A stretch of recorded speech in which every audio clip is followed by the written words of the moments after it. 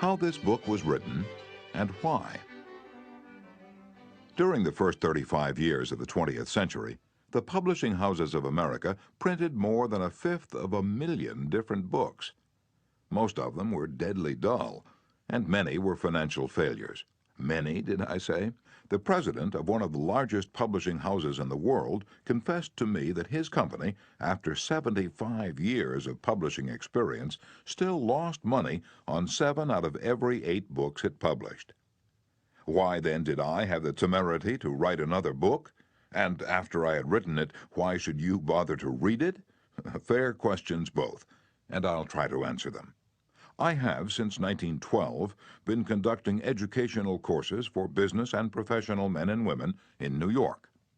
At first, I conducted courses in public speaking only, courses designed to train adults by actual experience to think on their feet and express their ideas with more clarity, more effectiveness, and more poise, both in business interviews and before groups. But gradually, as the seasons passed, I realized that as sorely as these adults needed training in effective speaking, they needed still more training in the fine art of getting along with people in everyday business and social contacts. I also gradually realized that I was sorely in need of such training myself. As I look back across the years, I'm appalled at my own frequent lack of finesse and understanding. How I wish a book such as this had been placed in my hands 20 years ago. What a priceless boon it would have been. Dealing with people is probably the biggest problem you face, especially if you're in business. Yes, and that is also true if you are a housewife, architect, or engineer.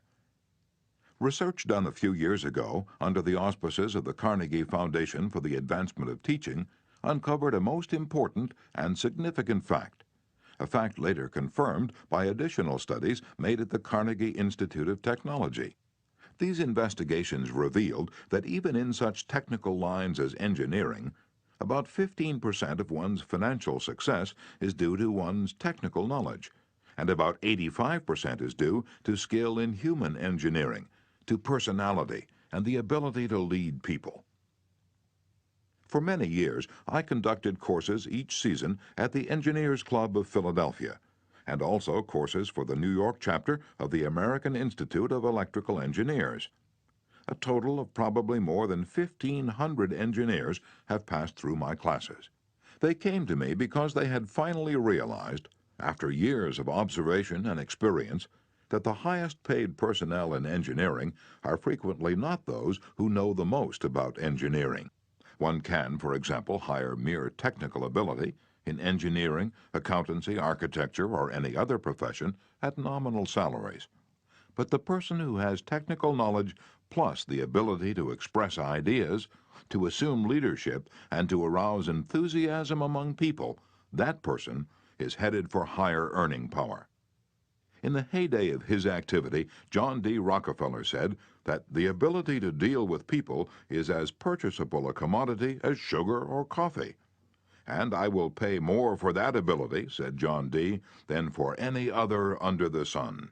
Wouldn't you suppose that every college in the land would conduct courses to develop the highest-priced ability under the sun? But if there is just one practical, common-sense course of that kind given for adults in even one college in the land, it has escaped my attention up to the present writing. The University of Chicago and the United YMCA schools conducted a survey to determine what adults want to study. That survey cost $25,000 and took 2 years. The last part of the survey was made in Meriden, Connecticut. It had been chosen as a typical American town. Every adult in Meriden was interviewed and requested to answer 156 questions. Questions such as, what is your business or profession? Your education? How do you spend your spare time? What is your income? Your hobbies, your ambitions, your problems? What subjects are you most interested in studying? And so on. That survey revealed that health is the prime interest of adults, and that their second interest is people. How to understand and get along with people, how to make people like you, and how to win others to your way of thinking. So the committee conducting this survey resolved to conduct such a course for adults in Meriden. They searched diligently for a practical textbook on the subject and found not one. Finally, they approached one of the world's outstanding authorities on adult education and asked him if he knew of any book that met the needs of this group. "No," he replied. "I know what those adults want, but the book they need has never been written." I knew from experience that this statement was true, for I myself had been searching for years to discover a practical working handbook on human relations. Since no such book existed, I have tried to write one for use in my own courses. And here it is. I hope you like it. In preparation for this book, I read everything that I could find on the subject.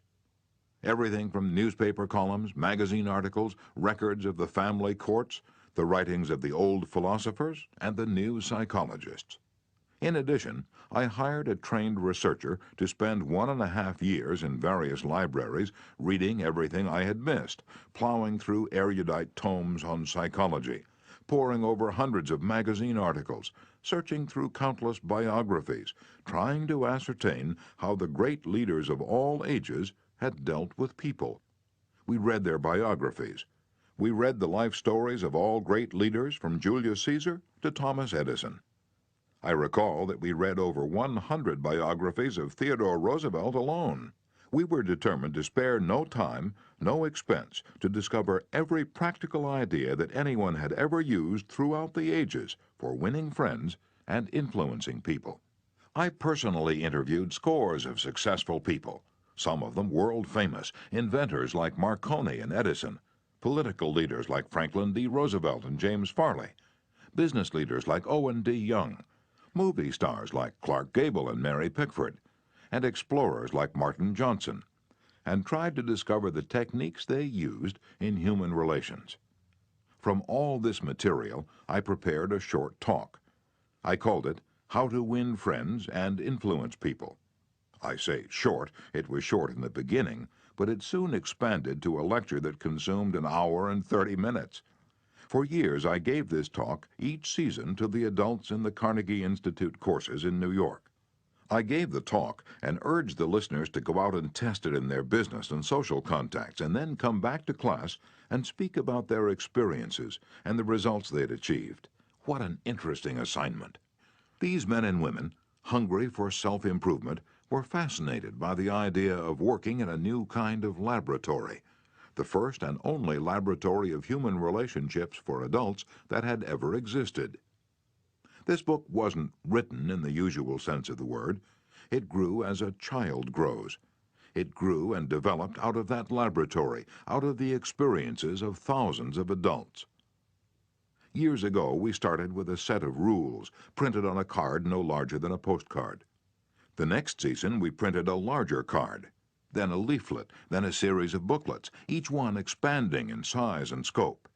After 15 years of experiment and research came this book. The rules we have set down here are not mere theories or guesswork. They work like magic. Incredible as it sounds, I have seen the application of these principles literally revolutionize the lives of many people. To illustrate, a man with 314 employees joined one of these courses. For years, he had driven and criticized and condemned his employees without stint or discretion. Kindness, words of appreciation and encouragement were alien to his lips. After studying the principles discussed in this book, this employer sharply altered his philosophy of life. His organization is now inspired with a new loyalty, a new enthusiasm, a new spirit of teamwork. 314 enemies have been turned into 314 friends. As he proudly said in a speech before the class, "When I used to walk through my establishment, no one greeted me. My employees actually looked the other way when they saw me approaching. But now, they are all my friends, and even the janitor calls me by my first name." This employer gained more profit, more leisure, and what is infinitely more important, he found far more happiness in his business and in his home. Countless numbers of salespeople have sharply increased their sales by the use of these principles. Many have opened up new accounts, accounts that they had formerly solicited in vain. Executives have been given increased authority, increased pay. One executive reported a large increase in salary because he applied these truths. Another, an executive in the Philadelphia Gas Works Company, was slated for demotion when he was 65 because of his belligerence, because of his inability to lead people skillfully. This training not only saved him from the demotion, but brought him a promotion with increased pay. On innumerable occasions, spouses attending the banquet given at the end of the course have told me that their homes have been much happier since their husbands or wives started this training. People are frequently astonished at the new results they achieve. It all seems like magic. In some cases, in their enthusiasm, they have telephoned me at my home on Sundays because they couldn't wait 48 hours to report their achievements at the regular session of the course. One man was so stirred by a talk on these principles that he sat far into the night discussing them with other members of the class. At 3 o'clock in the morning, the others went home, but he was so shaken by a realization of his own mistakes, so inspired by the vista of a new and richer world opening before him, that he was unable to sleep. He didn't sleep that night, or the next day, or the next night. Who was he?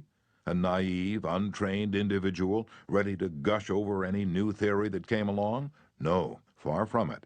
He was a sophisticated, blasé dealer in art, very much the man about town, who spoke 3 languages fluently and was a graduate of 2 European universities. While writing this chapter, I received a letter from a German of the old school, an aristocrat whose forebears had served for generations as professional army officers under the Hohenzollerns. His letter, written from a transatlantic steamer, telling about the application of these principles, rose almost to a religious fervor. Another man, an old New Yorker, a Harvard graduate, a wealthy man, the owner of a large carpet factory, declared he had learned more in 14 weeks through this system of training about the fine art of influencing people than he had learned about the same subject during his 4 years in college. Absurd? Laughable? Fantastic? Of course, you are privileged to dismiss this statement with whatever adjective you wish.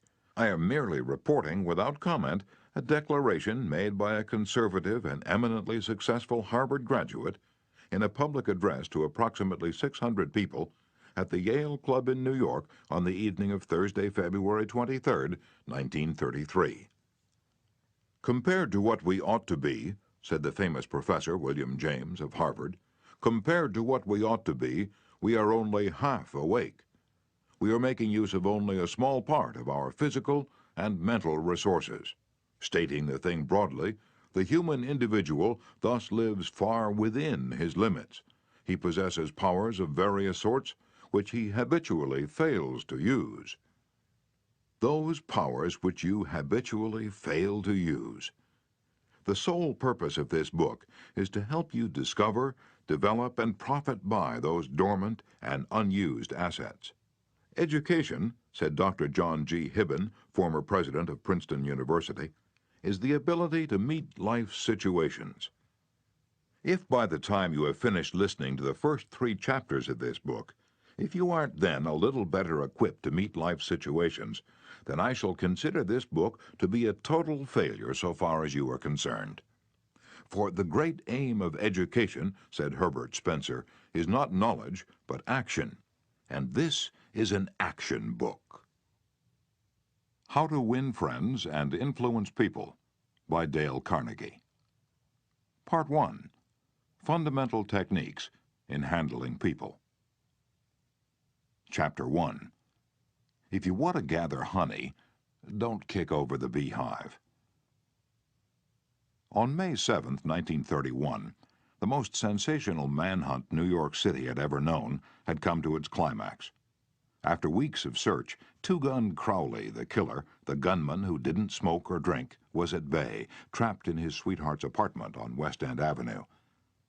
150 policemen and detectives laid siege to his top-floor hideaway. They chopped holes in the roof. They tried to smoke out Crowley, the cop killer, with tear gas. Then they mounted their machine guns on surrounding buildings, and for more than an hour, one of New York's fine residential areas reverberated with a crack of pistol fire and the rat-tat-tat of machine guns. Crowley, crouching behind an overstuffed chair, fired incessantly at the police. 10,000 excited people watched the battle. Nothing like it had ever been seen before on the sidewalks of New York.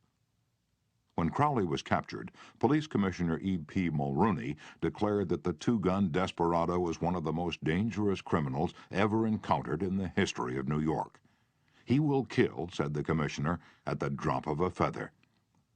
But how did two-gun Crowley regard himself? We know because while the police were firing into his apartment, he wrote a letter addressed "To whom it may concern," and as he wrote, the blood flowing from his wounds left a crimson trail on the paper. In this letter, Crowley said, "Under my coat is a weary heart, but a kind one that would do nobody any harm." A short time before this, Crowley had been having a necking party with his girlfriend on a country road out on Long Island. Suddenly, a policeman walked up to the car and said, "Let me see your license." Without saying a word, Crowley drew his gun and cut the policeman down with a shower of lead. As the dying officer fell, Crowley leaped out of the car, grabbed the officer's revolver, and fired another bullet into the prostrate body. And that was the killer who said, "Under my coat is a weary heart, but a kind one that would do nobody any harm." Crowley was sentenced to the electric chair. When he arrived at the death house in Sing Sing, did he say, "This is what I get for killing people"? No, he said, "This is what I get for defending myself." The point of the story is this: Two-Gun Crowley didn't blame himself for anything. Is that an unusual attitude among criminals? If you think so, listen to this. "I have spent the best years of my life giving people the lighter pleasures, helping them have a good time, and all I get is abuse, the existence of a hunted man." That's Al Capone speaking. Yes, America's most notorious public enemy, the most sinister gang leader who ever shot up Chicago. Capone didn't condemn himself. He actually regarded himself as a public benefactor, an unappreciated and misunderstood public benefactor. And so did Dutch Schultz before he crumpled up under gangster bullets in Newark. Dutch Schultz, one of New York's most notorious rats, said in a newspaper interview that he was a public benefactor, and he believed it. I've had some interesting correspondence with Lewis Laws, who was warden of New York's infamous Sing Sing prison for many years on this subject, and he declared that few of the criminals in Sing Sing regard themselves as bad men. They are just as human as you and I. So they rationalize, they explain. They can tell you why they had to crack a safe or be quick on the trigger finger. Most of them attempt by a form of reasoning, fallacious or logical, to justify their antisocial acts even to themselves, consequently stoutly maintaining that they should never have been imprisoned at all. If Al Capone, Two-Gun Crowley, Dutch Schultz, and the desperate men and women behind prison walls don't blame themselves for anything, what about the people with whom you and I come in contact? John Wanamaker, founder of the stores that bear his name, once confessed, "I learned 30 years ago that it is foolish to scold." I have enough trouble overcoming my own limitations without fretting over the fact that God has not seen fit to distribute evenly the gift of intelligence. Wanamaker learned this lesson early, but I personally had to blunder through this old world for a third of a century before it even began to dawn upon me that 99 times out of 100, people don't criticize themselves for anything, no matter how wrong it may be. Criticism is futile because it puts a person on the defensive and usually makes him strive to justify himself. Criticism is dangerous because it wounds a person's precious pride, hurts his sense of importance, and arouses resentment. B.F. Skinner, the world-famous psychologist, proved through his experiments that an animal rewarded for good behavior will learn much more rapidly and retain what it learns far more effectively than an animal punished for bad behavior. Later studies have shown that the same applies to humans. By criticizing, we do not make lasting changes and often incur resentment. Hans Selye, another great psychologist, said, "As much as we thirst for approval, we dread condemnation." The resentment that criticism engenders can demoralize employees, family members, and friends, and still not correct the situation that has been condemned. George B. Johnston of Enid, Oklahoma, is the safety coordinator for an engineering company. One of his responsibilities is to see that employees wear their hard hats whenever they are on a job in the field. He reported that whenever he came across workers who were not wearing hard hats, he would tell them with a lot of authority of the regulation and that they must comply. As a result, he would get sullen acceptance, and often after he left, the workers would remove the hats. He decided to try a different approach. The next time he found some of the workers not wearing their hard hat, he asked if the hats were uncomfortable or didn't fit properly. Then he reminded the men in a pleasant tone of voice that the hat was designed to protect them from injury, and suggested that it always be worn on the job. The result was increased compliance with the regulation with no resentment or emotional upset. You will find examples of the futility of criticism bristling on 1,000 pages of history. Take, for example, the famous quarrel between Theodore Roosevelt and President Taft. A quarrel that split the Republican Party, put Woodrow Wilson in the White House, and wrote bold, luminous lines across the First World War and altered the flow of history. Now let's review the facts quickly. When Theodore Roosevelt stepped out of the White House in 1908, he supported Taft, who was elected president. Then Theodore Roosevelt went off to Africa to shoot lions. When he returned, he exploded. He denounced Taft for his conservatism, tried to secure the nomination for a third term himself, formed the Bull Moose Party, and all but demolished the GOP. In the election that followed, William Howard Taft and the Republican Party carried only 2 states, Vermont and Utah, the most disastrous defeat the party had ever known. Theodore Roosevelt blamed Taft, but did President Taft blame himself? Of course not. With tears in his eyes, Taft said, "I don't see how I could have done any differently from what I have." Who was to blame, Roosevelt or Taft? Frankly, I don't know, and I don't care. The point I'm trying to make is that all of Theodore Roosevelt's criticism didn't persuade Taft that he was wrong. It merely made Taft strive to justify himself and to reiterate with tears in his eyes, "I don't see how I could have done any differently from what I have." Or take the Teapot Dome oil scandal. It kept the newspapers ringing with indignation in the early 1920s. It rocked the nation. Within the memory of living men, nothing like it had ever happened before in American public life. Now, here are the bare facts of the scandal. Albert B. Fall, Secretary of the Interior in Harding's cabinet, was entrusted with the leasing of government oil reserves at Elk Hill and Teapot Dome, oil reserves that had been set aside for the future of the Navy.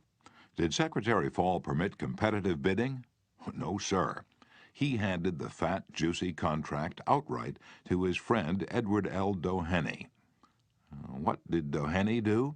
He gave Secretary Fall what he was pleased to call a loan of $100,000. Then, in a high-handed manner, Secretary Fall ordered United States Marines into the district to drive off competitors whose adjacent wells were sapping oil out of the Elk Hill reserves. These competitors, driven off their ground at the ends of guns and bayonets, rushed into court and blew the lid off the Teapot Dome scandal. A stench arose so vile that it ruined the Harding administration, nauseated an entire nation, threatened to wreck the Republican Party, and put Albert B. Fall behind prison bars.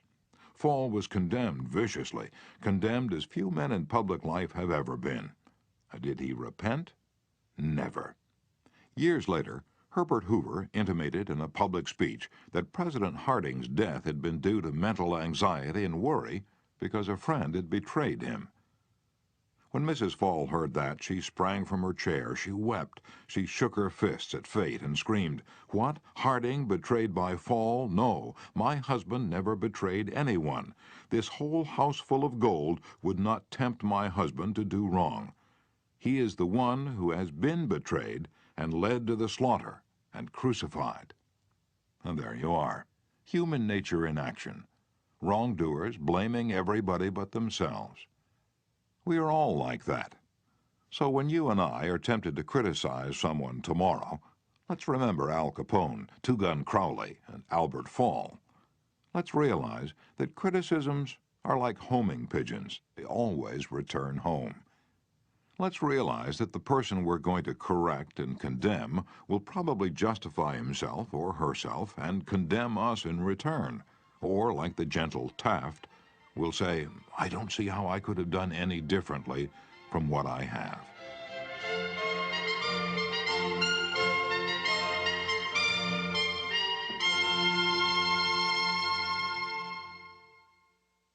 On the morning of April 15th, 1865, Abraham Lincoln lay dying in a hall bedroom of a cheap lodging house directly across the street from Ford's Theater, where John Wilkes Booth had shot him.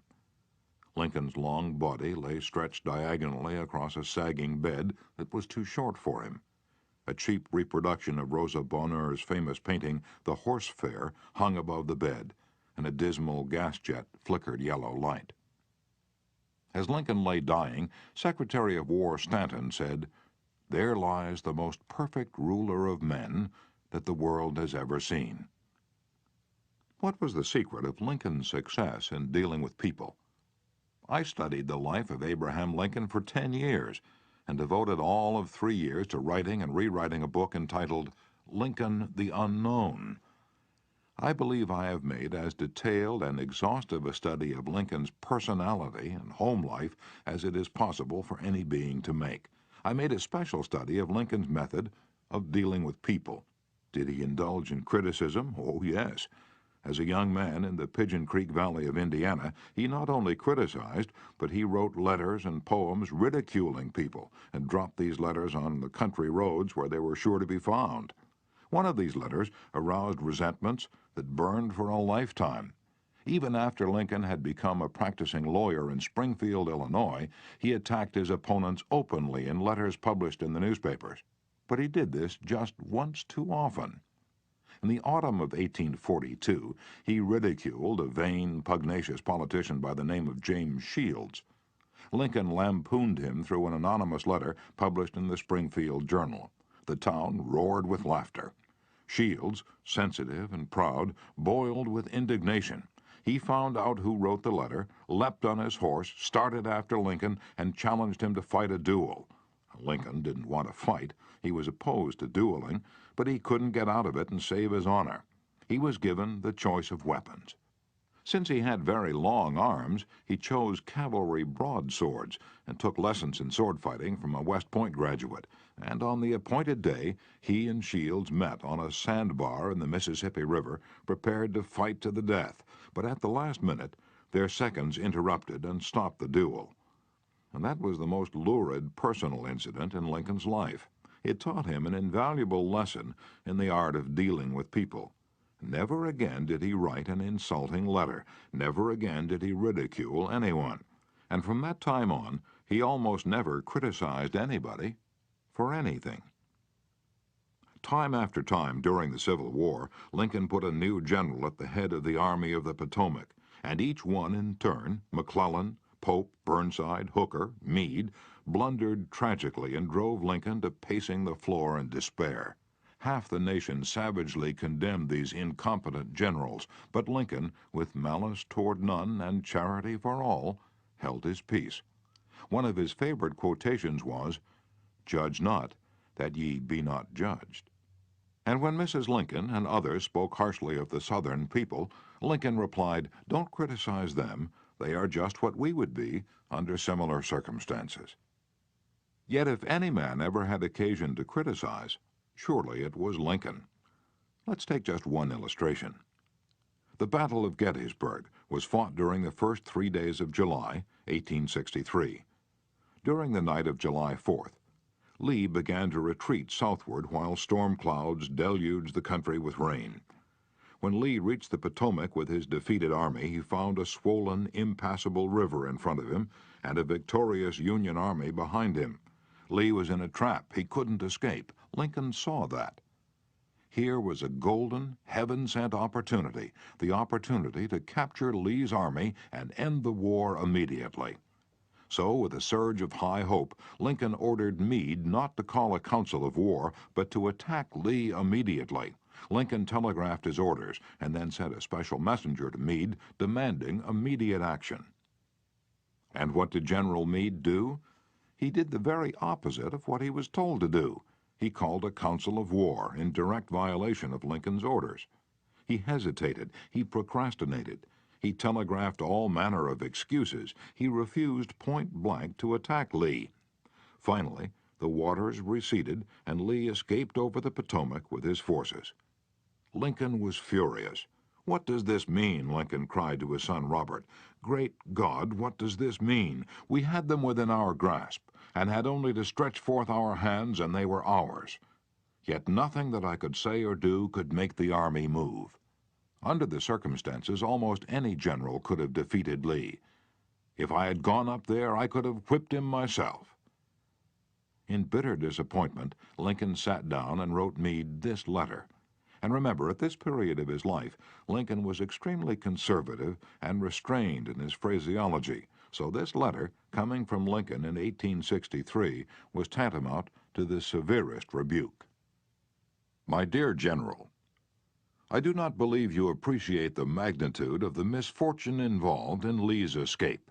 He was within our easy grasp, and to have closed upon him would, in connection with our other late successes, have ended the war. As it is, the war will be prolonged indefinitely. If you could not safely attack Lee last Monday, how can you possibly do so south of the river, when you can take with you very few, no more than 2/3 of the force you then had in hand? It would be unreasonable to expect, and I do not expect, that you can now effect much. Your golden opportunity is gone, and I am distressed immeasurably because of it. What do you suppose Meade did when he read the letter? Meade never saw that letter. Lincoln never mailed it. It was found among his papers after his death. My guess is, and this is only a guess, that after writing that letter, Lincoln looked out of the window and said to himself, "Just a minute. Maybe I ought not to be so hasty.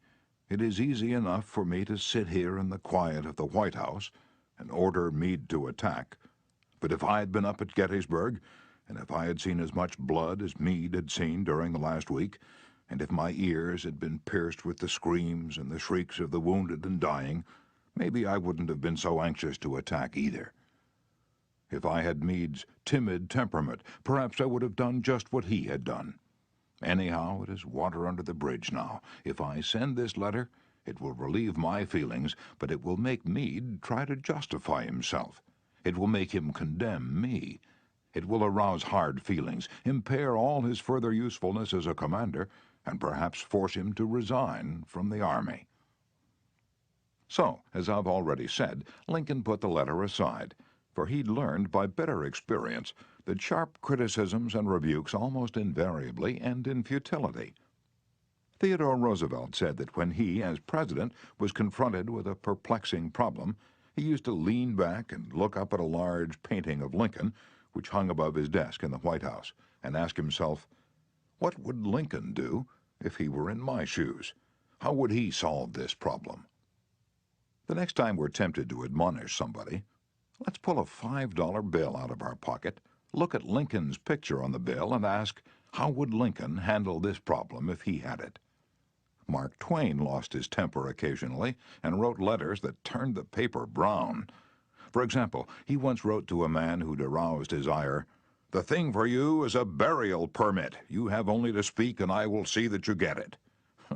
On another occasion, he wrote to an editor about a proofreader's attempts to improve my spelling and punctuation. He ordered, "Set the matter according to my copy hereafter and see that the proofreader retains his suggestions in the mush of his decayed brain." The writing of these stinging letters made Mark Twain feel better. They allowed him to blow off steam, and the letters didn't do any real harm because Mark's wife secretly lifted them out of the mail, and they were never sent. Do you know someone you'd like to change and regulate and improve? Good, that's fine. I'm all in favor of it. But why not begin on yourself? From a purely selfish standpoint, that's a lot more profitable than trying to improve others. Yes, and a lot less dangerous. Don't complain about the snow on your neighbor's roof, said Confucius, when your own doorstep is unclean. When I was still young and trying hard to impress people, I wrote a foolish letter to Richard Harding Davis, an author who once loomed large on the literary horizon of America. I was preparing a magazine article about authors. I asked Davis to tell me about his method of work. A few weeks earlier, I'd received a letter from someone with this notation at the bottom: dictated but not read. I was quite impressed. I felt that the writer must be very big and busy and important. I wasn't the slightest bit busy, but I was eager to make an impression on Richard Harding Davis, so I ended my short note with the words, dictated but not read. He never troubled to answer the letter. He simply returned it to me with this scribbled across the bottom: your bad manners are exceeded only by your bad manners. True, I had blundered, and perhaps I deserved this rebuke, but being human, I resented it. I resented it so sharply that when I read of the death of Richard Harding Davis 10 years later, the one thought that still persisted in my mind, I'm ashamed to admit, was the hurt that he had given me. If you and I want to stir up a resentment tomorrow that may rankle across the decades and endure until death, just let us indulge in a little stinging criticism, no matter how certain we are that it is justified. When dealing with people, let us remember we are not dealing with creatures of logic. We are dealing with creatures of emotion, creatures bristling with prejudices and motivated by pride and vanity. Bitter criticism caused the sensitive Thomas Hardy, one of the finest novelists ever to enrich English literature, to give up forever the writing of fiction. Criticism drove Thomas Chatterton, the English poet, to suicide. Benjamin Franklin, tactless in his youth, became so diplomatic, so adroit at handling people, that he was made American ambassador to France. The secret of his success? I will speak ill of no man, he said, and speak all the good I know of everybody. Any fool can criticize, condemn, and complain, and most fools do. But it takes character and self-control to be understanding and forgiving.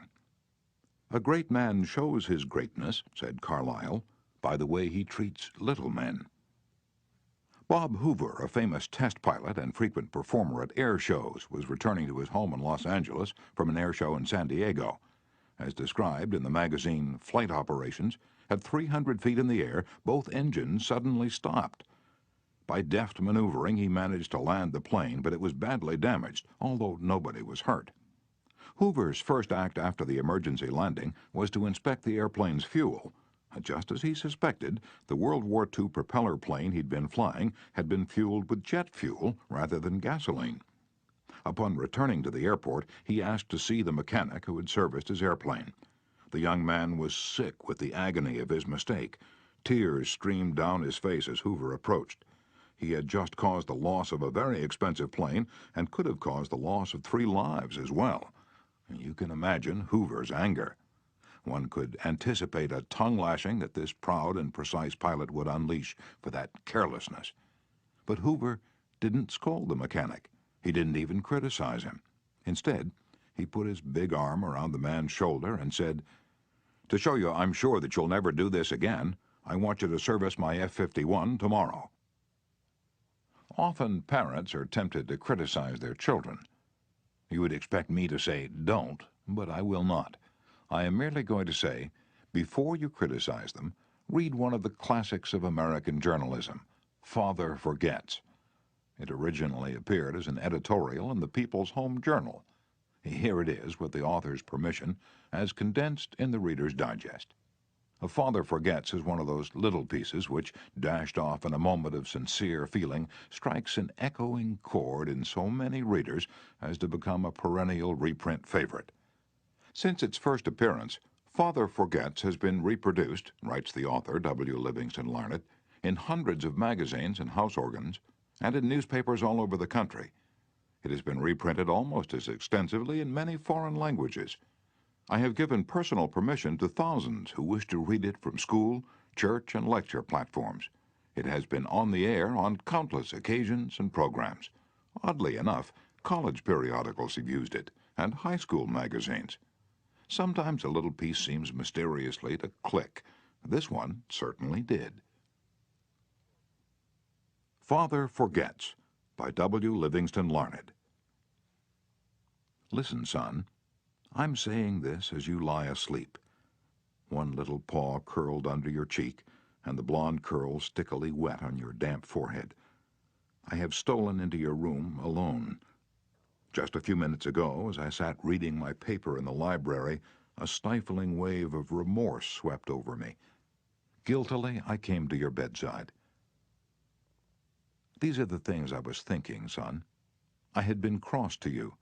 I scolded you as you were dressing for school because you gave your face merely a dab with a towel. I took you to task for not cleaning your shoes. I called out angrily when you threw some of your things on the floor. At breakfast I found fault, too. You spilled things. You gulped down your food. You put your elbows on the table. You spread butter too thick on your bread. And as you started off to play and I made for my train, you turned and waved a hand and called, "Goodbye, Daddy." And I frowned and said in reply, "Hold your shoulders back." Then it began all over again in the late afternoon. As I came up the road, I spied you down on your knees playing marbles. There were holes in your stockings. I humiliated you before your boyfriends by marching you ahead of me to the house. Stockings were expensive, and if you had to buy them, you'd be more careful. Imagine that, son, from a father. Do you remember later, when I was reading in the library, how you came in timidly with a sort of hurt look in your eyes? When I glanced up over my paper, impatient at the interruption, you hesitated at the door. "What is it you want?" I snapped. You said nothing, but ran across in one tempestuous plunge and threw your arms around my neck and kissed me, and your small arms tightened with an affection that God had set blooming in your heart and which even neglect could not wither. And then you were gone, pattering up the stairs. Well, son, it was shortly afterwards that my paper slipped from my hands and a terrible, sickening fear came over me. What has habit been doing to me? The habit of finding fault, of reprimanding. This was my reward to you for being a boy. It was not that I did not love you. It was that I expected too much of youth. I was measuring you by the yardstick of my own years. And there was so much that was good and fine and true in your character. The little heart of you was as big as the dawn itself over the wide hills. This was shown by your spontaneous impulse to rush in and kiss me good night. Nothing else matters tonight, son. I have come to your bedside in the darkness, and I have knelt there ashamed. It is a feeble atonement. I know you would not understand these things if I told them to you during your waking hours, but tomorrow I will be a real daddy. I will chum with you, and suffer when you suffer, and laugh when you laugh. I will bite my tongue when impatient words come. I will keep saying, as if it were a ritual, "He is nothing but a boy, a little boy." I am afraid I have visualized you as a man, yet as I see you now, son, crumpled and weary in your cot, I see that you are still a baby. Yesterday you were in your mother's arms, your head on her shoulder. I have asked too much. Too much. Instead of condemning people, let's try to understand them. Let's try to figure out why they do what they do. That's a lot more profitable and intriguing than criticism, and it breeds sympathy, tolerance, and kindness. To know all is to forgive all. As Dr. Johnson said, God himself, sir, does not propose to judge man until the end of his days. Why should you and I? Principle 1. Don't criticize, condemn, or complain. Chapter 2. The Big Secret of Dealing with People. There is only one way under high heaven to get anybody to do anything. Did you ever stop to think of that? Yes, just one way. And that is by making the other person want to do it. Remember, there is no other way. Of course, you can make someone want to give you his watch by sticking a revolver in his ribs, You can make your employees give you cooperation until your back is turned by threatening to fire them. You can make a child do what you want it to do by a whip or a threat. But these crude methods have sharply undesirable repercussions. The only way I can get you to do anything is by giving you what you want. What do you want? Sigmund Freud said that everything you and I do springs from two motives: the sex urge and the desire to be great. John Dewey, one of America's most profound philosophers, phrased it a bit differently. Dr. Dewey said that the deepest urge in human nature is the desire to be important. Remember that phrase, the desire to be important. It is significant. You're going to hear a lot about it in this book. And what do you want? Well, not many things, but the few things that you do wish you crave with an insistence that will not be denied.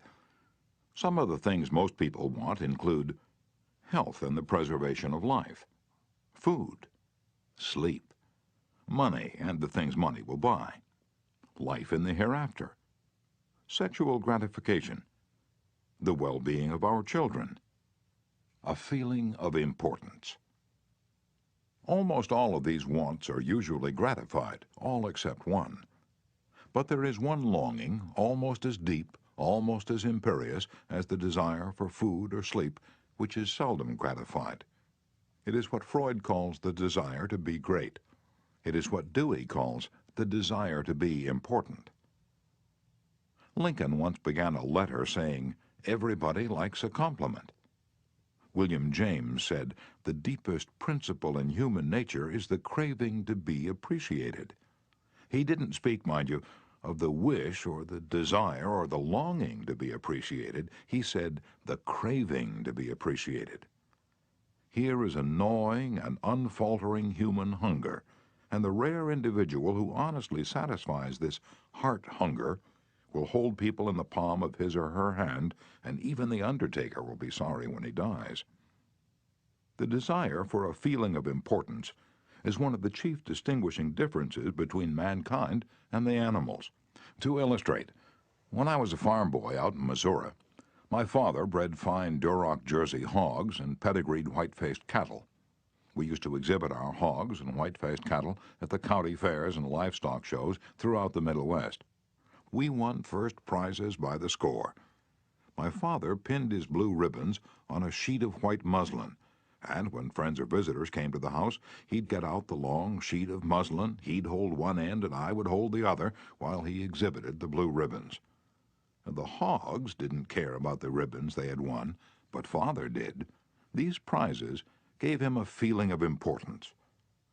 If our ancestors hadn't had this flaming urge for a feeling of importance, civilizations would have been impossible. Without it, we should have been just about like the animals. It was this desire for a feeling of importance that led an uneducated, poverty-stricken grocery clerk to study some law books he found on the bottom of a barrel of household plunder that he had bought for 50 cents. You've probably heard of this grocery clerk. His name was Lincoln. It was this desire for a feeling of importance that inspired Dickens to write his immortal novels. This desire inspired Sir Christopher Wren to design his symphonies in stone. This desire made Rockefeller amass millions that he never spent. And this same desire made the richest family in your town build a house far too large for its requirements. This desire makes you want to wear the latest styles, drive the latest cars, and talk about your brilliant children. It is this desire that lures many boys and girls into joining gangs and engaging in criminal activities. The average young criminal, according to E.P. Mulrooney, one-time police commissioner of New York, is filled with ego, and his first request after arrest is for those lurid newspapers that make him out a hero. The disagreeable prospect of serving time seems remote so long as he can gloat over his likeness sharing space with pictures of sports figures, movie and TV stars, and politicians. If you tell me how you get your feeling of importance, I'll tell you what you are. That determines your character. This is the most significant thing about you. For example, John D. Rockefeller got his feeling of importance by giving money to erect a modern hospital in Peking, China, to care for millions of poor people whom he had never seen and never would see. Dillinger, on the other hand, got his feeling of importance by being a bandit, a bank robber, and a killer. When the FBI agents were hunting him, he dashed into a farmhouse up in Minnesota and said, "I'm Dillinger." He was proud of the fact that he was public enemy number one. "I'm not going to hurt you, but I'm Dillinger," he said. Yes, the one significant difference between Dillinger and Rockefeller is how they got their feeling of importance. History sparkles with amusing examples of famous people struggling for a feeling of importance. Even George Washington wanted to be called His Mightiness, the President of the United States. And Columbus pleaded for the title Admiral of the Ocean and Viceroy of India. Catherine the Great refused to open letters that were not addressed to Her Imperial Majesty. And Mrs. Lincoln, in the White House, turned upon Mrs. Grant like a tigress and shouted, "How dare you be seated in my presence until I invite you?" Our millionaires helped finance Admiral Byrd's expedition to the Antarctic in 1928 with the understanding that ranges of icy mountains would be named after them. And Victor Hugo aspired to have nothing less than the city of Paris renamed in his honor. Even Shakespeare, mightiest of the mighty, tried to add luster to his name by procuring a coat of arms for his family.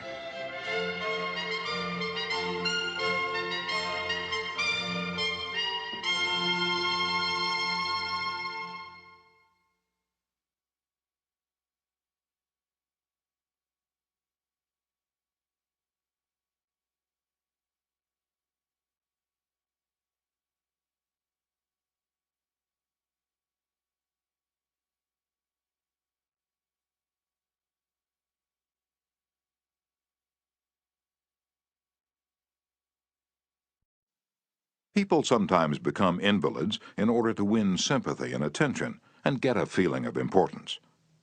For example, take Mrs. McKinley. She got a feeling of importance by forcing her husband, the President of the United States, to neglect important affairs of state while he reclined on the bed beside her for hours at a time, his arm about her, soothing her to sleep. She fed her gnawing desire for attention by insisting that he remain with her while she was having her teeth fixed, and once created a stormy scene when he had to leave her alone with the dentist while he kept an appointment with John Hay, his Secretary of State. The writer, Mary Roberts Reinhardt, once told me of a bright, vigorous young woman who became an invalid in order to get a feeling of importance. "One day," said Mrs. Reinhardt, "this woman had been obliged to face something, her age perhaps. The lonely years were stretching ahead, and there was little left for her to anticipate. She took to her bed, and for 10 years her old mother traveled to the 3rd floor and back carrying trays, nursing her. Then one day the old mother, weary with service, lay down and died. For some weeks the invalid languished. Then she got up, put on her clothing, and resumed living again." Some authorities declare that people may actually go insane in order to find, in the dreamland of insanity, the feeling of importance that has been denied them in the harsh world of reality. There are more patients suffering from mental diseases in the United States than from all other diseases combined. What is the cause of insanity? Nobody can answer such a sweeping question, but we know that certain diseases, such as syphilis, break down and destroy the brain cells and result in insanity. In fact, about 1/2 of all mental diseases can be attributed to such physical causes as brain lesions, alcohol, toxins, and injuries. But the other half, and this is the appalling part of the story, the other half of the people who go insane apparently have nothing organically wrong with their brain cells. In post-mortem examinations, when their brain tissues are studied under the highest-powered microscopes, these tissues are found to be apparently just as healthy as yours and mine. Why do these people go insane? I put that question to the head physician at one of our most important psychiatric hospitals. This doctor, who's received the highest honors and the most coveted awards for his knowledge of this subject, told me frankly that he didn't know why people went insane. Nobody knows for sure. But he did say, many people who go insane find in insanity a feeling of importance that they were unable to achieve in the world of reality. And then he told me this story. I have a patient right now whose marriage proved to be a tragedy. She wanted love, sexual gratification, children, social prestige, but life blasted all her hopes. Her husband didn't love her. He refused even to eat with her and forced her to serve his meals in his room upstairs. She had no children, no social standing. She went insane, and in her imagination she divorced her husband and resumed her maiden name. She now believes she had married into English aristocracy, and she insists on being called Lady Smith. And as for children, she imagines that she has a new child every night. Each time I call on her, she says, "Doctor, I had a baby last night." Life once wrecked all her dream ships on the sharp rocks of reality. But in the sunny fantasy isles of insanity, all her barkentines race into port with canvas billowing and winds singing through the masts. Tragic? Oh, I don't know. Her physician said to me, "If I could stretch out my hand and restore her sanity, I wouldn't do it. She's much happier as she is."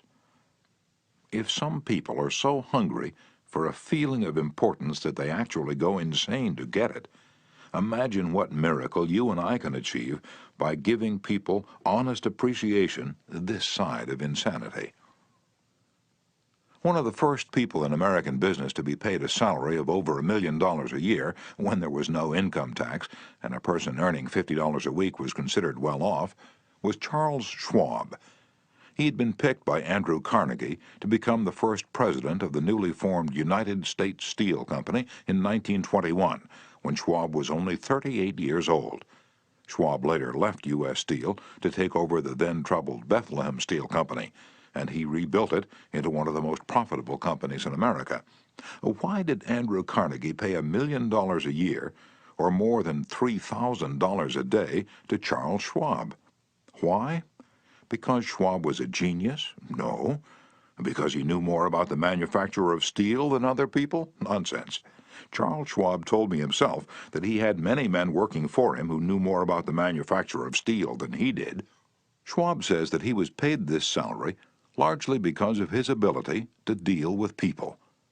I asked him how he did it.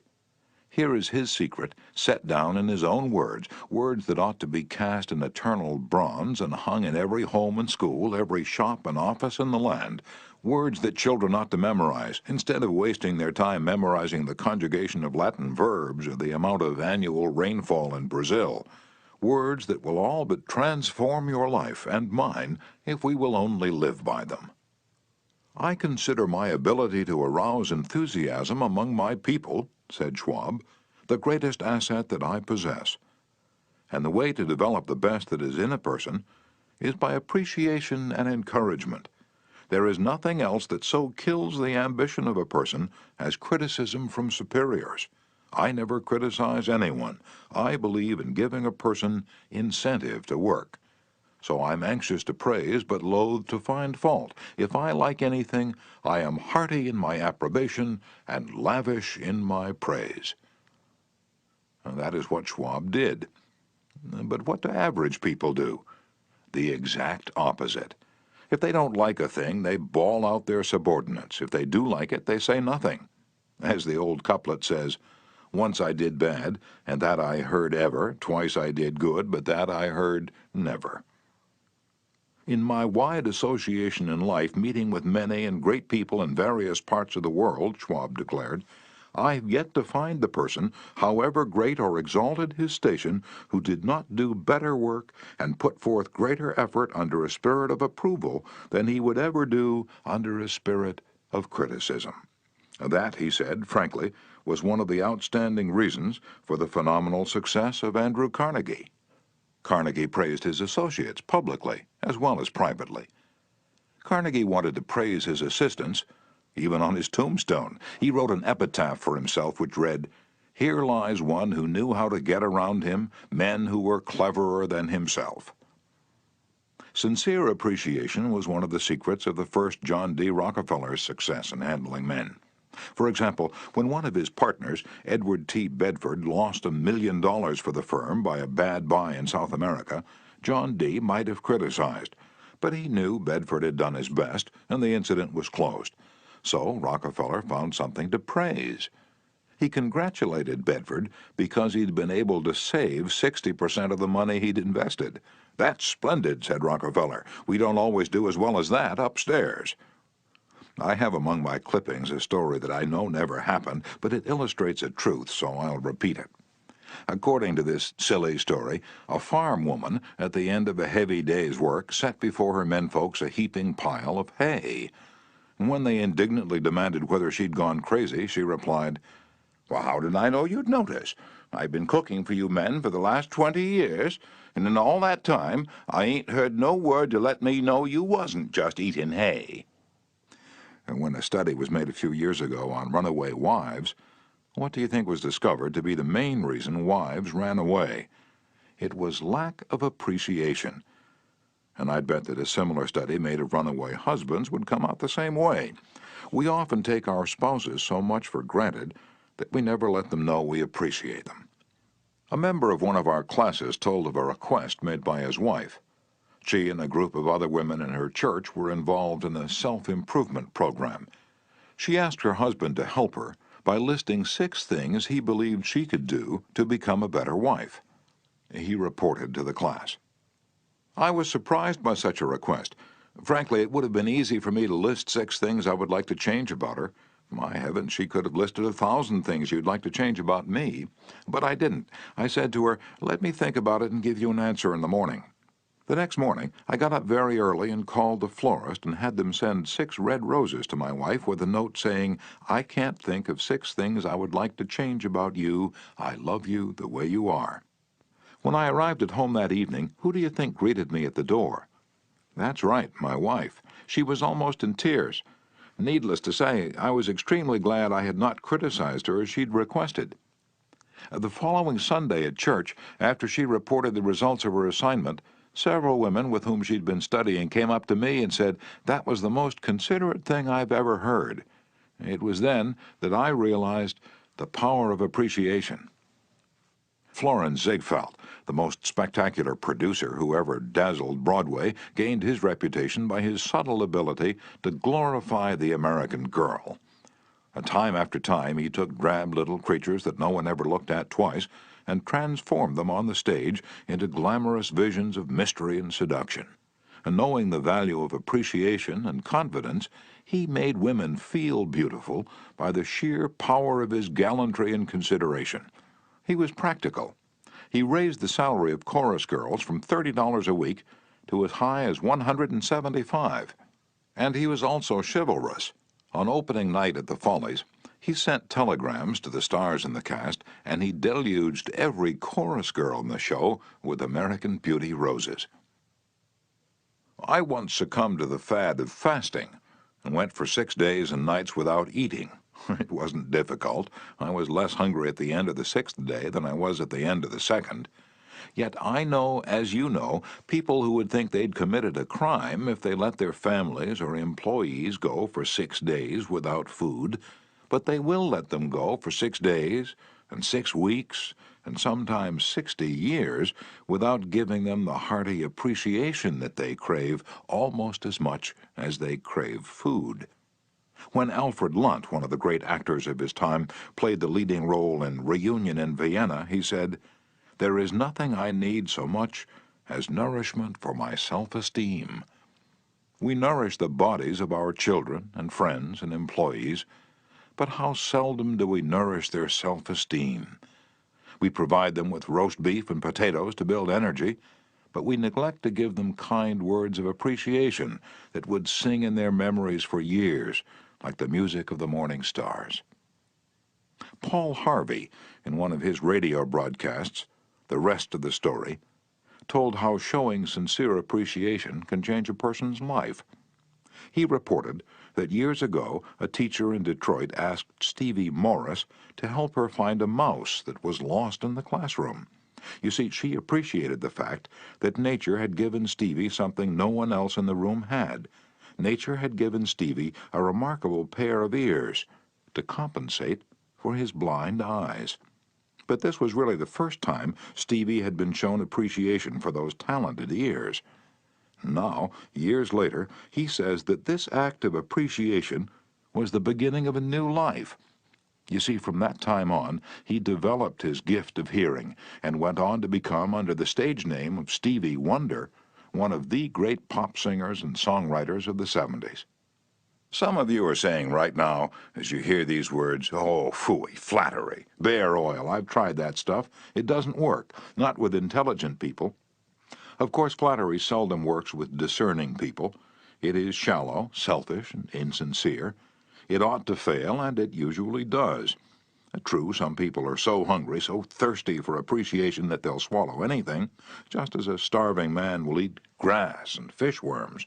Even Queen Victoria was susceptible to flattery. Prime Minister Benjamin Disraeli confessed that he put it on thick in dealing with the Queen. To use his exact words, he said, "Spread it on with a trowel."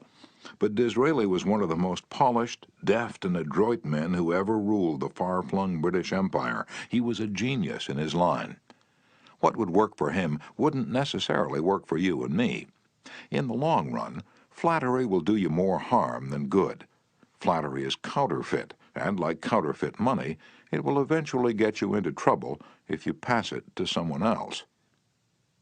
The difference between appreciation and flattery, that's simple. One is sincere, the other is insincere. One comes from the heart out, the other from the teeth out. One is unselfish, the other selfish. One is universally admired, the other universally condemned. I recently saw a bust of Mexican hero General Alvaro Obregón in the Chapultepec Palace in Mexico City. Below the bust are carved these wise words from General Obregón's philosophy. "Don't be afraid of enemies who attack you. Be afraid of the friends who flatter you." No, I'm not suggesting flattery. Far from it. I'm talking about a new way of life. Now let me repeat. I am talking about a new way of life. King George V had a set of 6 maxims displayed on the walls of his study in Buckingham Palace. One of these maxims said, "Teach me neither to proffer nor receive cheap praise." Well, that's all flattery is, cheap praise. I once read a definition of flattery that may be worth repeating. Flattery is telling the other person precisely what he thinks about himself. "Use what language you will," said Ralph Waldo Emerson, "you can never say anything but what you are." If all we had to do was flatter, everybody would catch on, and we should all be experts in human relations.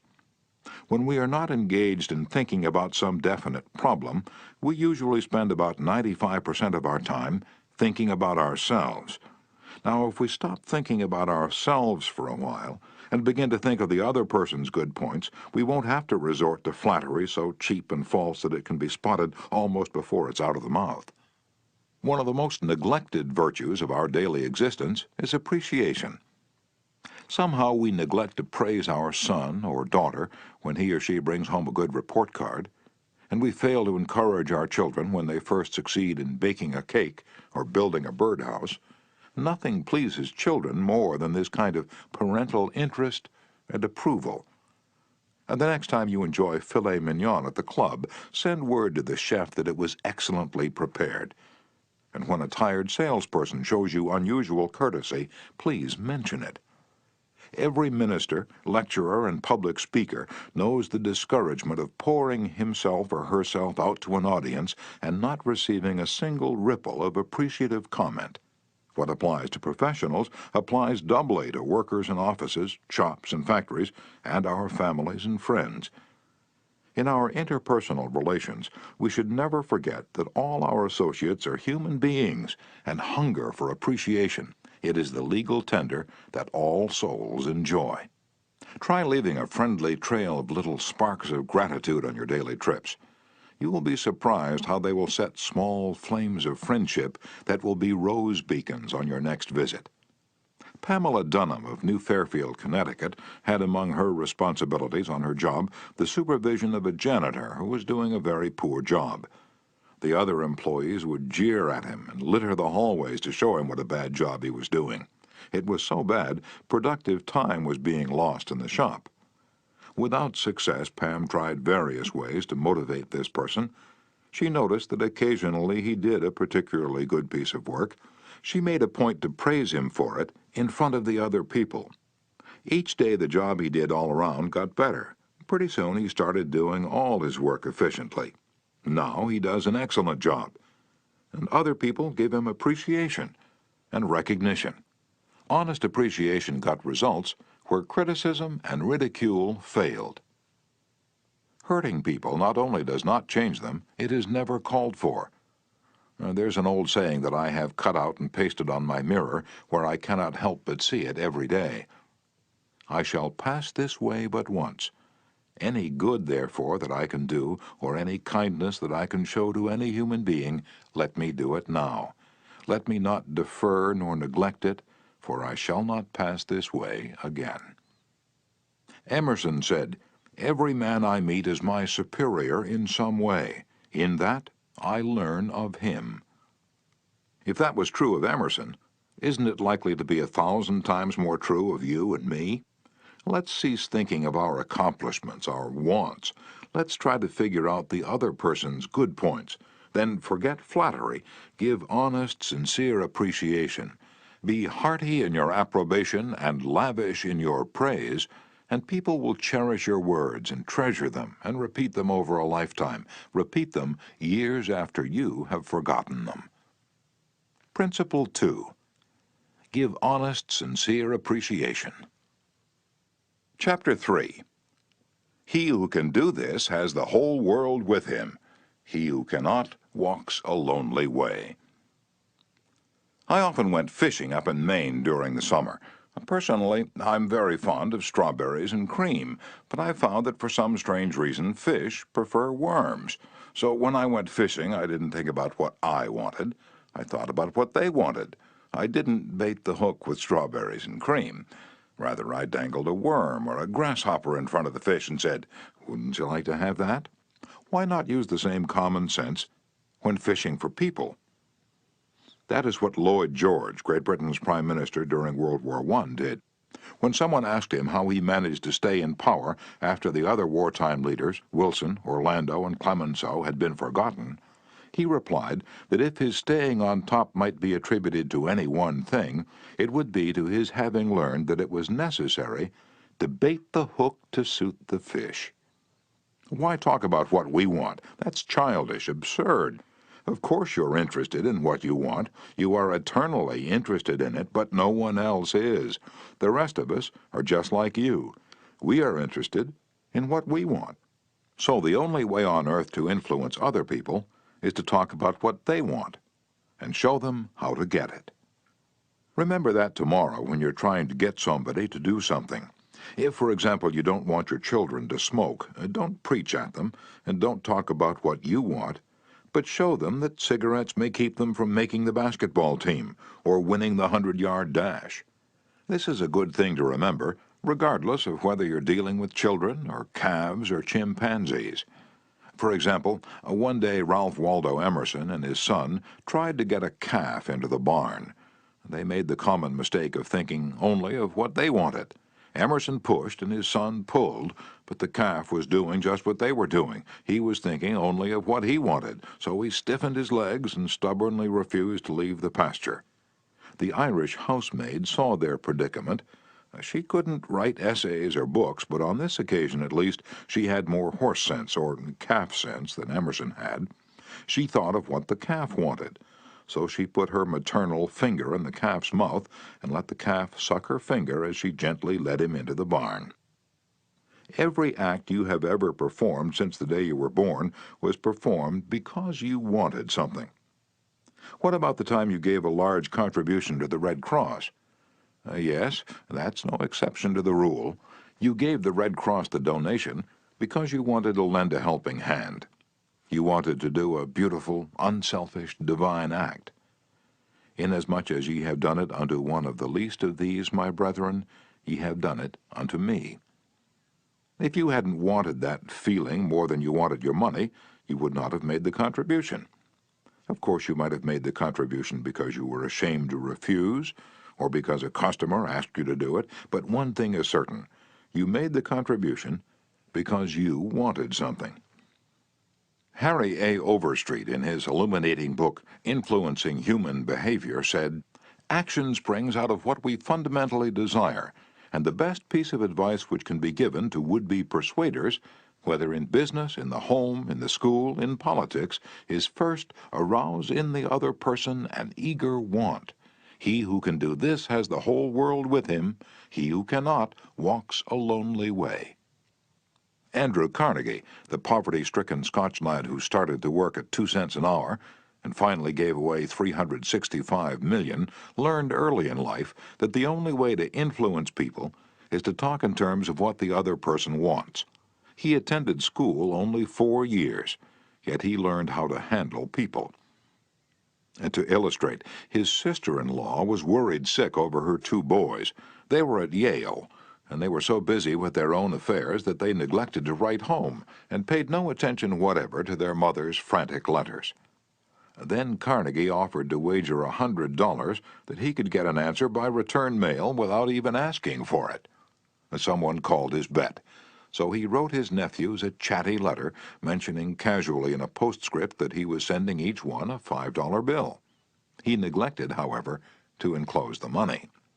Back came replies by return mail, thanking dear Uncle Andrew for his kind note, and, well, you can finish the sentence yourself.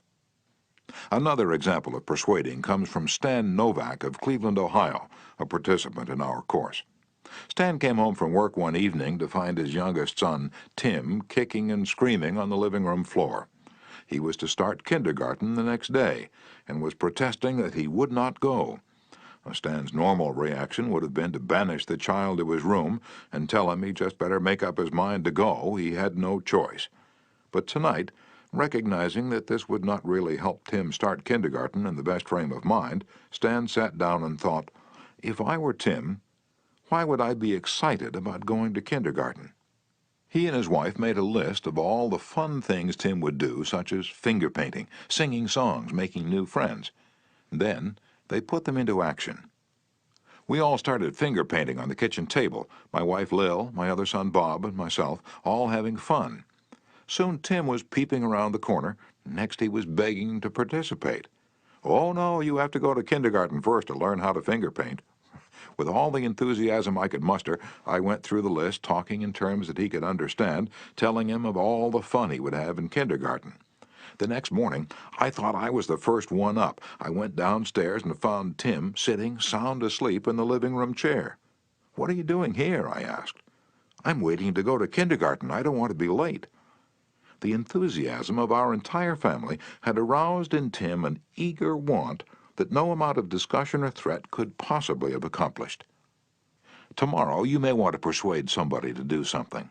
Before you speak, pause and ask yourself, how can I make this person want to do it? That question will stop us from rushing into a situation heedlessly with futile chatter about our desires.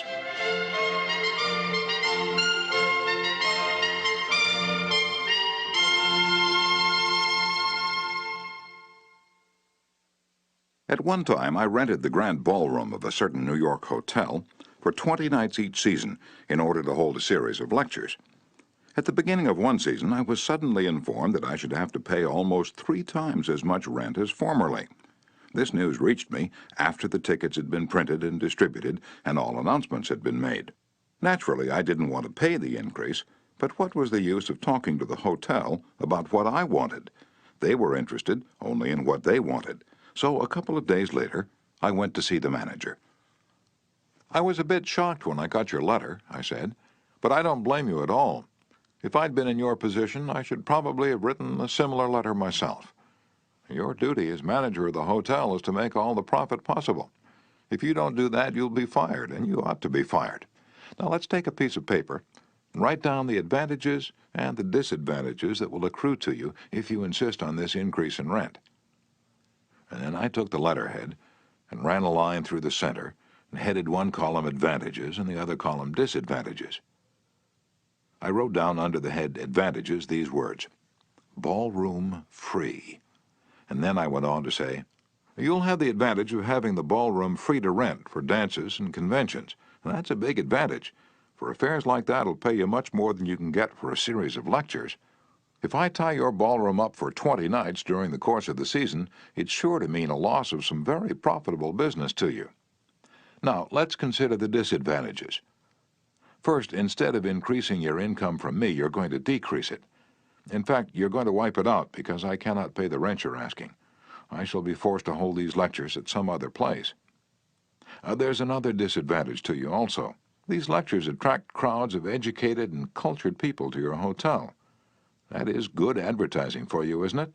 In fact, if you spent $5,000 advertising in the newspapers, you couldn't bring as many people to look at your hotel as I can bring by these lectures.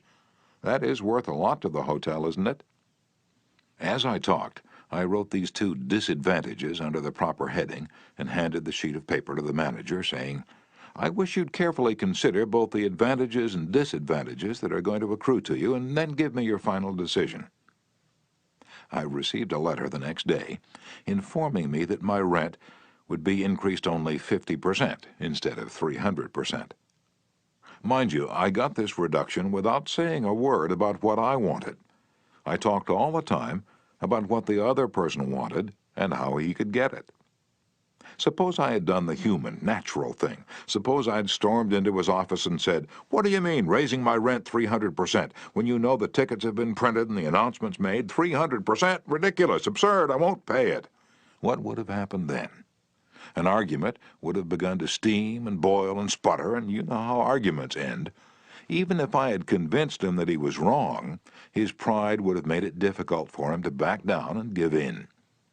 Here is one of the best bits of advice ever given about the fine art of human relationships. "If there is any one secret of success," said Henry Ford, "it lies in the ability to get the other person's point of view and see things from that person's angle as well as from your own."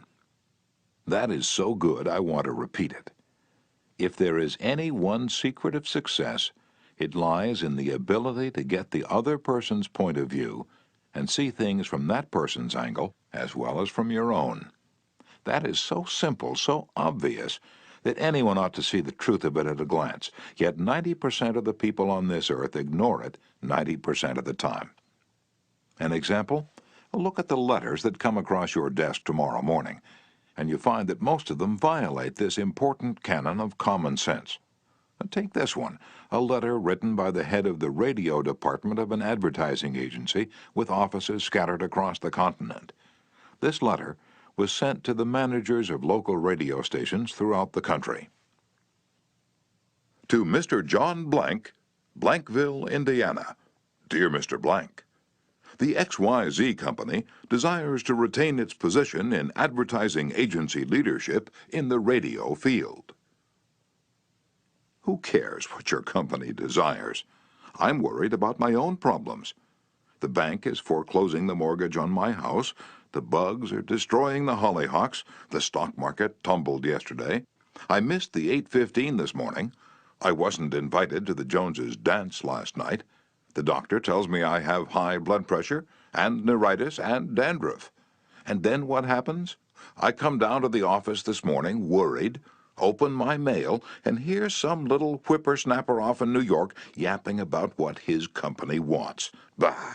If he only realized what sort of impression his letter makes, he would get out of the advertising business and start manufacturing sheep dip. This agency's national advertising accounts were the bulwark of the network. Our subsequent clearances of station time have kept us at the top of agencies year after year. You are big and rich and right at the top, are you? So what? I don't give two hoops in Hades if you're as big as General Motors and General Electric and the General Staff of the U.S. Army all combined. If you had as much sense as a half-witted hummingbird, you'd realize that I'm interested in how big I am, not how big you are. All this talk about your enormous success makes me feel small and unimportant. We desire to service our accounts with the last word on radio station information. You desire. You desire. You unmitigated ass. I'm not interested in what you desire or what the President of the United States desires. Let me tell you once and for all that I am interested in what I desire, and you haven't said a word about that yet in this absurd letter of yours. Will you therefore put the XYZ Company on your preferred list for weekly station information, every single detail that will be useful to an agency in intelligently booking time? Preferred list? You have your nerve. You make me feel insignificant by your big talk about your company, and then you ask me to put you on a preferred list, and you don't even say please when you ask it. A prompt acknowledgement of this letter, giving us your latest doings, will be mutually helpful. You fool.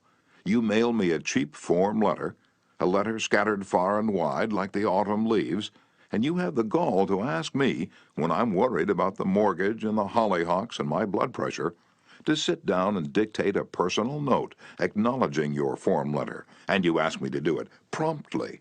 What do you mean, promptly?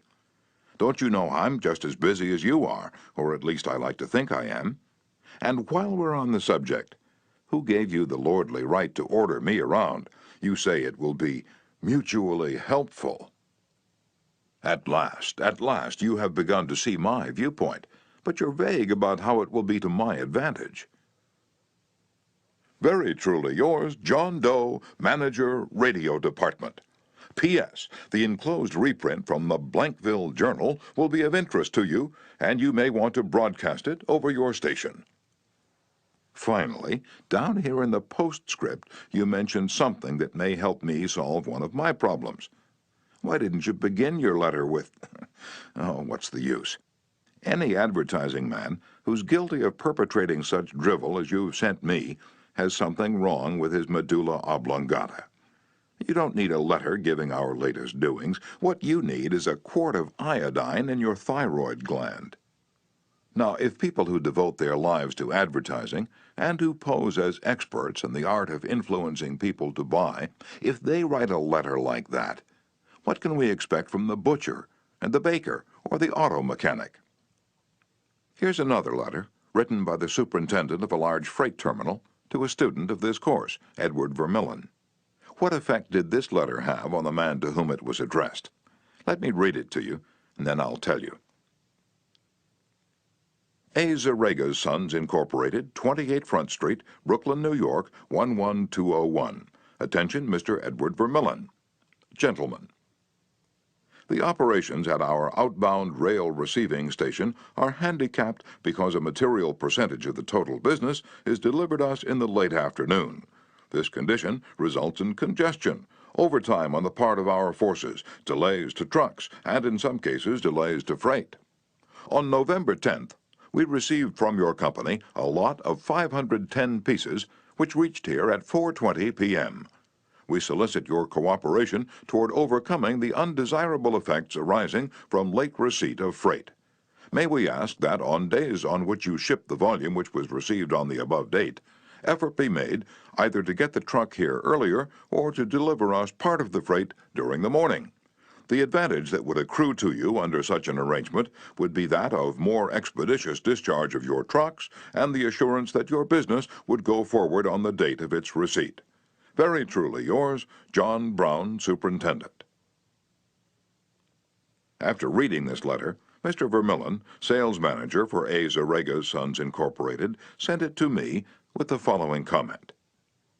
This letter had the reverse effect from that which was intended. The letter begins by describing the terminal's difficulties, in which we're not interested, generally speaking. Our cooperation is then requested without any thought as to whether it would inconvenience us.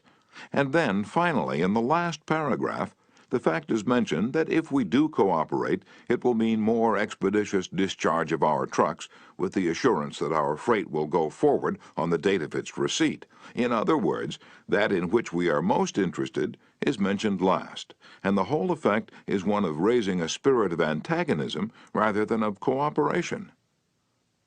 Let's see if we can't rewrite and improve this letter. Let's not waste any time talking about our problems. As Henry Ford admonishes, let's get the other person's point of view and see things from his or her angle as well as from our own.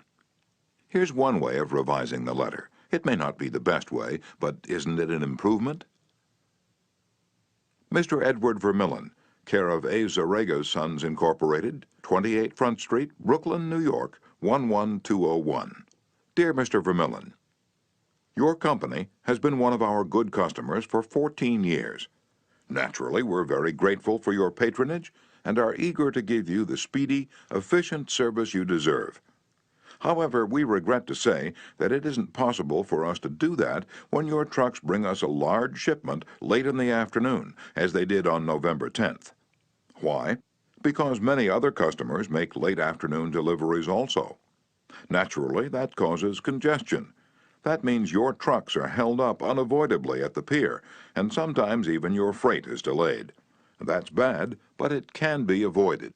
If you make your deliveries at the pier in the morning, when possible, your trucks will be able to keep moving.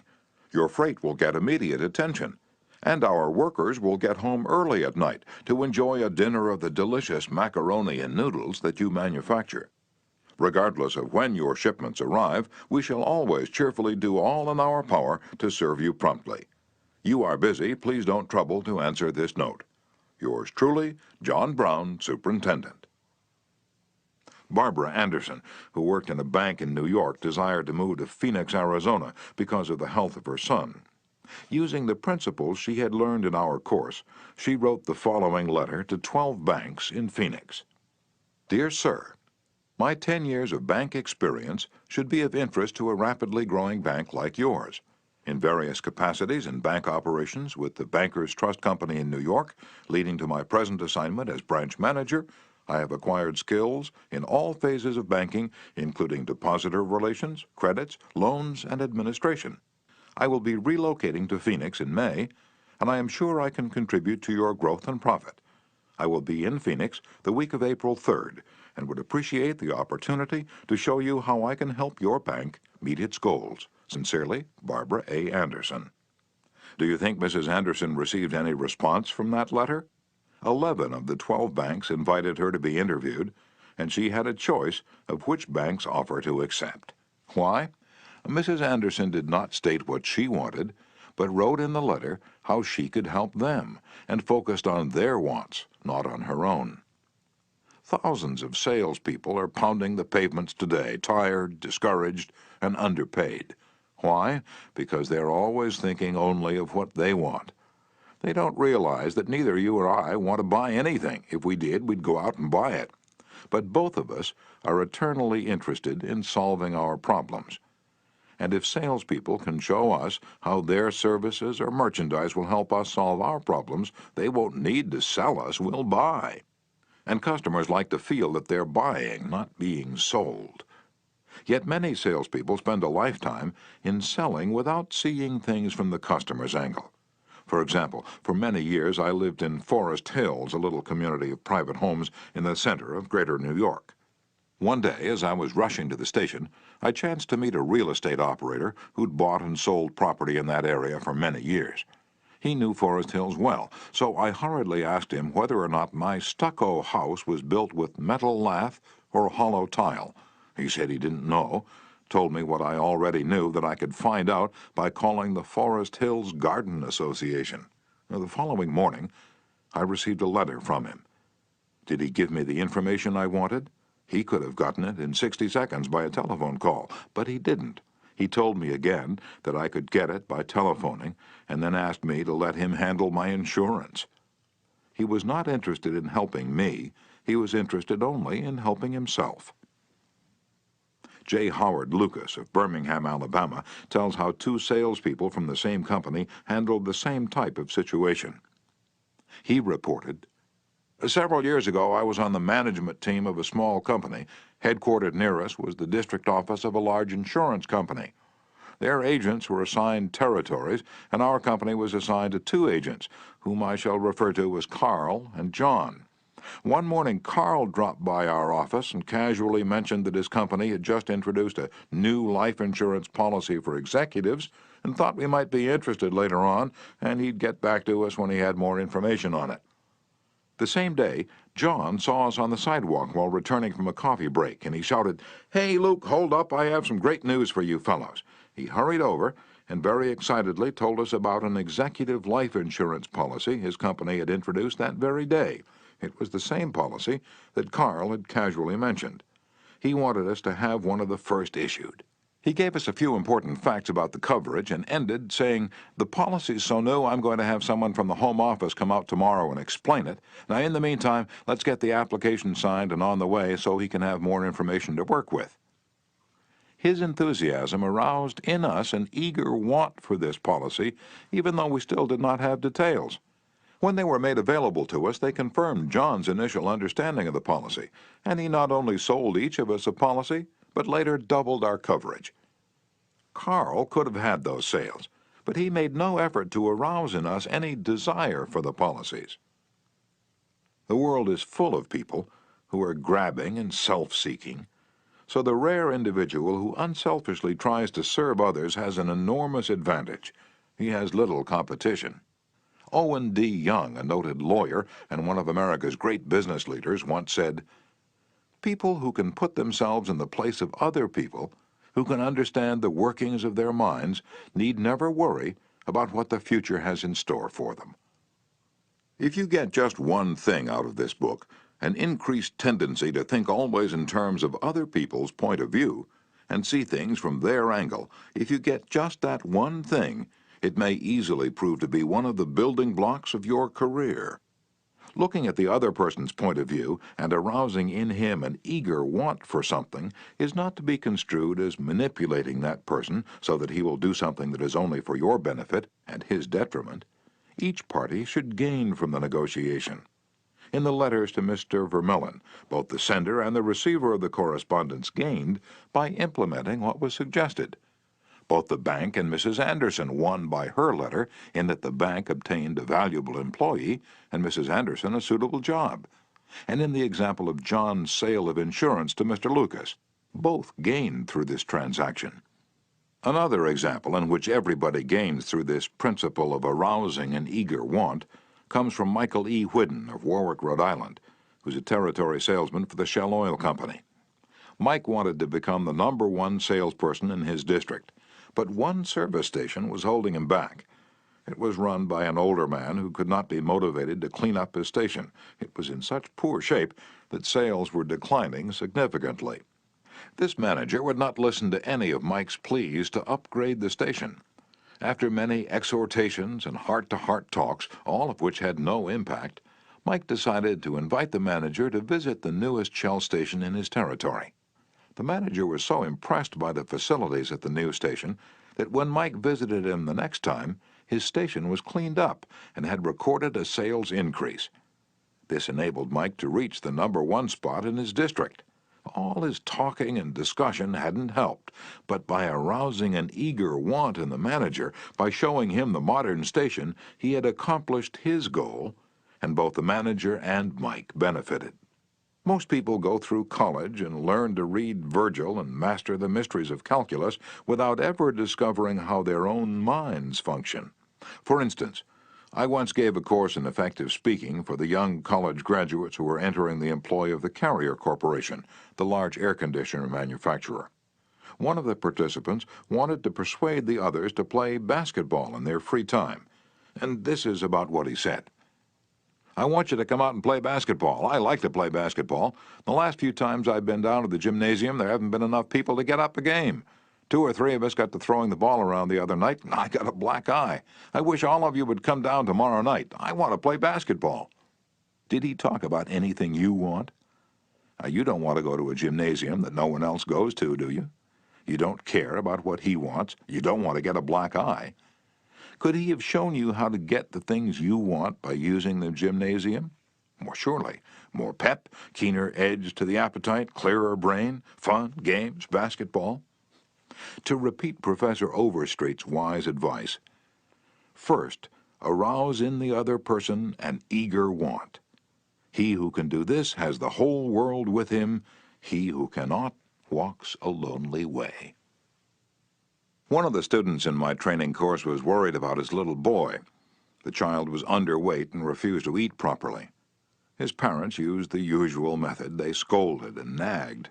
"Mother wants you to eat this and that. Father wants you to grow up to be a big man." Did the boy pay any attention to these pleas? And just about as much as you pay to one fleck of sand on a sandy beach. No one with a trace of horse sense would expect a child 3 years old to react to the viewpoint of a father 30 years old. Yet that was precisely what the father had expected. It was absurd. He finally saw that. So he said to himself, "What does that boy want? How can I tie up what I want to what he wants?" It was easy for the father when he started thinking about it. His boy had a tricycle that he loved to ride up and down the sidewalk in front of the house in Brooklyn. A few doors down the street lived a bully, a bigger boy who would pull the little boy off his tricycle and ride it himself. Naturally, the little boy would run screaming to his mother, and she would have to come out and take the bully off the tricycle and put her little boy on again. This happened almost every day. What did the little boy want? It didn't take a Sherlock Holmes to answer that one.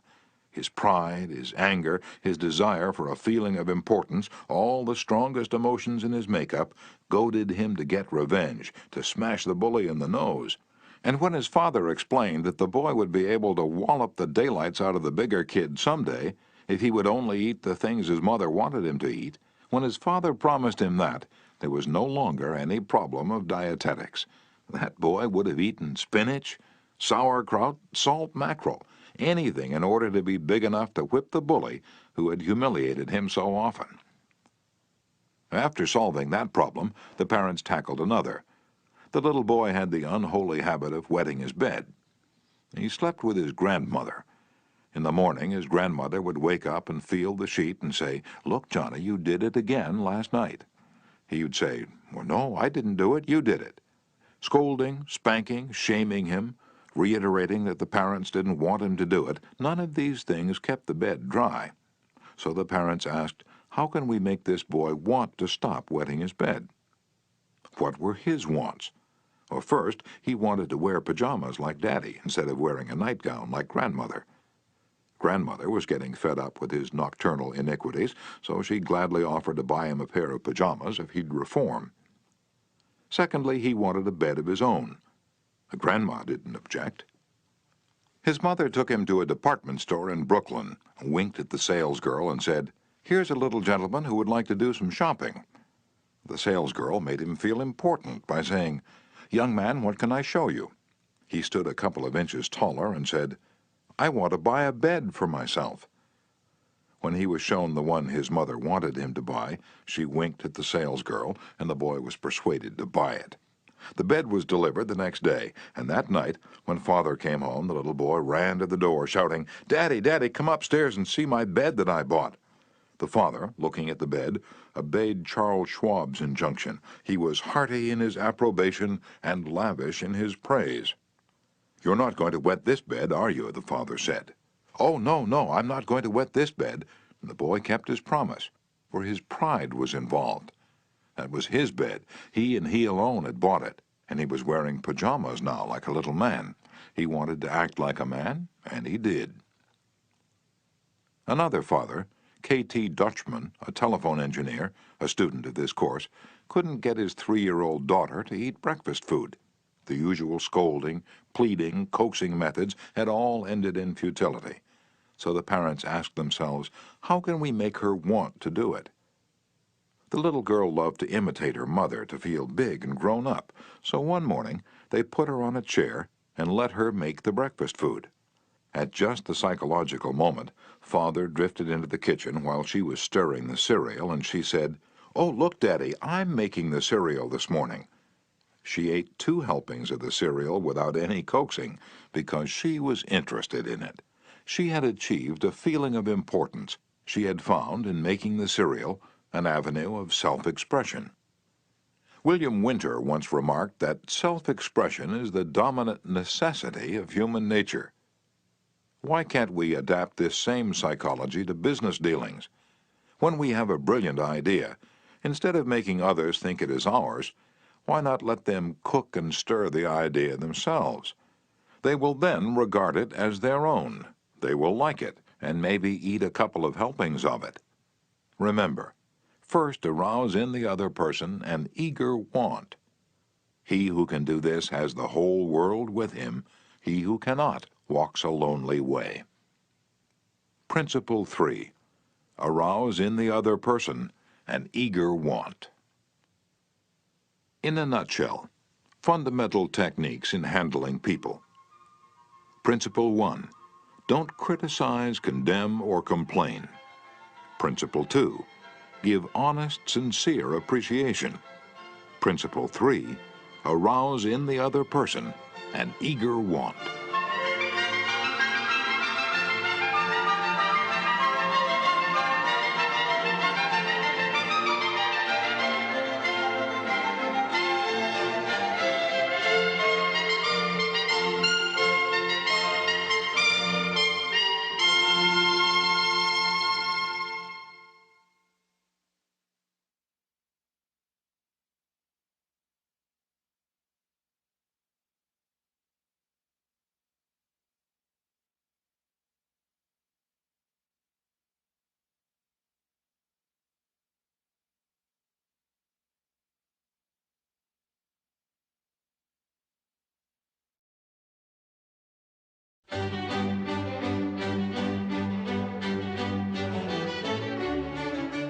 Part 2.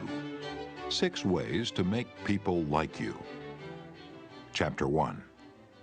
Do this and you'll be welcome anywhere. Why read this book to find out how to win friends? Why not study the technique of one of the greatest winner of friends the world has ever known? Who is he? You may meet him tomorrow coming down the street.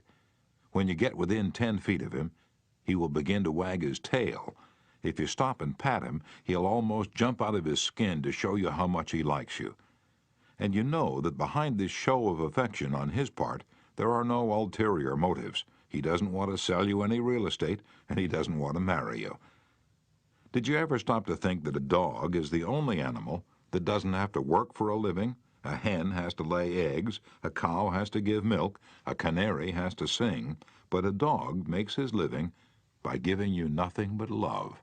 When I was 5 years old, my father bought a little yellow-haired pup for 50 cents. He was the light and joy of my childhood. Every afternoon about 4:30, he would sit in the front yard with his beautiful eyes staring steadfastly at the path, and as soon as he heard my voice or saw me swinging my dinner pail through the buckbrush, he was off like a shot, racing breathlessly up the hill to greet me with leaps of joy and barks of sheer ecstasy. Tippy was my constant companion for 5 years. Then, one tragic night, I shall never forget it, he was killed within 10 feet of my head, killed by lightning. Tippy's death was the tragedy of my boyhood. You never read a book on psychology, Tippy. You didn't need to. You knew by some divine instinct that you can make more friends in 2 months by becoming genuinely interested in other people than you can in 2 years by trying to get other people interested in you. Let me repeat that. You can make more friends in 2 months by becoming interested in other people than you can in 2 years by trying to get other people interested in you. Yet I know, and you know, people who blunder through life trying to wigwag other people into becoming interested in them. Of course, it doesn't work. People are not interested in you. They are not interested in me. They are interested in themselves, morning, noon, and after dinner. The New York Telephone Company made a detailed study of telephone conversations to find out which word is the most frequently used. And you've guessed it. It is the personal pronoun I. I. It was used 3,900 times in 500 telephone conversations. I. When you see a group photograph that you're in, whose picture do you look for first? If we merely try to impress people and get people interested in us, we will never have many true, sincere friends. Friends, real friends, are not made that way. Napoleon tried it, and in his last meeting with Josephine, he said, "Josephine, I have been as fortunate as any man ever was on this earth, and yet at this hour you are the only person in the world on whom I can rely." And historians doubt whether he could rely even on her. Alfred Adler, the famous Viennese psychologist, wrote a book entitled, "What Life Should Mean to You." In that book, he says, "It is the individual who is not interested in his fellow men who has the greatest difficulties in life and provides the greatest injury to others. It is from among such individuals that all human failures spring." You may read scores of erudite tomes on psychology without coming across a statement more significant for you and me. Adler's statement is so rich with meaning that I'm going to repeat it. It is the individual who is not interested in his fellow men who has the greatest difficulties in life and provides the greatest injury to others. It is from among such individuals that all human failures spring. I once took a course in short story writing at New York University, and during that course, the editor of a leading magazine talked to our class. He said he could pick up any one of the dozens of stories that drifted across his desk every day, and after reading a few paragraphs, he could feel whether or not the author liked people. If the author doesn't like people, he said, people won't like his or her stories. This hard-boiled editor stopped twice in the course of his talk on fiction writing and apologized for preaching a sermon. I am telling you, he said, the same things your preacher would tell you, but remember, you have to be interested in people if you want to be a successful writer of stories. If that is true of writing fiction, you can be sure it is true of dealing with people face to face. I spent an evening in the dressing room of Howard Thurston the last time he appeared on Broadway. Thurston was the acknowledged dean of magicians. For 40 years, he had traveled all over the world, time and again, creating illusions, mystifying audiences, and making people gasp with astonishment. More than 60 million people had paid admission to his show, and he had made almost $2 million in profit. I asked Mr. Thurston to tell me the secret of his success. His schooling certainly had nothing to do with it, for he ran away from home as a small boy, became a hobo, rode in boxcars, slept in haystacks, begged his food from door to door, and learned to read by looking out of boxcars at signs along the railway. Did he have a superior knowledge of magic? No, he told me hundreds of books had been written about legerdemain, and scores of people knew as much about it as he did. But he had two things that the others didn't have. First, he had the ability to put his personality across the footlights. He was a master showman. He knew human nature. Everything he did, every gesture, every intonation of his voice, every lifting of an eyebrow had been carefully rehearsed in advance, and his actions were timed to split seconds. But in addition to that, Thurston had a genuine interest in people. He told me that many magicians would look at the audience and say to themselves, "Well, there's a bunch of suckers out there, a bunch of hicks. I'll fool them all right." But Thurston's method was totally different. He told me that every time he went on stage, he said to himself, "I'm grateful because these people come to see me. They make it possible for me to make my living in a very agreeable way. I'm going to give them the very best I possibly can." He declared he never stepped in front of the footlights without first saying to himself over and over, "I love my audience. I love my audience." Ridiculous? Absurd? You're privileged to think anything you like. I am merely passing it on to you without comment as a recipe used by one of the most famous magicians of all time. George Dyke of North Warren, Pennsylvania, was forced to retire from his service station business after 30 years when a new highway was constructed over the site of his station. It wasn't long before the idle days of retirement began to bore him, so he started filling in his time trying to play music on his old fiddle. Soon he was traveling the area to listen to music and talk with many of the accomplished fiddlers. In his humble and friendly way, he became generally interested in learning the background and interests of every musician he met. Although he was not a great fiddler himself, he made many friends in this pursuit. He attended competitions and soon became known to the country music fans in the eastern part of the United States as Uncle George the Fiddle Scraper from Kinzua County. When we heard Uncle George, he was 72 and enjoying every minute of his life. By having a sustained interest in other people, he created a new life for himself at a time when most people consider their productive years over. That, too, was one of the secrets of Theodore Roosevelt's astonishing popularity. Even his servants loved him. His valet, James E. Amos, wrote a book about him entitled Theodore Roosevelt, Hero to His Valet. In that book, Amos relates this illuminating incident. "My wife one time asked the president about a Bob White. She'd never seen one, He described it to her fully, and some time later the telephone at our cottage rang. Amos and his wife lived in a little cottage on the Roosevelt estate at Oyster Bay. My wife answered it, and it was Mr. Roosevelt himself. He'd called her, he said, to tell her that there was a Bob White outside her window, and that if she would look out, she might see it. Little things like that were so characteristic of him. Whenever he went by our cottage, even though we were out of sight, we'd hear him call out, "Oh, Annie! Oh, James!" and just a friendly greeting as he went by. How could employees keep from liking a man like that? How could anyone keep from liking him? Roosevelt called at the White House one day when President and Mrs. Taft were away. His honest liking for humble people was shown by the fact that he greeted all the old White House servants by name, even the scullery maids. When he saw Alice, the kitchen maid, writes Archie Butt, he asked her if she still made cornbread. Alice told him that she sometimes made it for the servants, but no one ate it upstairs. "They show bad taste," Roosevelt boomed, "and I'll tell the president so when I see him." Alice brought a piece to him on a plate, and he went over to the office, eating it as he went and greeting gardeners and laborers as he passed. He addressed each person just as he had addressed them in the past.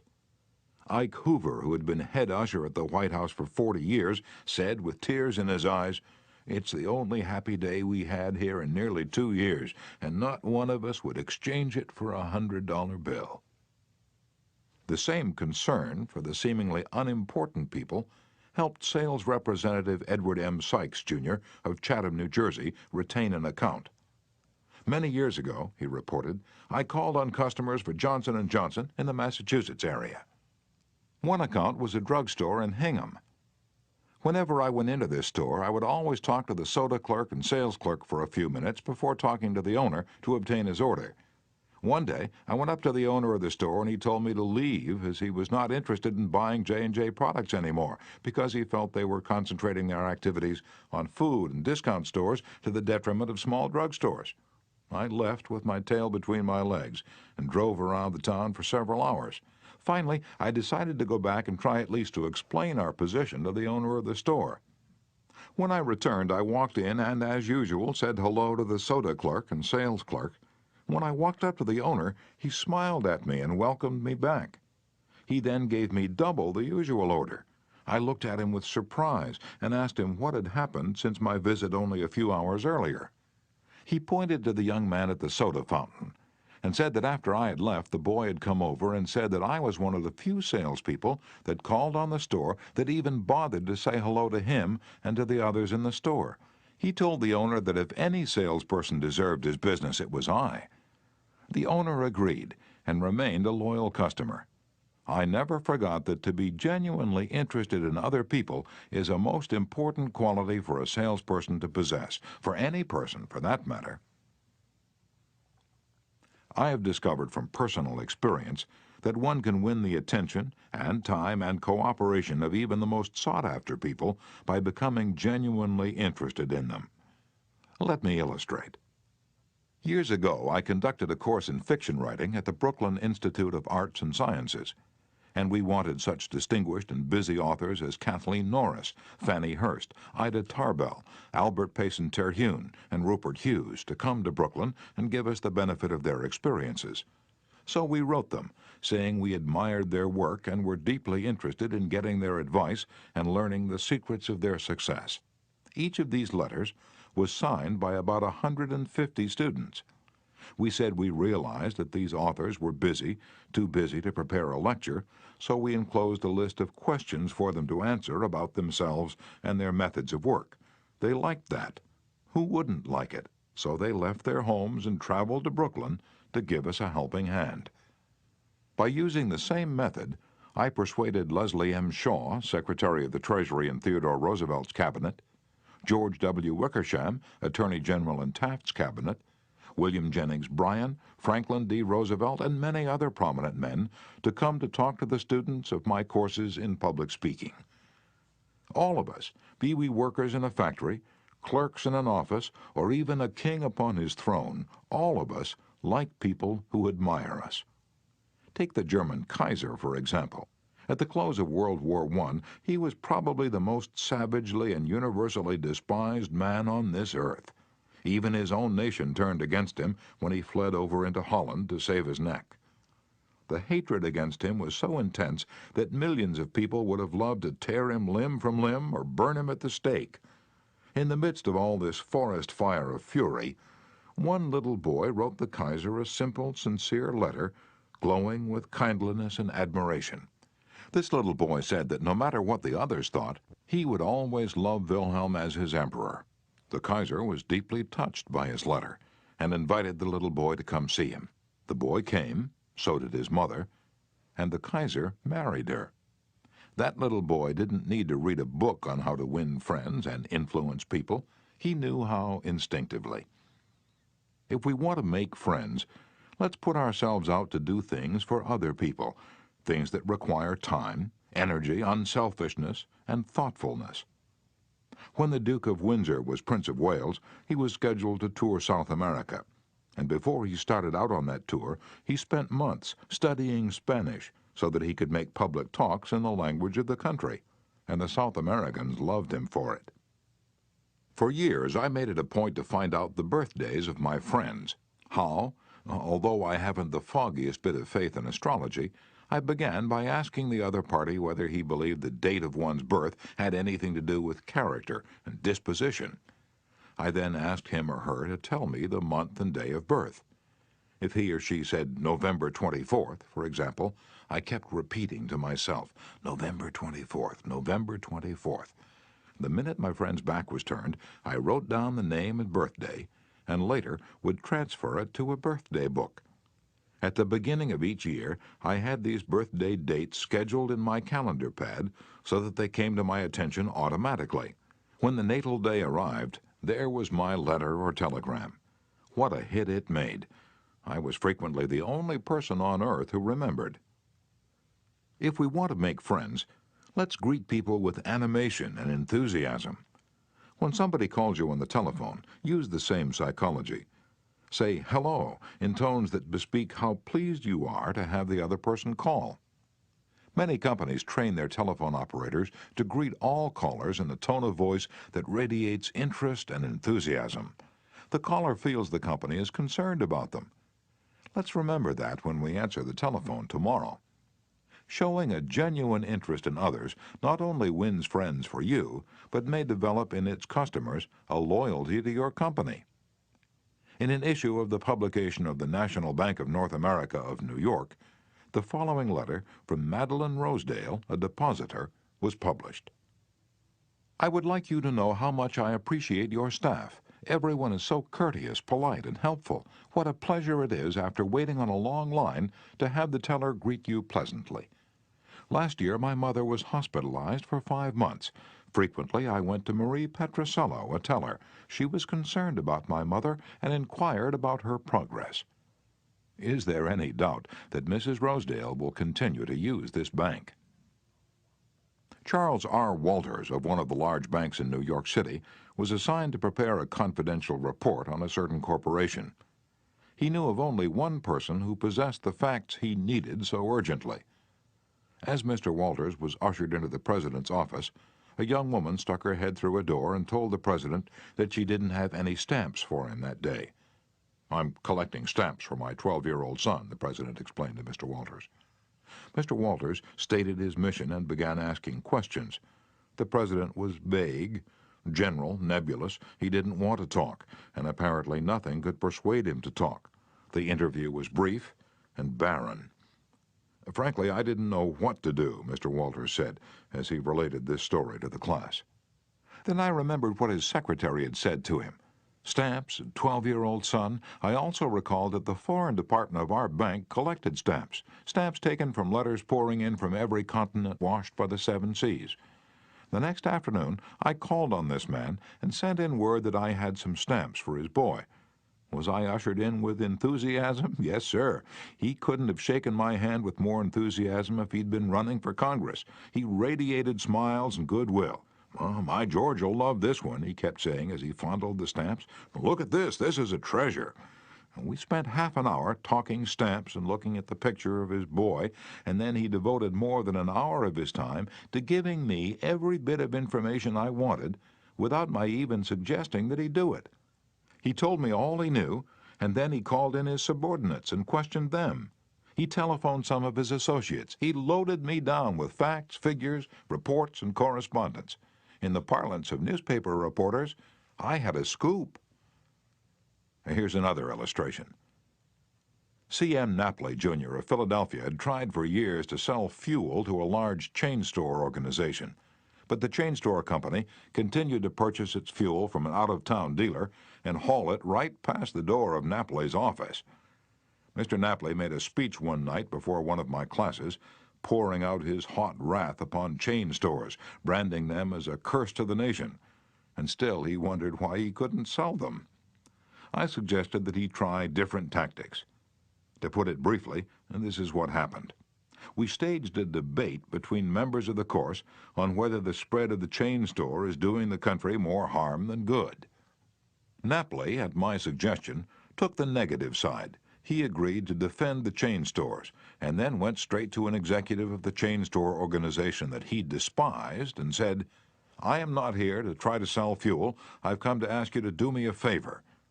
He then told about his debate and said, "I've come to you for help because I can't think of anyone else who would be more capable of giving me the facts I want. I'm anxious to win this debate, and I'll deeply appreciate whatever help you can give me." And here's the rest of the story in Mr. Napoli's own words. "I asked this man for precisely 1 minute of his time. It was with that understanding that he consented to see me.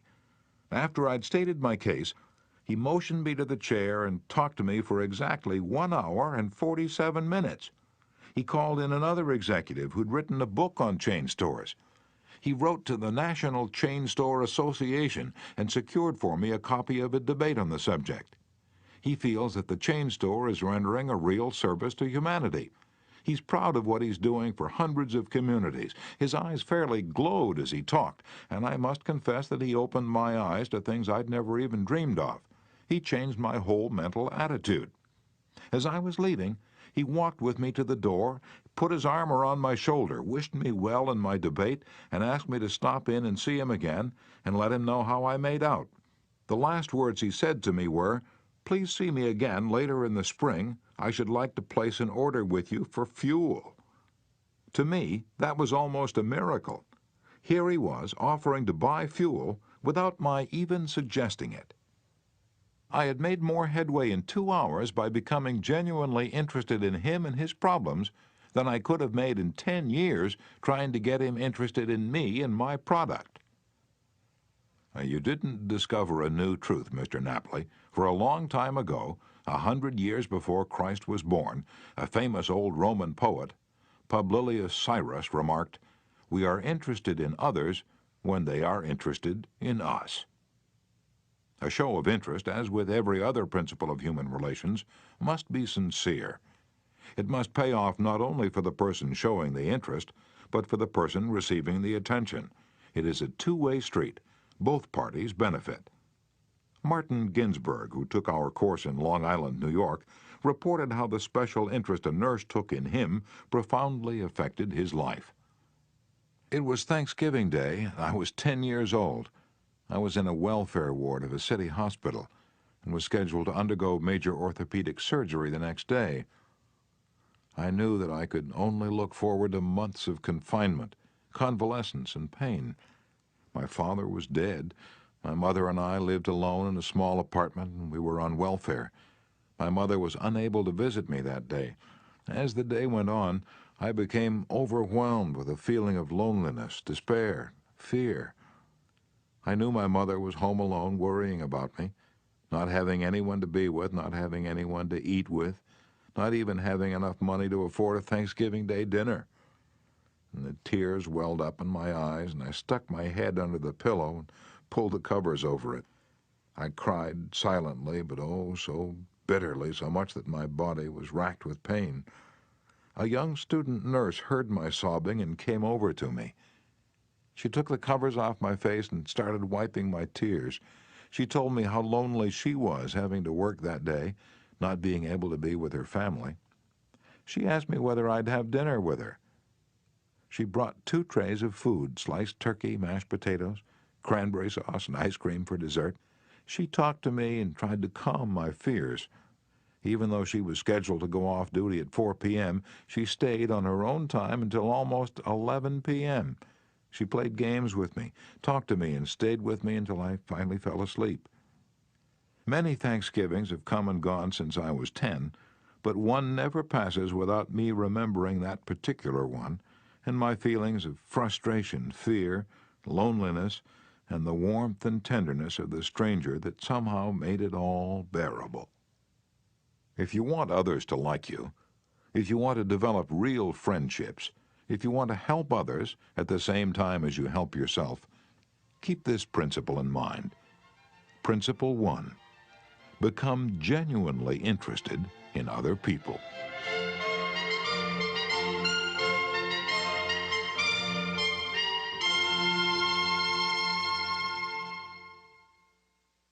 Chapter 2. A simple way to make a good first impression.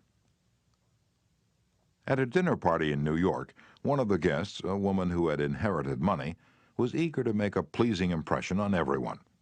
She had squandered a modest fortune on sables, diamonds, and pearls, but she hadn't done anything whatever about her face. It radiated sourness and selfishness. She didn't realize what everyone knows, namely that the expression one wears on one's face is far more important than the clothes one wears on one's back. Charles Schwab told me his smile had been worth $1 million, and he was probably understating the truth. For Schwab's personality, his charm, his ability to make people like him were almost wholly responsible for his extraordinary success, and one of the most delightful factors in his personality was his captivating smile. Actions speak louder than words, and a smile says, "I like you, you make me happy, I'm glad to see you." That's why dogs make such a hit. They're so glad to see us that they almost jump out of their skins, so naturally we're glad to see them.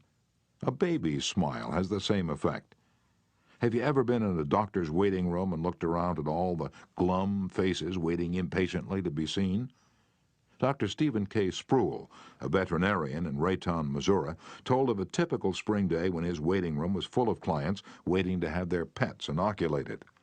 No one was talking to anyone else, and all were probably thinking of a dozen other things they'd rather be doing than wasting time sitting in that office.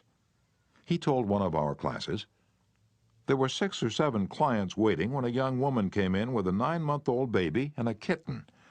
As luck would have it, she sat down next to a gentleman who was more than a little distraught about the long wait for service. The next thing he knew, the baby just looked up at him with that great big smile that's so characteristic of babies. And what did the gentleman do? Well, just what you and I would do, of course. He smiled back at the baby. Soon he struck up a conversation with the woman about her baby and his grandchildren, and soon the entire reception room joined in, and the boredom and tension were converted into a pleasant and enjoyable experience." Professor James V. McConnell, a psychologist at the University of Michigan, expressed his feelings about a smile. "People who smile," he said, "tend to manage, teach, and sell more effectively, and to raise happier children. There's far more information in a smile than a frown. That's why encouragement is a much more effective teaching device than punishment." The employment manager of a large New York department store told me she'd rather hire a sales clerk who hadn't finished grade school if he or she has a pleasant smile than to hire a doctor of philosophy with a somber face. The effect of a smile is powerful, even when it's unseen. Telephone companies throughout the United States have a program called Phone Power, which is offered to employees who use the telephone for selling their services or products. In this program, they suggest that you smile when talking on the phone. Your smile comes through in your voice. Robert Cryer, manager of a computer department for a Cincinnati, Ohio company, told me how he had successfully found the right applicant for a hard-to-fill position. "I was desperately trying to recruit a Ph.D. in computer science for my department. I finally located a young man with ideal qualifications who was about to be graduated from Purdue University. After several phone conversations, I learned that he had had several offers from other companies, many of them larger and better known than mine.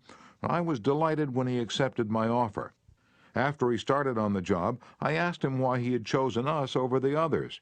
He paused for a moment, and then he said, "I think it was because managers in the other companies spoke on the phone in a cold, businesslike manner, which made me feel like just another business transaction.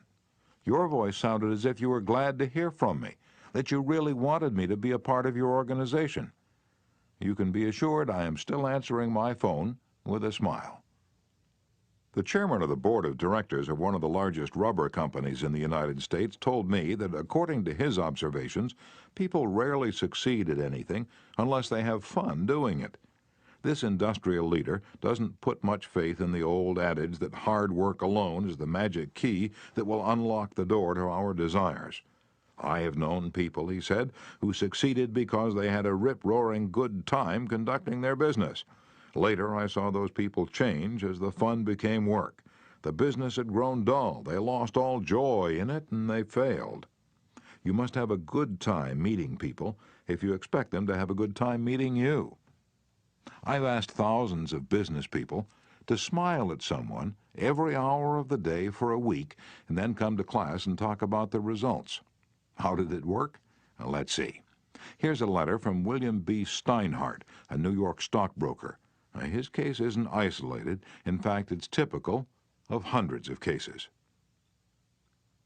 "I've been married for over 18 years, wrote Mr. Steinhardt. In all that time, I seldom smiled at my wife or spoke 24 words to her from the time I got up until I was ready to leave for business. I was one of the worst grouches who ever walked down Broadway. When you asked me to make a talk about my experience with smiles, I thought I'd try it for a week. So the next morning, while combing my hair, I looked at my glum mug in the mirror and I said to myself, 'Bill, you're going to wipe the scowl off that sourpuss of yours today. You are going to smile. And you are going to begin right now.' As I sat down to breakfast, I greeted my wife with a 'Good morning, my dear,' and smiled as I said it. You warned me that she might be surprised. Well, you underestimated her reaction. She was bewildered. She was shocked.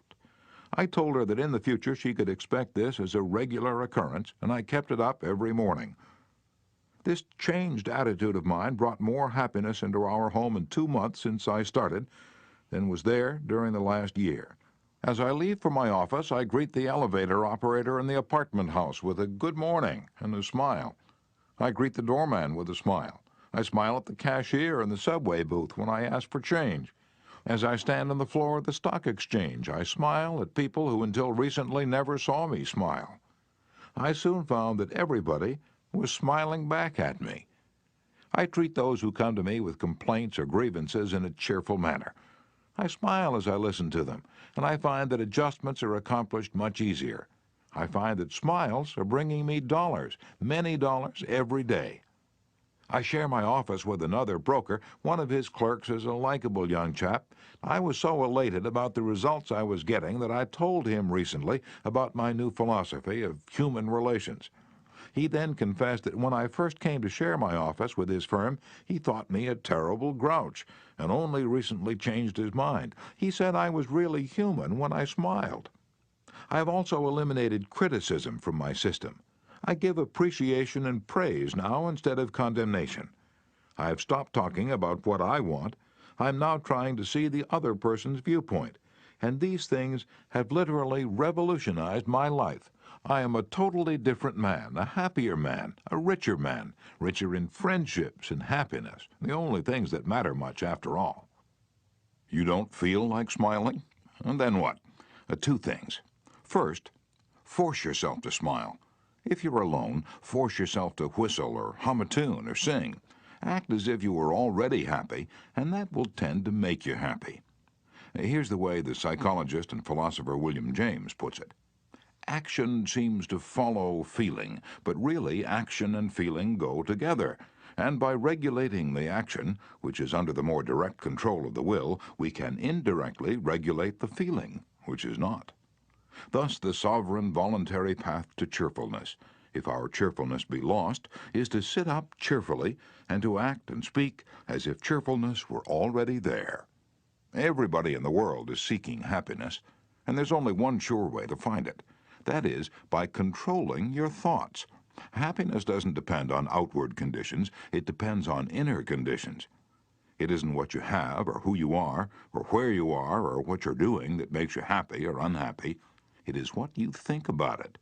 For example, two people may be in the same place doing the same thing.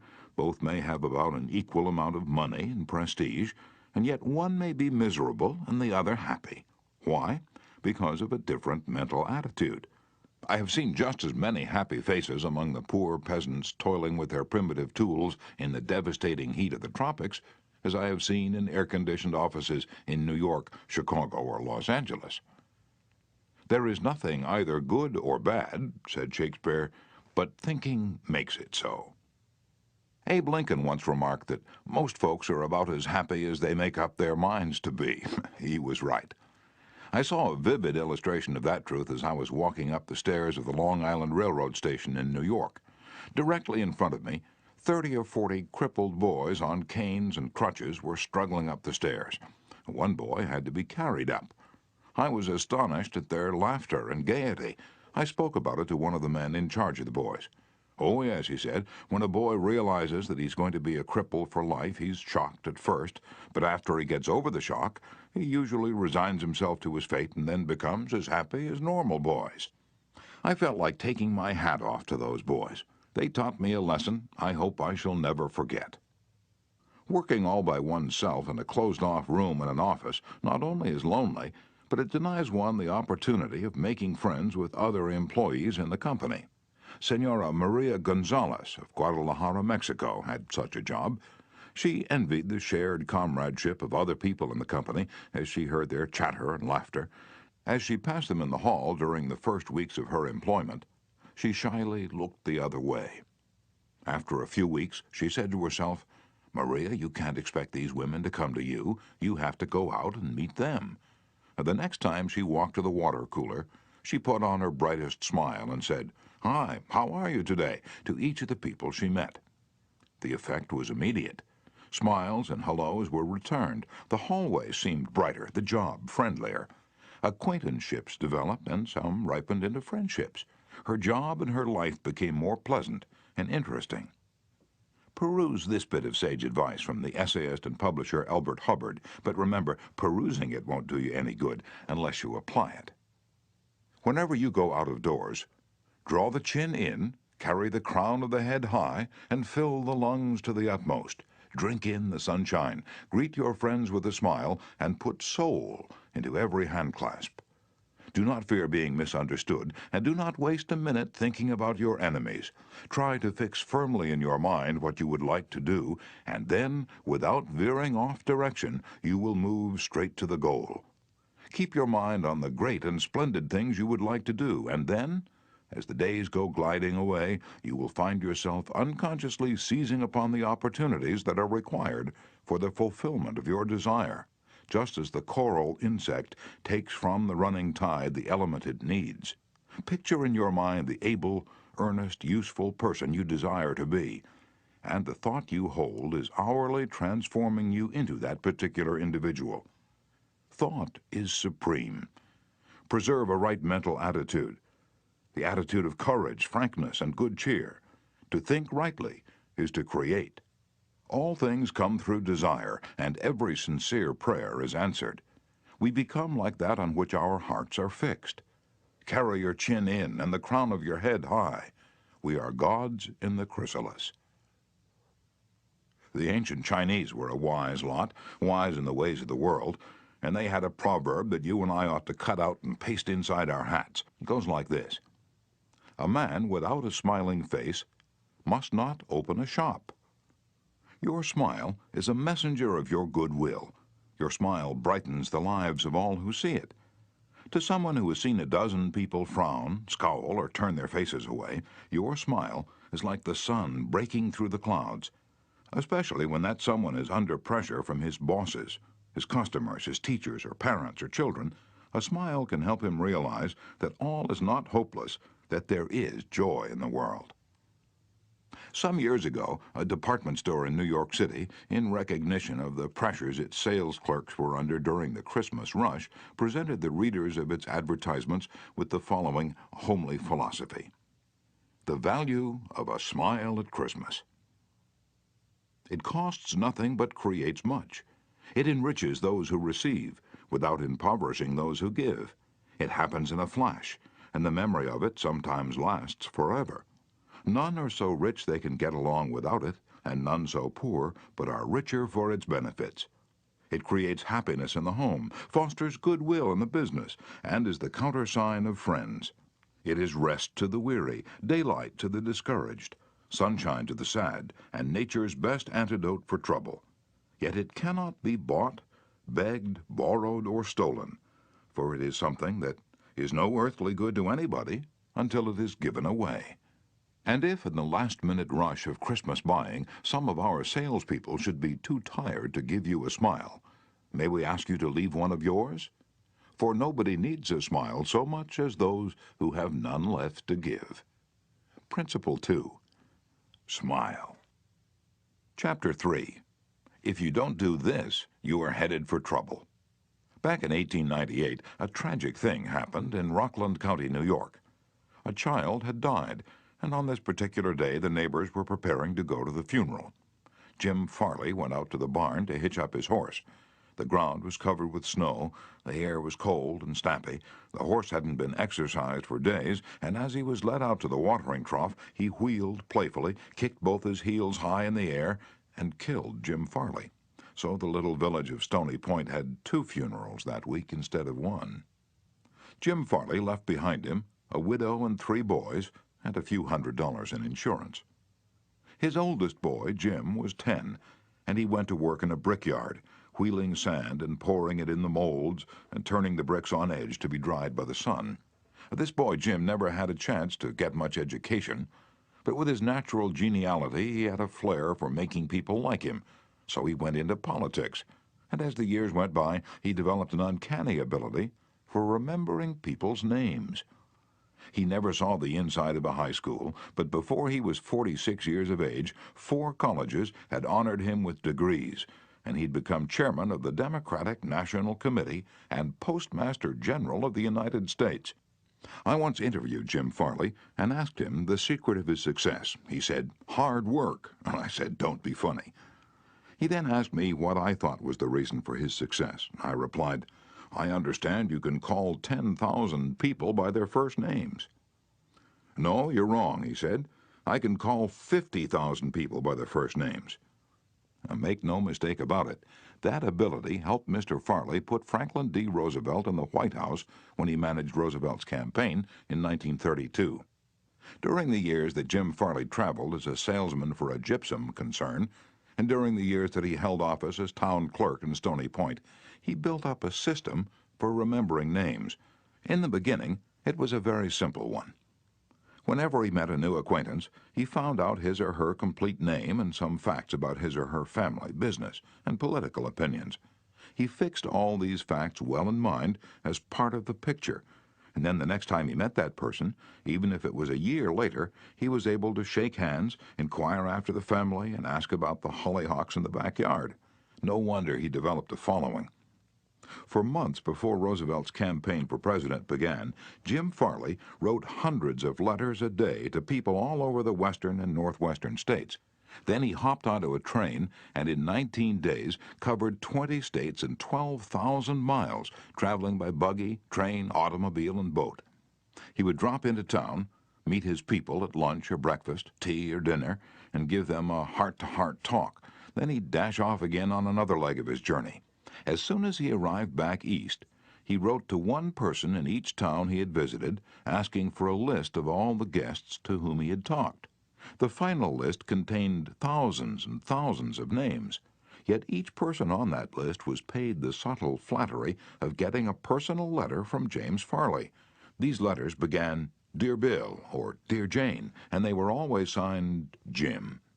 Jim Farley discovered early in life that the average person is more interested in his or her own name than in all the other names on earth put together. Remember that name and call it easily, and you have paid a subtle and very effective compliment. But forget it or misspell it, and you've placed yourself at a sharp disadvantage. For example, I once organized a public speaking course in Paris and sent form letters to all the American residents in the city. French typists with apparently little knowledge of English filled in the names, and naturally they made blunders. One man, the manager of a large American bank in Paris, wrote me a scathing rebuke because his name had been misspelled. Sometimes it's difficult to remember a name, particularly if it's hard to pronounce. Rather than even try to learn it, many people ignore it or call the person by an easy nickname. Sid Levy once called on a customer for some time whose name was Nicodemus Papadoulos. Most people just called him Nick. Levy told us, "I made a special effort to say his name over several times to myself before I made a call. When I greeted him by his full name, 'Good afternoon, Mr. Nicodemus Papadoulos,' he was shocked. For what seemed like several minutes, there was no reply from him at all. Finally, he said with tears rolling down his cheeks, 'Mr. Levy, in all the 15 years I have been in this country, nobody has ever made the effort to call me by my right name.'" And what was the reason for Andrew Carnegie's success? He was called the Steel King, yet he himself knew little about the manufacture of steel. He had hundreds of people working for him who knew far more about steel than he did. But he knew how to handle people, and that is what made him rich. Early in life, he showed a flair for organization, a genius for leadership.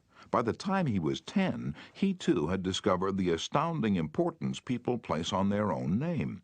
And he used that discovery to win cooperation. To illustrate, when he was a boy back in Scotland, he got a hold of a rabbit, a mother rabbit. Presto, he soon had a whole nest of little rabbits and nothing to feed them. But he had a brilliant idea. He told the boys and girls in the neighborhood that if they would go out and pull enough clover and dandelions to feed the rabbits, he would name the bunnies in their honor. The plan worked like magic, and Carnegie never forgot it. Years later, he made millions by using the same psychology in business. For example, he wanted to sell steel rails to the Pennsylvania Railroad. J. Edgar Thompson was the president of the Pennsylvania Railroad then, so Andrew Carnegie built a huge steel mill in Pittsburgh and called it the Edgar Thompson Steel Works. Now, here's a riddle. See if you can guess it.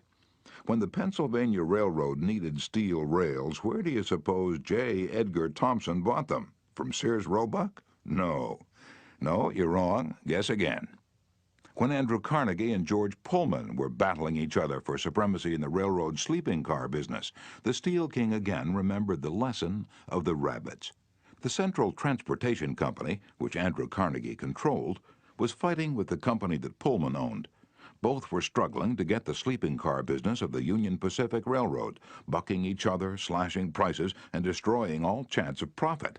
Both Carnegie and Pullman had gone to New York to see the board of directors of the Union Pacific. Meeting one evening in the St. Nicholas Hotel, Carnegie said, "Good evening, Mr. Pullman. Aren't we making a couple of fools of ourselves?" "What do you mean?" Pullman demanded. And then Carnegie expressed what he had on his mind, a merger of their two interests. He pictured in glowing terms the mutual advantages of working with instead of against each other. Pullman listened attentively, but he was not wholly convinced. Finally he asked, "What would you call the new company?" And Carnegie replied promptly, "Why, the Pullman Palace Car Company, of course." Pullman's face brightened. "Come into my room," he said. "Let's talk it over." And that talk made industrial history. This policy of remembering and honoring the names of his friends and business associates was one of the secrets of Andrew Carnegie's leadership. He was proud of the fact that he could call many of his factory workers by their first names. And he boasted that while he was personally in charge, no strike ever disturbed his flaming steel mills. Benton Love, chairman of Texas Commerce Bank Shares, believes that the bigger a corporation gets, the colder it becomes. "One way to warm it up," he said, "is to remember people's names. The executive who tells me he can't remember names is at the same time telling me he can't remember a significant part of his business and is operating on quicksand." Karen Kirsch of Rancho Palos Verdes, California, a flight attendant for TWA, made it a practice to learn the names of as many passengers in her cabin as possible and use the name when serving them. This resulted in many compliments in her service, expressed both to her directly and to the airline. One passenger wrote, "I haven't flown TWA for some time, but I'm going to start flying nothing but TWA from now on. You make me feel that your airline has become a very personalized airline, and that's important to me."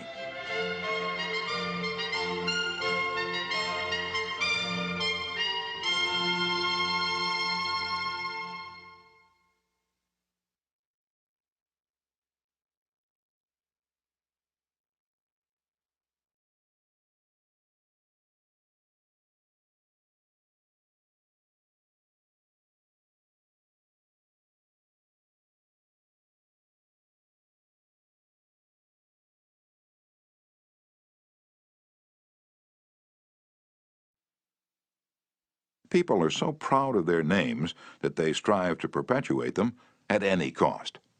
Even blustering, hard-boiled old P.T. Barnum, the greatest showman of his time, disappointed because he had no sons to carry on his name, offered his grandson, C.H. Seeley, $25,000 if he would call himself Barnum Seeley.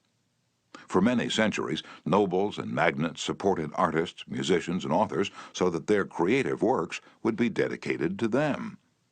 Libraries and museums owe their richest collections to people who cannot bear to think that their names might perish from the memory of the race. The New York Public Library has its Astor and Lenox collections. The Metropolitan Museum perpetuates the name of Benjamin Altman and J.P. Morgan. And nearly every church is beautified by stained-glass windows commemorating the names of their donors. Many of the buildings on the campuses of most universities bear the names of donors who contributed large sums of money for this honor.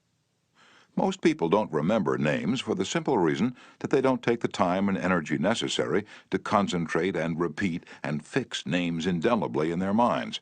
They make excuses for themselves. They're too busy. But they were probably no busier than Franklin D. Roosevelt, and he took time to remember and recall even the names of mechanics with whom he came into contact. To illustrate, the Chrysler organization built a special car for Mr. Roosevelt, who could not use a standard car because his legs were paralyzed. W.F. Chamberlain and a mechanic delivered it to the White House. I have in front of me a letter from Mr. Chamberlain relating his experiences. I taught President Roosevelt how to handle a car with a lot of unusual gadgets, but he taught me a lot about the fine art of handling people. When I called at the White House, Mr. Chamberlain writes, the President was extremely pleasant and cheerful. He called me by name, made me feel very comfortable, and particularly impressed me with the fact that he was vitally interested in the things I had to show him and tell him. The car was so designed that it could be operated entirely by hand. A crowd gathered round to look at the car, and he remarked, I think it's marvelous. All you have to do is touch a button and it moves away, and you can drive it without effort. I think it's grand. I don't know what makes it go. I'd love to have the time to tear it down and see how it works. When Mr. Roosevelt's friends and associates admired the machine, he said in their presence, Mr. Chamberlain, I certainly appreciate all the time and effort you've spent in developing this car. It's a mighty fine job. He admired the radiator, the special rear vision mirror and clock, the special spotlight, the kind of upholstery, the sitting position of the driver's seat, the special suitcases in the trunk with his monogram on each suitcase. In other words, he took notice of every detail to which he knew I had given considerable thought. He made a point of bringing these various pieces of equipment to the attention of Mrs. Roosevelt, Miss Perkins, the Secretary of Labor, and his secretary. He even brought the old White House porter into the picture by saying, George, you want to take particularly good care of these suitcases. When the driving lesson was finished, the President turned to me and he said, Well, Mr. Chamberlain, I've been keeping the Federal Reserve Board waiting 30 minutes. I guess I had better get back to work. I took a mechanic with me to the White House. He was introduced to Roosevelt when he first arrived. He didn't talk to the President, and Roosevelt heard his name only once. He was a shy chap and he kept in the background, but before leaving us, the President looked for the mechanic, shook his hand, called him by name, and thanked him for coming to Washington. And there was nothing perfunctory about his thanks. He meant what he said. I could feel that. A few days after returning to New York, I got an autographed photograph of President Roosevelt and a little note of thanks, again expressing his appreciation for my assistance. How he found time to do it is a mystery to me.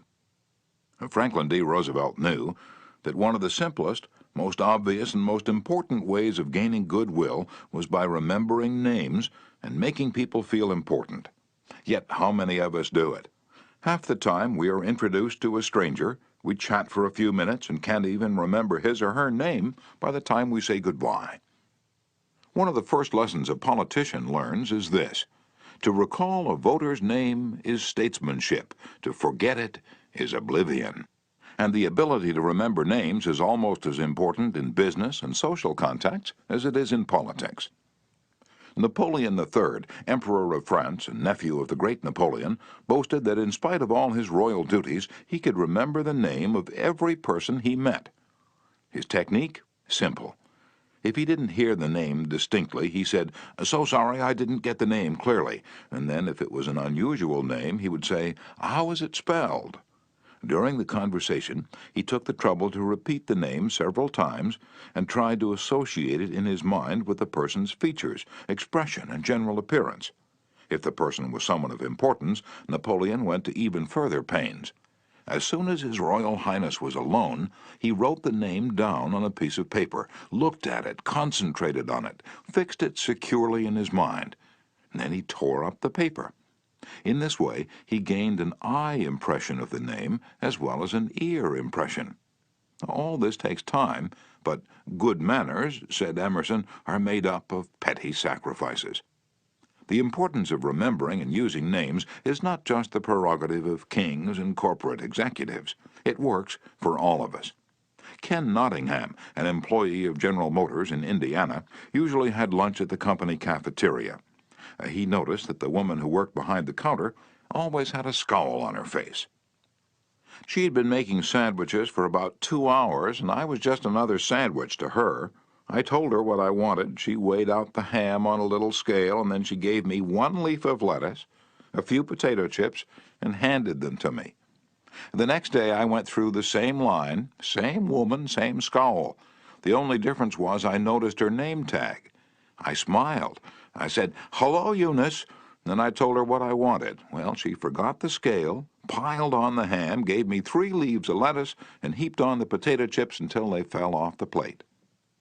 We should be aware of the magic contained in a name and realize this single item is wholly and completely owned by the person with whom we are dealing, and nobody else. The name sets the individual apart. It makes him or her unique among all others. The information we are imparting, or the request we are making, takes on a special importance when we approach the situation with the name of the individual. From the waitress to the senior executive, the name will work magic as we deal with others. Principle 3. Remember that a person's name is to that person the sweetest and most important sound in any language. Chapter 4. An easy way to become a good conversationalist. Some time ago, I attended a bridge party. I don't play bridge, and there was a woman there who didn't play bridge either, and she had discovered that I had once been Lowell Thomas's manager before he went on the radio, and that I'd traveled in Europe a great deal while helping him prepare the illustrated travel talks he was then delivering. So she said, "Oh, Mr. Carnegie, I do want you to tell me about all the wonderful places you've visited and the sights you've seen." As we sat down on the sofa, she remarked that she and her husband had recently returned from a trip to Africa. "Africa?" I exclaimed. "How interesting. I've always wanted to see Africa, but I never got there except for a 24-hour stay once in Algiers. Tell me, did you visit the big game country, yes? How fortunate. I envy you. Do tell me about Africa." And that kept her talking for 45 minutes. She never again asked me where I had been or what I'd seen. She didn't want to hear me talk about my travels. All she wanted was an interested listener, so she could expand her ego and tell about where she had been. Was she unusual? No, many people are like that. For example, I met a distinguished botanist at a dinner party given by a New York book publisher. I'd never talked with a botanist before, and I found him fascinating. I literally sat on the edge of my chair and listened while he spoke of exotic plants and experiments in developing new forms of plant life and indoor gardens, and even told me astonishing facts about the humble potato. I had a small indoor garden of my own, and he was good enough to tell me how to solve some of my problems. As I said, we were at a dinner party. There must have been a dozen other guests, but I violated all of the canons of courtesy, ignored everyone else, and talked for hours to the botanist. Midnight came. I said good night to everyone and departed. The botanist then turned to our host and paid me several flattering compliments. I was most stimulating, I was this and I was that, and he ended by saying I was a most interesting conversationalist. An interesting conversationalist? Why, I had said hardly anything at all. I couldn't have said anything if I'd wanted to without changing the subject, for I didn't know any more about botany than I knew about the anatomy of a penguin.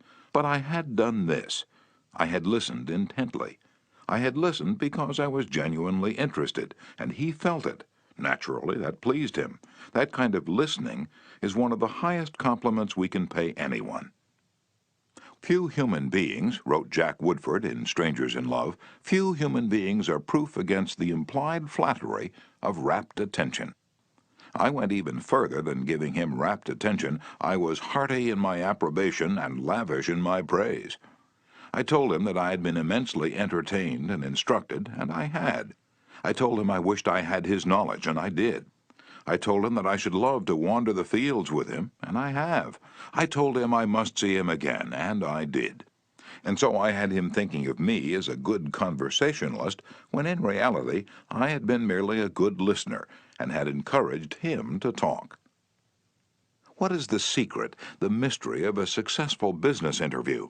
Well, according to former Harvard President Charles W. Eliot, there is no mystery about successful business intercourse.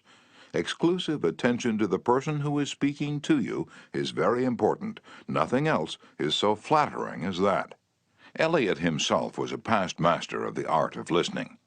Henry James, one of America's first great novelists, recalled, "Dr. Eliot's listening was not mere silence, but a form of activity, sitting very erect on the end of his spine, with hands joined in his lap, making no movement except that he revolved his thumbs around each other, faster or slower.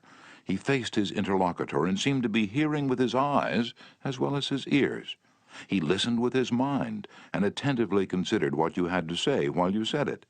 At the end of an interview, the person who had talked to him felt that he had had his say." Self-evident, isn't it? You don't have to study for 4 years at Harvard to discover that. Yet I know, and you know, department store owners who will rent expensive space, buy their goods economically, dress their windows appealingly, spend thousands of dollars in advertising, and then hire clerks who haven't the sense to be good listeners. Clerks who interrupt customers, contradict them, irritate them, and all but drive them from the store.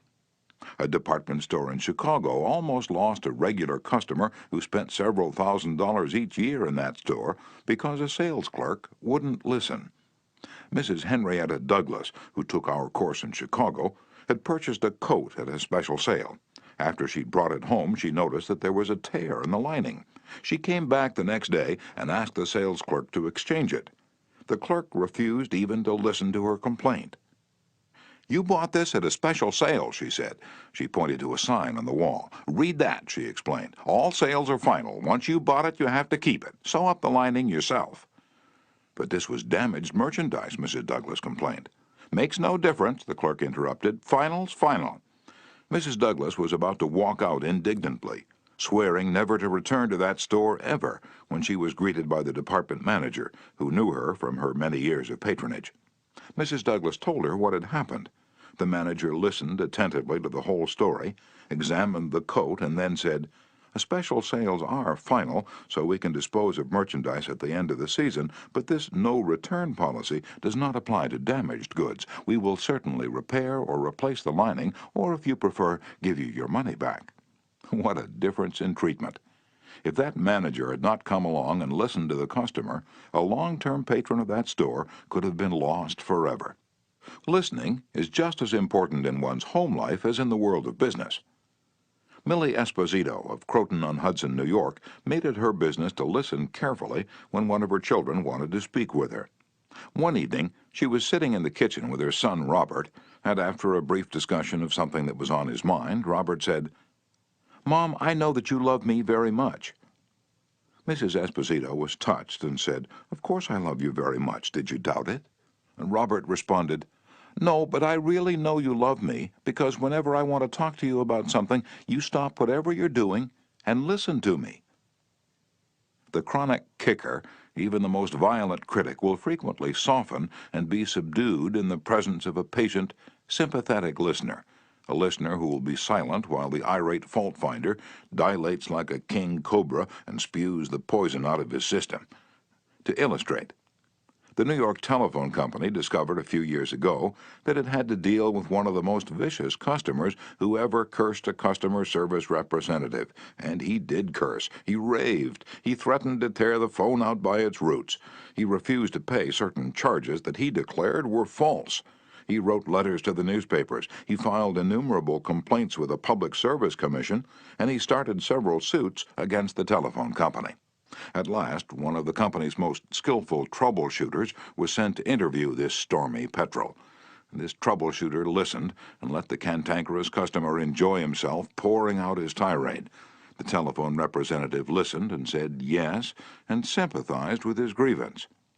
"He raved on, and I listened for nearly 3 hours," the troubleshooter said, as he related his experiences before one of my classes. "And then I went back and listened some more.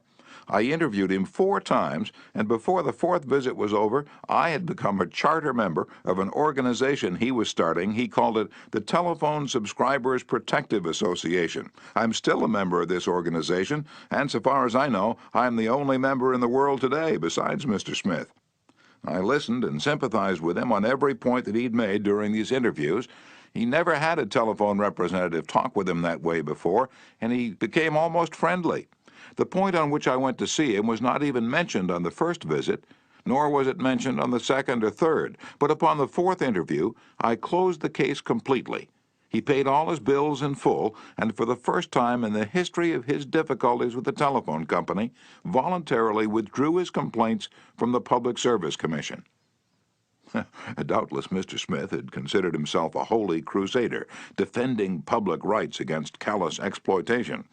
But in reality, what he'd really wanted was a feeling of importance. He got this feeling of importance, at first, by kicking and complaining. But as soon as he got his feeling of importance from a representative of the company, his imagined grievances vanished into thin air. One morning years ago, an angry customer stormed into the office of Julian F. Detmer, founder of the Detmer Woolen Company, which later became the world's largest distributor of woolens to the tailoring trade. "This man owed us a small sum of money," Mr. Detmer explained to me. "The customer denied it, but we knew he was wrong, so our credit department had insisted that he pay. After getting a number of letters from our credit department, he packed his grip, made a trip to Chicago, and hurried into my office to inform me not only that he was not going to pay that bill, but that he was never going to buy another dollar's worth of goods from the Detmer Woolen Company. I listened patiently to all he had to say. I was tempted to interrupt, but I realized that would be bad policy, so I let him talk himself out. When he finally simmered down and got in a receptive mood, I said quietly, 'I want to thank you for coming to Chicago to tell me about this. You've done me a great favor, for if our credit department has annoyed you, it may annoy other good customers, and that would be just too bad. Believe me, I'm far more eager to hear this than you are to tell it.' That was the last thing in the world he expected me to say. I think he was a trifle disappointed, because he'd come to Chicago to tell me a thing or two, and here I was thanking him instead of scrapping with him. I assured him we would wipe the charge off the books and forget it, because he was a very careful man with only one account to look after, while our clerks had to look after thousands. Therefore, he was less likely to be wrong than we were. I told him that I understood exactly how he felt, and if I were in his shoes, I should undoubtedly feel precisely as he did. Since he wasn't going to buy from us anymore, I recommended some other woolen houses. In the past, we'd usually lunched together when he came to Chicago, so I invited him to have lunch with me this day. He accepted reluctantly, but when we came back to the office, he placed a larger order than ever before. He returned home in a softened mood, and, wanting to be just as fair with us as we'd been with him, looked over his bills, found one that had been mislaid, and sent us a check with his apologies. Later, when his wife presented him with a baby boy, he gave his son the middle name of Detmer, and he remained a friend and customer of the house until his death 22 years afterward. Years ago, a poor Dutch immigrant boy washed the windows of a bakery shop after school to help support his family. His people were so poor that in addition he used to go out in the street with a basket every day and collect stray bits of coal that had fallen in the gutter where the coal wagons had delivered fuel. That boy, Edward Bach, never got more than 6 years of schooling in his life, yet eventually he made himself one of the most successful magazine editors in the history of American journalism. How did he do it? That is a long story, but how he got his start can be told briefly. He got his start by using the principles advocated in this chapter. He left school when he was 13 and became an office boy for Western Union, but he didn't for one moment give up the idea of an education. Instead, he started to educate himself. He saved his car fares and went without lunch until he had enough money to buy an encyclopedia of American biography. And then he did an unheard-of thing. He read the lives of famous people and wrote them, asking for additional information about their childhoods. He was a good listener. He asked famous people to tell him more about themselves. He wrote General James A. Garfield, who was then running for president, and asked if it was true that he was once a tow boy on a canal, and Garfield replied. He wrote General Grant asking about a certain battle, and Grant drew a map for him and invited this 14-year-old boy to dinner and spent the evening talking to him. Soon our Western Union messenger boy was corresponding with many of the most famous people in the nation: Ralph Waldo Emerson, Oliver Wendell Holmes, Longfellow, Mrs. Abraham Lincoln, Louisa May Alcott, General Sherman, and Jefferson Davis. Not only did he correspond with these distinguished people, but as soon as he got a vacation, he visited many of them as a welcome guest in their homes. This experience imbued him with a confidence that was invaluable. These men and women fired him with a vision and ambition that shaped his life. And all this, let me repeat, was made possible solely by the application of the principles we're discussing here. Isaac F. Marcusson, a journalist who interviewed hundreds of celebrities, declared that many people fail to make a favorable impression because they don't listen attentively. They have been so much concerned with what they are going to say next, they do not keep their ears open. Very important people have told me they prefer good listeners to good talkers, but the ability to listen seems rarer than almost any other good trait. And not only important personages crave a good listener, but ordinary folks do too. As the Reader's Digest once said, many persons call a doctor when all they want is an audience. During the darkest hours of the Civil War, Lincoln wrote to an old friend in Springfield, Illinois, asking him to come to Washington. Lincoln said he had some problems he wanted to discuss with him. The old neighbor called at the White House, and Lincoln talked to him for hours about the advisability of issuing a proclamation freeing the slaves. Lincoln went over all the arguments for and against such a move, and then read letters and newspaper articles, some denouncing him for not freeing the slaves, others denouncing him for fear he was going to free them. After talking for hours, Lincoln shook hands with his old neighbor, said good night, and sent him back to Illinois without even asking for his opinion. Lincoln had done all the talking himself. That seemed to clarify his mind. He seemed to feel easier after that talk, the old friend said. Lincoln hadn't wanted advice. He had wanted merely a friendly, sympathetic listener to whom he could unburden himself. That's what we all want when we're in trouble. That is frequently all the irritated customer wants, and the dissatisfied employee, or the hurt friend. One of the great listeners of modern times was Sigmund Freud. A man who met Freud described his manner of listening. It struck me so forcibly that I shall never forget him. He had qualities which I had never seen in any other man. Never had I seen such concentrated attention. There was none of that piercing, soul-penetrating gaze business. His eyes were mild and genial. His voice was low and kind. His gestures were few, but the attention he gave me, his appreciation of what I said, even when I said it badly, was extraordinary. You have no idea what it meant to be listened to like that. If you want to know how to make people shun you and laugh at you behind your back and even despise you, here's the recipe. Never listen to anyone for long. Talk incessantly about yourself. If you have an idea while the other person is talking, don't wait for him or her to finish. Burst right in and interrupt in the middle of a sentence. Do you know people like that? I do, unfortunately, and the astonishing part of it is that some of them are prominent. Bores, that is all they are. Bores, intoxicated with their own egos, drunk with the sense of their own importance. People who talk only of themselves think only of themselves. And those people who think only of themselves, Dr. Nicholas Murray Butler, longtime president of Columbia University, said, are hopelessly uneducated. They are not educated, said Dr. Butler, no matter how instructed they may be. So, if you aspire to be a good conversationalist, be an attentive listener.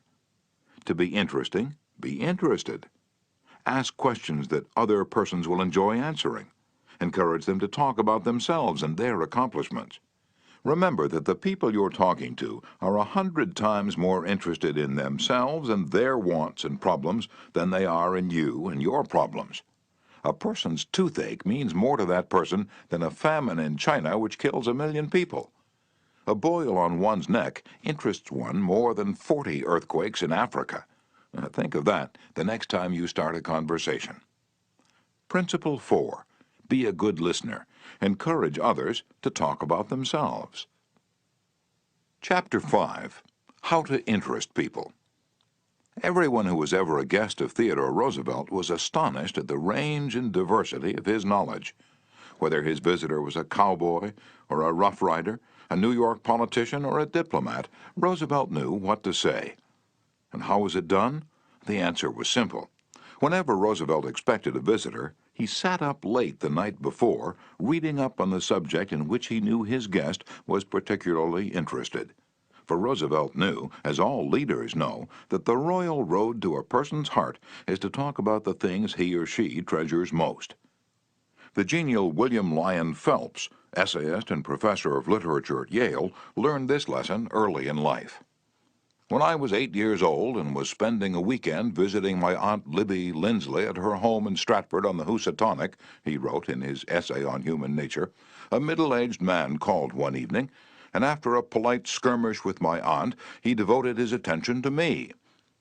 At that time, I happened to be excited about boats, and the visitor discussed the subject in a way that seemed to me particularly interesting.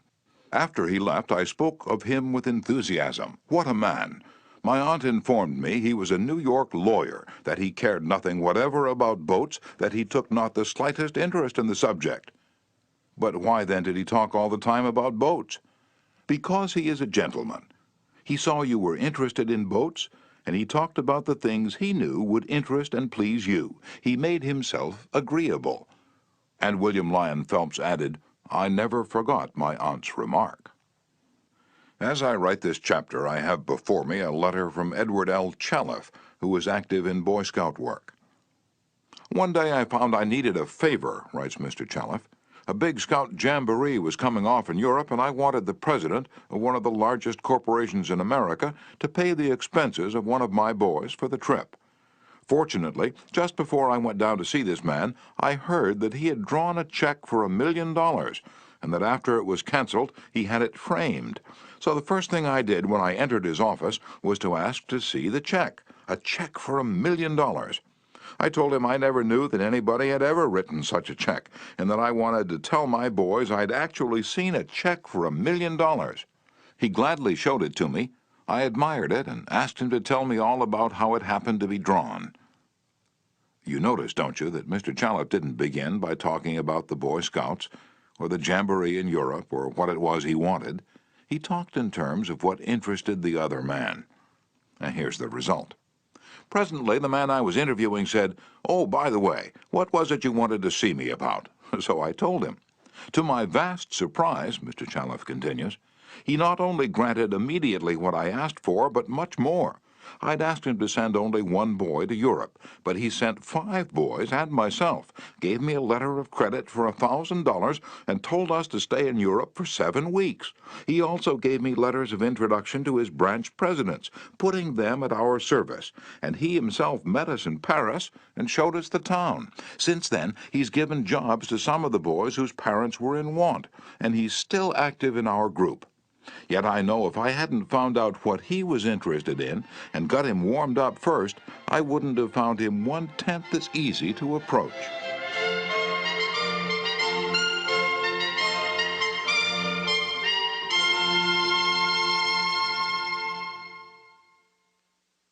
Is this a valuable technique to use in business? Is it? Let's see. Take Henry G. Duvernoy of Duvernoy & Sons, a wholesale baking firm in New York. Mr. Duvernoy had been trying to sell bread to a certain New York hotel. He'd called on the manager every week for 4 years, He went to the same social affairs the manager attended. He even took rooms in the hotel and lived there in order to get the business. But he failed. Then, said Mr. Duvernoy, after studying human relations, I resolved to change my tactics. I decided to find out what interested this man, what caught his enthusiasm. I discovered he belonged to a society of hotel executives called the Hotel Greeters of America. He not only belonged, but his bubbling enthusiasm had made him president of the organization and president of the International Greeters. No matter where its conventions were held, he would be there. So when I saw him the next day, I began talking about the greeters. What a response I got! What a response! He talked to me for half an hour about the greeters, his tones vibrant with enthusiasm. I could plainly see that this society was not only his hobby, it was the passion of his life. Before I left his office, he had sold me a membership in his organization. In the meantime, I'd said nothing about bread, but a few days later, a steward of his hotel phoned me to come over with samples and prices. "I don't know what you did to the old boy," the steward greeted me, "but he sure is sold on you." Think of it. I'd been drumming at that man for 4 years, trying to get his business, and I'd still be drumming at him if I hadn't finally taken the trouble to find out what he was interested in and what he enjoyed talking about. Edward E. Harriman of Hagerstown, Maryland, chose to live in the beautiful Cumberland Valley of Maryland after he completed his military service. Unfortunately, at that time there were few jobs available in the area. A little research uncovered the fact that a number of companies in the area were either owned or controlled by an unusual business maverick, R.J. Funkhauser, whose rise from poverty to riches intrigued Mr. Harriman. However, he was known for being inaccessible to job seekers. Mr. Harriman wrote, "I interviewed a number of people and found out that his major interest was anchored in his drive for power and money. Since he protected himself from people like me by use of a dedicated and stern secretary, I studied her interests and goals, and only then I paid an unannounced visit at her office. She had been Mr. Funkhauser's orbiting satellite for about 15 years. When I told her I had a proposition for him, which might translate itself into financial and political success for him, she became enthused. I also conversed with her about her constructive participation in his success. After this conversation, she arranged for me to meet Mr. Funkhauser. I entered his huge and impressive office, determined not to ask directly for a job. He was seated behind a large carved desk and thundered at me, "How about it, young man?" I said, "Mr. Funkhauser, I believe I can make money for you." He immediately rose and invited me to sit in one of the large upholstered chairs. I enumerated my ideas and the qualifications I had to realize these ideas, as well as how they would contribute to his personal success and that of his businesses. R.J., as he has become known to me, hired me at once, and for over 20 years I have grown in his enterprises, and we both have prospered. Talking in terms of the other person's interests pays off for both parties. Howard Z. Herzig, a leader in the field of employee communications, has always followed this principle. When asked what reward he got from it, Mr. Herzig responded that he not only received a different reward from each person, but that in general, the reward had been an enlargement of his life each time he spoke to someone. Principle 5. Talk in terms of the other person's interests. Chapter 6. How to make people like you instantly. I was waiting in line to register a letter at the post office at 33rd Street and 8th Avenue in New York. I noticed that the clerk appeared to be bored with the job, weighing envelopes, handing out stamps, making change, issuing receipts, the same monotonous grind year after year. So I said to myself, I'm going to try to make that clerk like me. Obviously, to make him like me, I must say something nice, and not about myself, but about him. So I asked myself, what is there about him that I can honestly admire? That is sometimes a hard question to answer, especially with strangers, but in this case it happened to be easy. I instantly saw something I admired no end. So while he was weighing my envelope, I remarked with enthusiasm, "I certainly wish I had your head of hair." He looked up, half startled, his face beaming with smiles. "Well, it isn't as good as it used to be," he said modestly. I assured him that although it might have lost some of its pristine glory, nevertheless it was still magnificent. He was immensely pleased. We carried on a pleasant little conversation, and the last thing he said to me was, "Many people have admired my hair." I'll bet that person went out to lunch that day walking on air. I'll bet he went home that night and told his wife about it. I'll bet he looked in the mirror and said, "It is a beautiful head of hair." I told this story once in public, and a man asked me afterward, "What did you want to get out of him?" What was I trying to get out of him? What was I trying to get out of him? If we are so contemptibly selfish that we can't radiate a little happiness and pass on a bit of honest appreciation without trying to get something out of the other person in return, if our souls are no bigger than sour crab apples, we shall meet with the failure we so richly deserve. Oh yes, I did want something out of that chap. I wanted something priceless, and I got it. I got the feeling that I had done something for him without his being able to do anything whatever in return for me.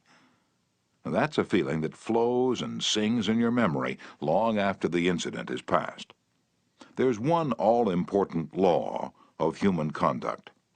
If we obey that law, we shall almost never get into trouble. In fact, that law, if obeyed, will bring us countless friends and constant happiness.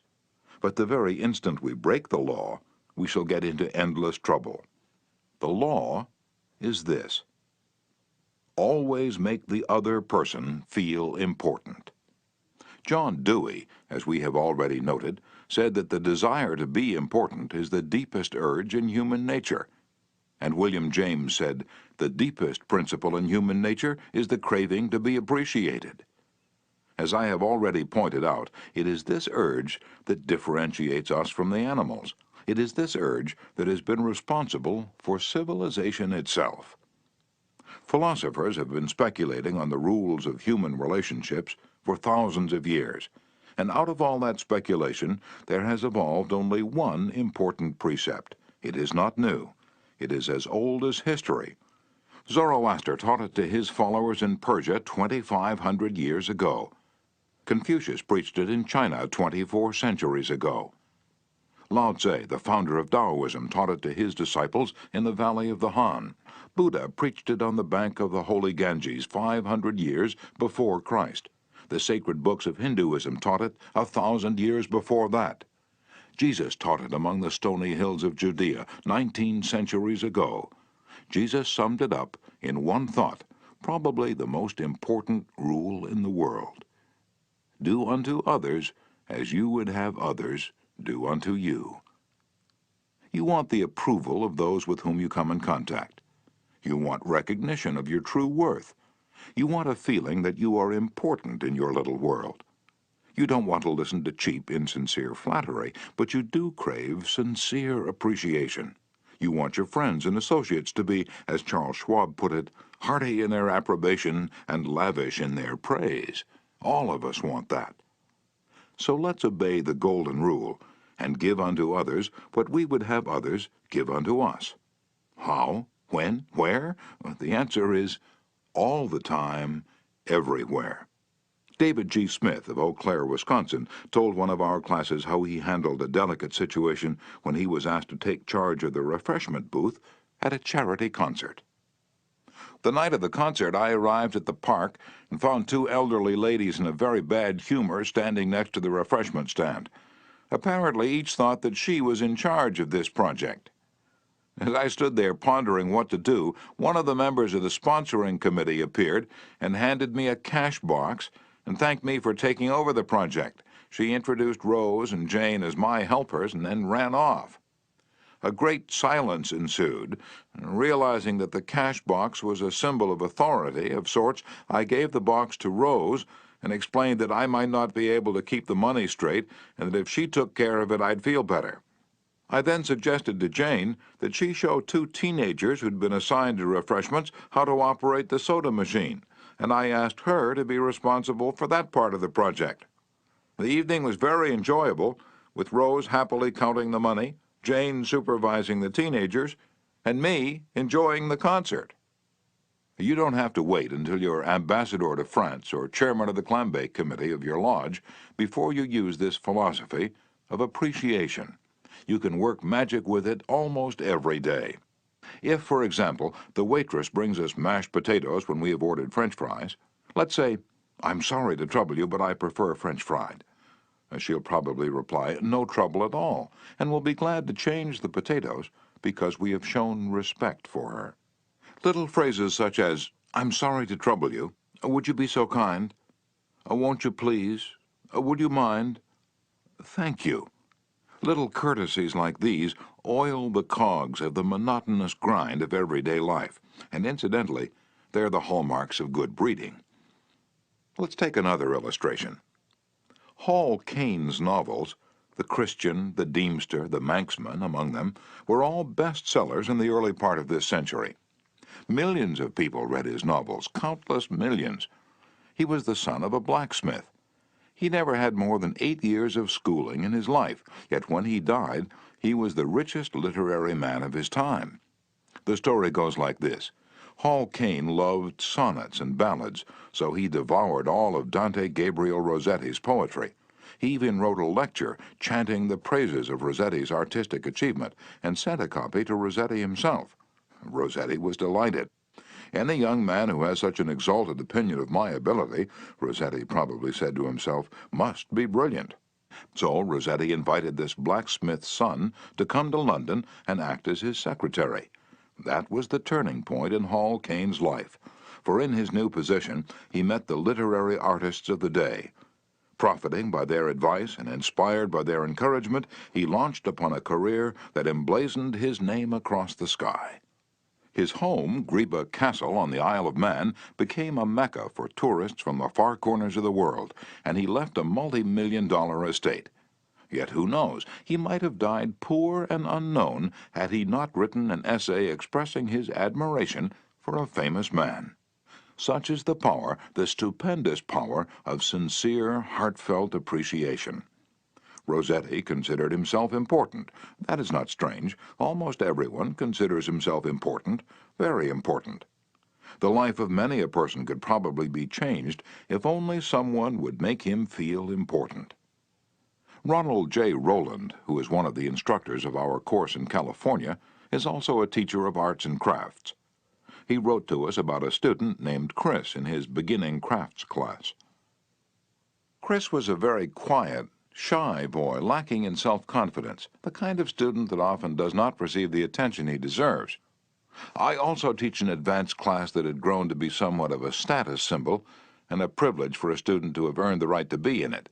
On Wednesday, Chris was diligently working at his desk. I really felt there was a hidden fire deep inside him. I asked Chris if he'd like to be in the advanced class. How I wish I could express the look in Chris's face, the emotions in that shy 14-year-old boy trying to hold back his tears. "Who, me, Mr. Rowland? Am I good enough?" "Yes, Chris, you're good enough." I had to leave at that point because tears were coming to my eyes. As Chris walked out of the class that day, seemingly 2 inches taller, he looked at me with bright blue eyes and said in a positive voice, "Thank you, Mr. Rowland." Chris taught me a lesson I will never forget. Our deep desire to feel important. To help me never forget this rule, I made a sign which reads, "You are important." And this sign hangs in the front of the classroom for all to see, and to remind me that each student I face is equally important. The unvarnished truth is that almost all the people you meet feel themselves superior to you in some way, and a sure way to their hearts is to let them realize in some subtle way that you recognize their importance and recognize it sincerely. Remember what Emerson said, "Every man I meet is my superior in some way. In that I learn of him." And the pathetic part of it is that frequently those who have the least justification for a feeling of achievement bolster up their egos by a show of tumult and conceit which is truly nauseating. As Shakespeare put it, "Man, proud man, dressed in a little brief authority, plays such fantastic tricks before high heaven as make the angels weep." I'm going to tell you how business people in my own courses have applied these principles with remarkable results. Let's take the case of a Connecticut attorney. Because of his relatives, he prefers not to have his name mentioned. Shortly after joining the course, Mr. R. drove to Long Island with his wife to visit some of her relatives. She left him to chat with an old aunt of hers, and then rushed off by herself to visit some of the younger relatives. Since he soon had to give a speech professionally on how he applied the principles of appreciation, he thought he would gain some worthwhile experience talking with the elderly lady. So he looked around the house to see what he could honestly admire. "This house was built about 1890, wasn't it?" he inquired. "Yes," she replied. "That's precisely the year it was built." "It reminds me of the house I was born in," he said. "It's beautiful, well built, roomy. You know, they don't build houses like this anymore." "You're right," the old lady agreed. "The young folks nowadays don't care for beautiful homes. All they want is a small apartment, and then they go off gadding about in their automobiles.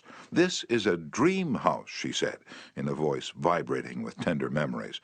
"This house was built with love.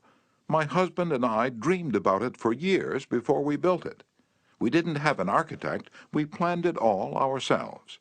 She showed Mr. R. about the house, and he expressed his hearty admiration for the beautiful treasures she'd picked up in her travels and cherished over a lifetime. Paisley shawls, an old English tea set, Wedgwood china, French beds and chairs, Italian paintings, and silk draperies that had once hung in a French chateau. After showing Mr. R. through the house, she took him out to the garage. There, jacked up on blocks, was a Packard car in mint condition. "My husband bought that car for me shortly before he passed on," she said softly. "I have never ridden in it since his death. You appreciate nice things, and I'm going to give this car to you." "Why, Auntie," he said, "you overwhelm me. I appreciate your generosity, of course, but I couldn't possibly accept it. I'm not even a relative of yours. I have a new car, and you have many relatives that would like to have that Packard." "Relatives!" she exclaimed. "Yes, I had relatives who are just waiting till I die so they can get that car, but they are not going to get it." "If you don't want to give it to them, you could very easily sell it to a second-hand dealer," he told her. "Sell it!" she cried. "Do you think I would sell this car? Do you think I could stand to see strangers riding up and down the street in that car? That car that my husband bought for me? I wouldn't dream of selling it. I'm going to give it to you. You appreciate beautiful things." He tried to get out of accepting the car, but he couldn't without hurting her feelings. This lady, left all alone in the big house with her Paisley shawls, her French antiques, and her memories, was starving for a little recognition. She had once been young and beautiful and sought after. She had once built a house warm with love and had collected things from all over Europe to make it beautiful. Now, in the isolated loneliness of old age, she craved a little human warmth, a little genuine appreciation, and no one gave it to her. And when she found it, like a spring in a desert, her gratitude couldn't adequately express itself with anything less than the gift of her cherished Packard. Let's take another case. Donald M. McMahon, who was superintendent of Lewis and Valentine, nurserymen and landscape architects in Rye, New York, related this incident.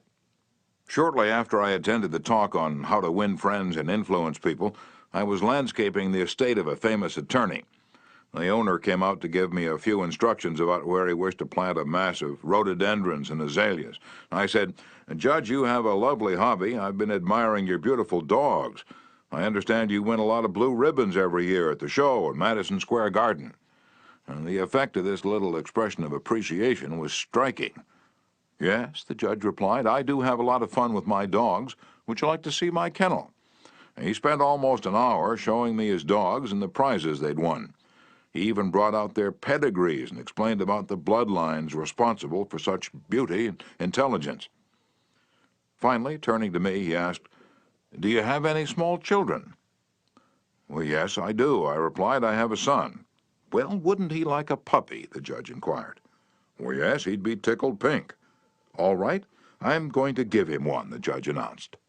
He started to tell me how to feed the puppy. And then he paused. "You'll forget if I tell you, I'll write it out." So the judge went in the house, typed out the pedigree and feeding instructions, and gave me a puppy worth several $100 and an hour and 15 minutes of his valuable time, largely because I'd expressed my honest admiration for his hobby and achievements. George Eastman of Kodak fame invented the transparent film that made motion pictures possible, amassed a fortune of $100 million, and made himself one of the most famous businessmen on earth. Yet in spite of all these tremendous accomplishments, he craved little recognitions, even as you and I. To illustrate, when Eastman was building the Eastman School of Music and also Kilbourne Hall in Rochester, James Adamson, then president of the Superior Seating Company of New York, wanted to get the order to supply the theater chairs for these buildings. Phoning the architect, Mr. Adamson made an appointment to see Mr. Eastman in Rochester.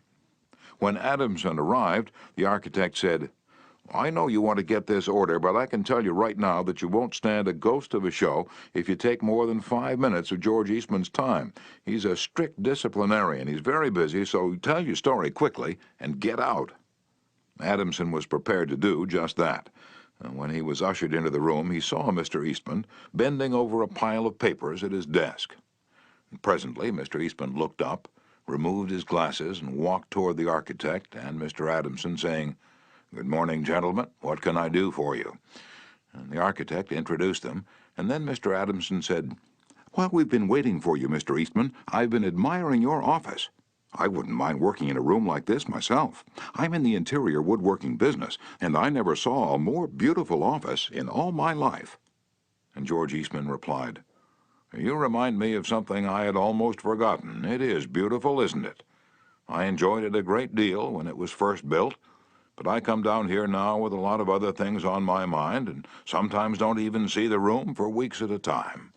Adamson walked over and rubbed his hand across a panel. "And this is English oak, isn't it? A little different texture from Italian oak." "Yes," Eastman replied. "Imported English oak. It was selected for me by a friend who specializes in fine woods." And then Eastman showed him about the room, commenting on the proportions, the coloring, the hand carving, and other effects he'd helped to plan and execute. While drifting about the room, admiring the woodwork, they paused before a window, and George Eastman, in his modest, soft-spoken way, pointed out some of the institutions through which he was trying to help humanity: the University of Rochester, the General Hospital, the Homeopathic Hospital, the Friendly Home, the Children's Hospital. Mr. Adamson congratulated him warmly on the idealistic way he was using his wealth to alleviate the sufferings of humanity. Presently, George Eastman unlocked a glass case and pulled out the first camera he had ever owned, an invention he had bought from an Englishman. Adamson questioned him at length about his early struggles to get started in business. Mr. Eastman spoke with real feeling about the poverty of his childhood, telling how his widowed mother had kept a boarding house while he clerked in an insurance office. The terror of poverty haunted him day and night, and he resolved to make enough money so that his mother wouldn't have to work. Mr. Adamson drew him out with further questions and listened absorbed while he related the story of his experiments with dry photographic plates. He told how he had worked in an office all day and sometimes experimented all night, taking only brief naps while the chemicals were working, sometimes working and sleeping in his clothes for 72 hours at a stretch. James Adamson had been ushered into Eastman's office at 10:15 and had been warned that he must not take more than 5 minutes, but an hour had passed, and then 2 hours passed, and they were still talking.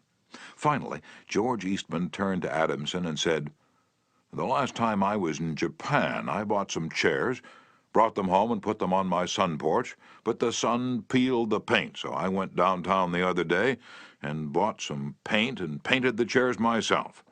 Would you like to see what sort of a job I can do painting chairs? All right, come up to my home and have lunch with me, and I'll show you." The order for the seats amounted to $90,000. Now, who do you suppose got the order? James Adamson or one of his competitors? From the time of this story until Mr. Eastman's death, he and James Adamson were close friends. Claude Marais, a restaurant owner in Rouen, France, used this principle and saved his restaurant the loss of a key employee. This woman had been in his employ for 5 years and was a vital link between Monsieur Marais and his staff of 21 people. He was shocked to receive a registered letter from her advising him of her resignation. Monsieur Marais reported, "I was very surprised and even more disappointed because I was under the impression that I had been fair to her and receptive to her needs. Inasmuch as she was a friend as well as an employee, I probably had taken her too much for granted, and maybe was even more demanding of her than of other employees. I could not, of course, accept this resignation without some explanation. I took her aside and said, 'Paulette, you must understand that I cannot accept your resignation. You mean a great deal to me and to this company, and you are as important to the success of this restaurant as I am.' I repeated this in front of the entire staff and invited her to my home and reiterated my confidence in her with my family present. Paulette withdrew her resignation, and today I can rely on her as never before. I frequently reinforce this by expressing my appreciation for what she does and showing her how important she is to me and to the restaurant." "Talk to people about themselves," said Disraeli, one of the shrewdest men who ever ruled the British Empire. "Talk to people about themselves, and they will listen for hours." Principle 6. Make the other person feel important, and do it sincerely. In a nutshell, 6 ways to make people like you. Principle 1. Become genuinely interested in other people. Principle 2. Smile. Principle 3.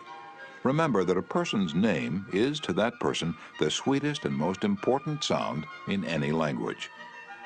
Principle 4. Be a good listener. Encourage others to talk about themselves.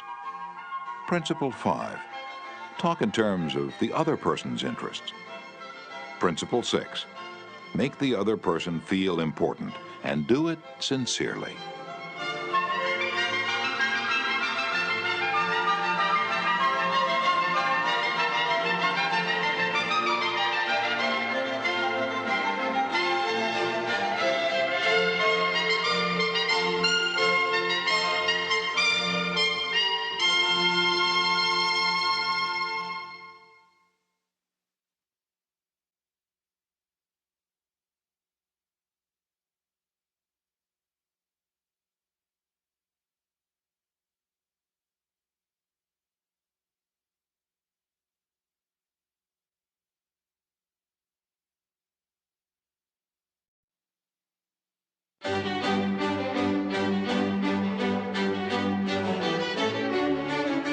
Part 3.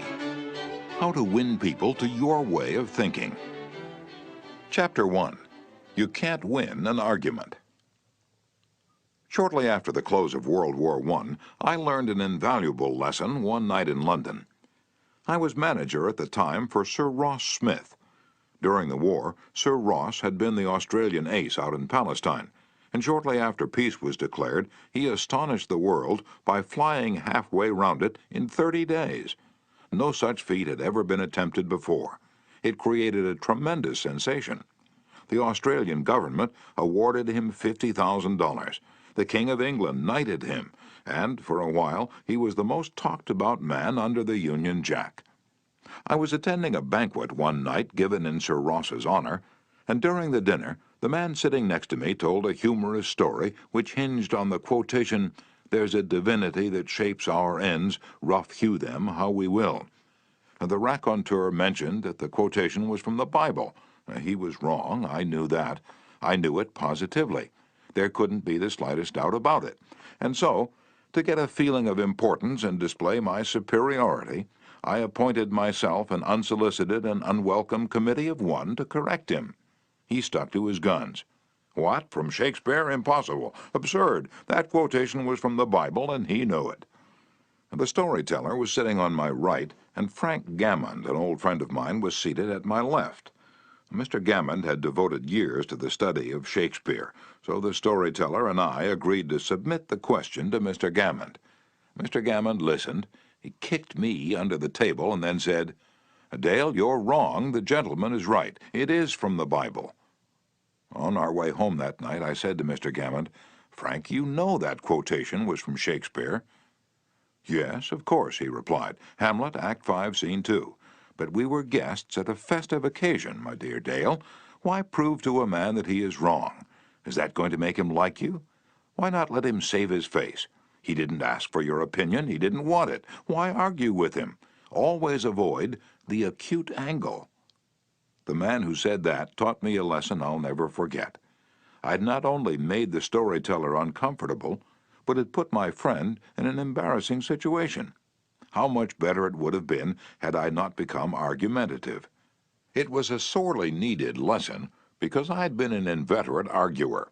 During my youth, I'd argued with my brother about everything under the Milky Way. When I went to college, I studied logic and argumentation and went in for debating contests. Talk about being from Missouri. I was born there.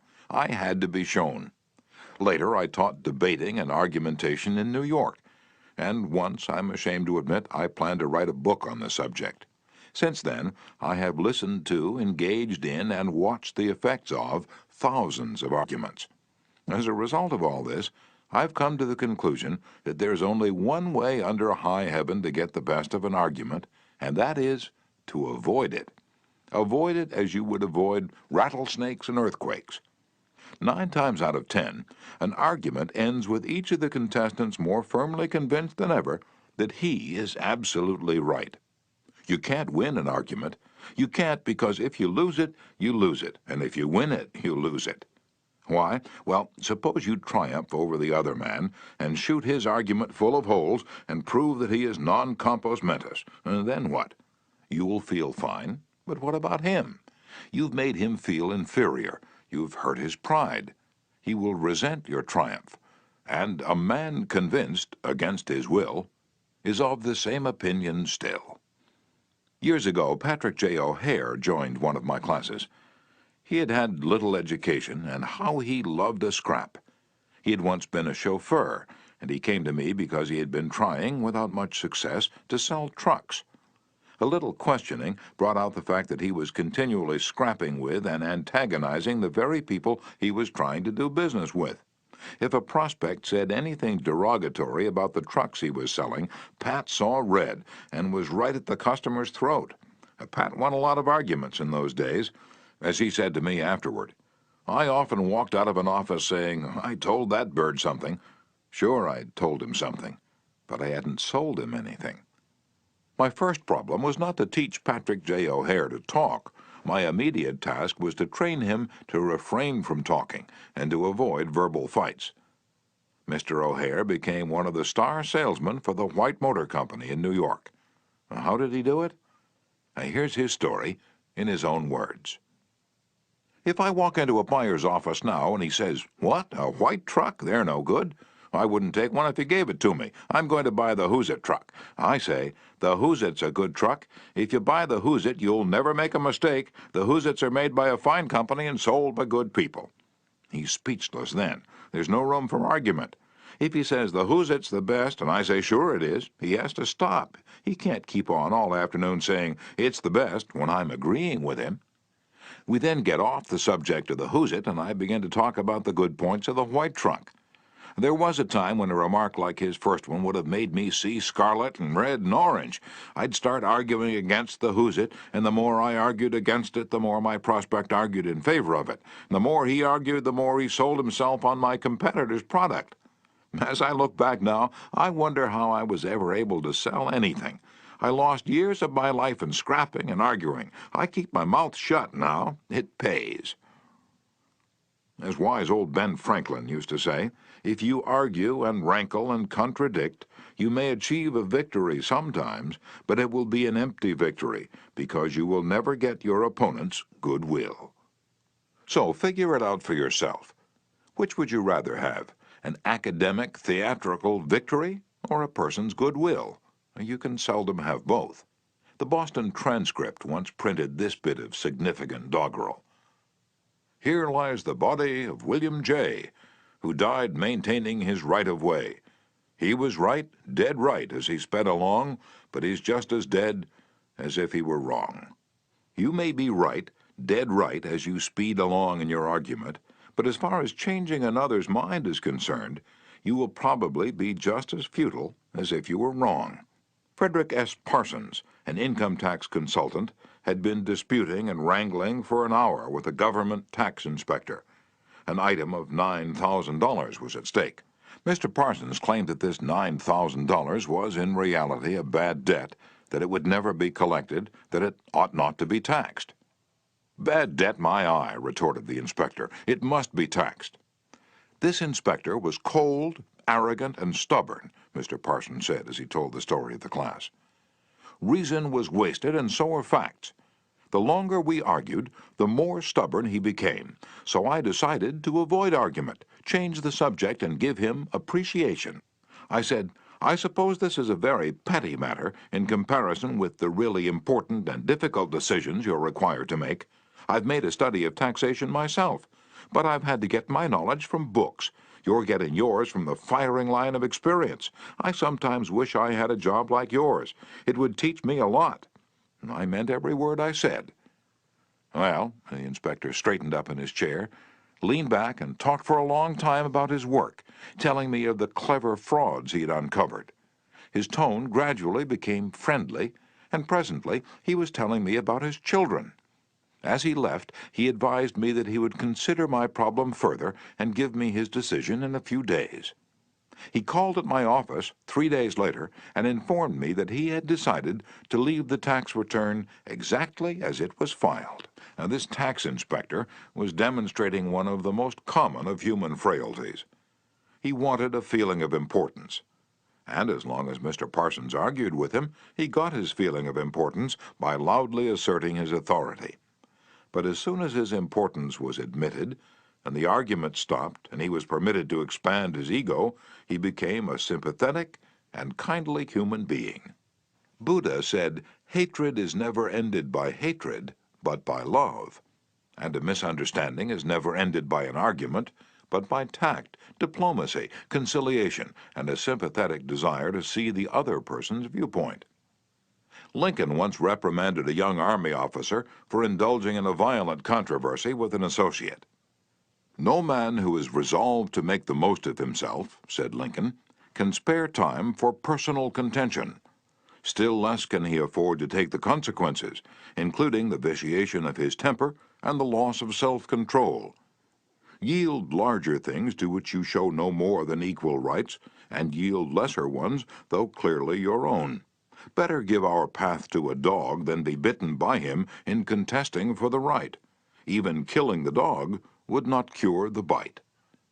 In an article in Bits and Pieces, some suggestions are made on how to keep a disagreement from becoming an argument. Welcome the disagreement. Remember the slogan, "When two partners always agree, one of them is not necessary." If there's some point you haven't thought about, be thankful if it is brought to your attention. Perhaps this disagreement is your opportunity to be corrected before you make a serious mistake. Distrust your first instinctive impression. Our first natural reaction in a disagreeable situation is to be defensive. Be careful. Keep calm and watch out for your first reaction. It may be you at your worst, not your best. Control your temper. Remember, you can measure the size of a person by what makes him or her angry. Listen first. Give your opponents a chance to talk. Let them finish. Do not resist, defend, or debate. This only raises barriers. Try to build bridges of understanding. Don't build higher barriers of misunderstanding. Look for areas of agreement.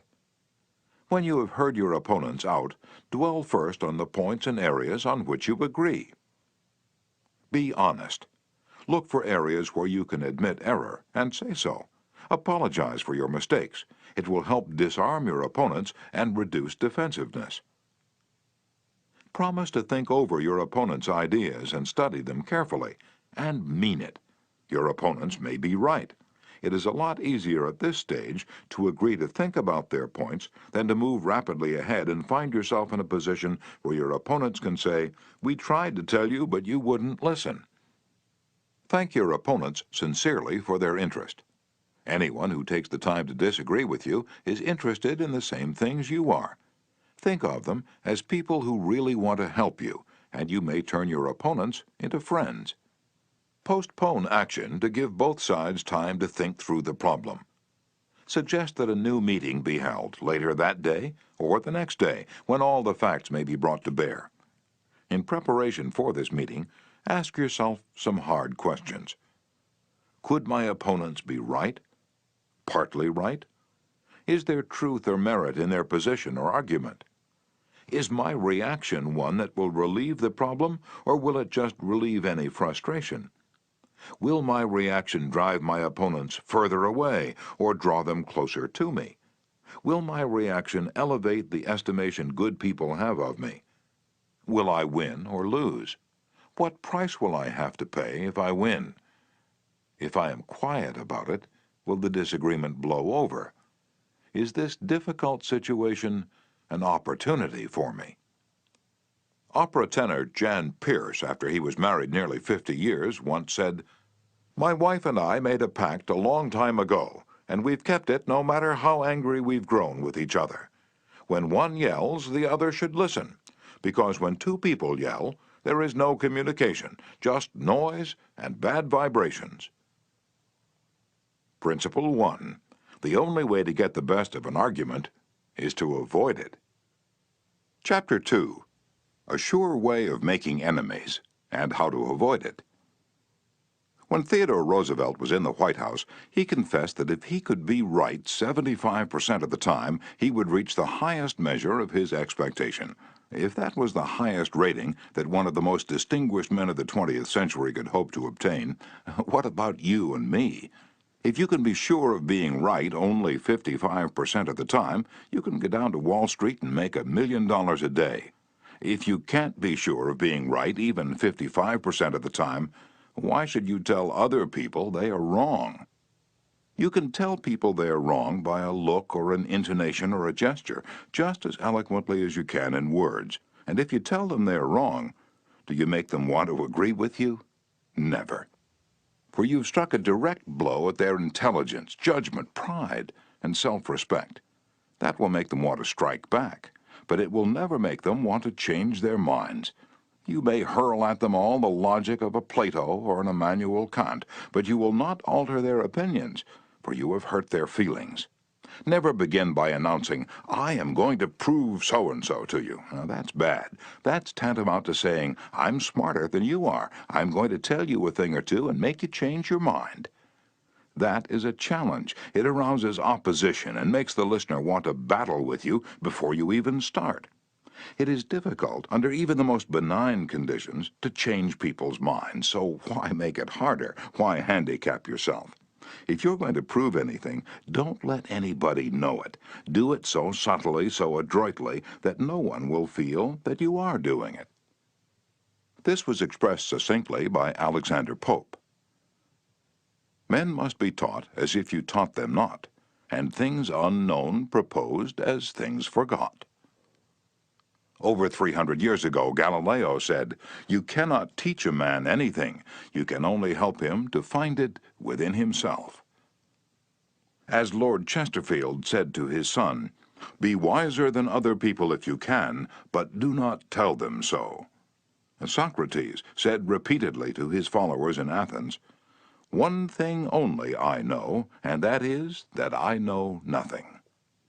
Well, I can't hope to be any smarter than Socrates, so I have quit telling people they are wrong, and I find that it pays. If a person makes a statement that you think is wrong, yes, even that you know is wrong, isn't it better to begin by saying, "Well, now, look, I thought otherwise, but I may be wrong. I frequently am. And if I am wrong, I want to be put right. Let's examine the facts."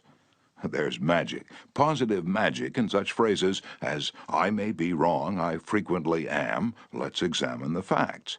Nobody in the heavens above, or on the earth beneath, or in the waters under the earth will ever object to your saying, "I may be wrong, let's examine the facts." One of our class members who used this approach in dealing with customers was Harold Ranke, a Dodge dealer in Billings, Montana. He reported that because of the pressures of the automobile business, he was often hard-boiled and callous when dealing with customers' complaints. This caused flared tempers, loss of business, and general unpleasantness. He told his class, "Recognizing that this was getting me nowhere fast, I tried a new tack. I'd say something like this. Our dealership has made so many mistakes that I'm frequently ashamed. We may have erred in your case, so tell me about it." This approach becomes quite disarming, and by the time the customer releases his feelings, he's usually much more reasonable when it comes to settling the matter.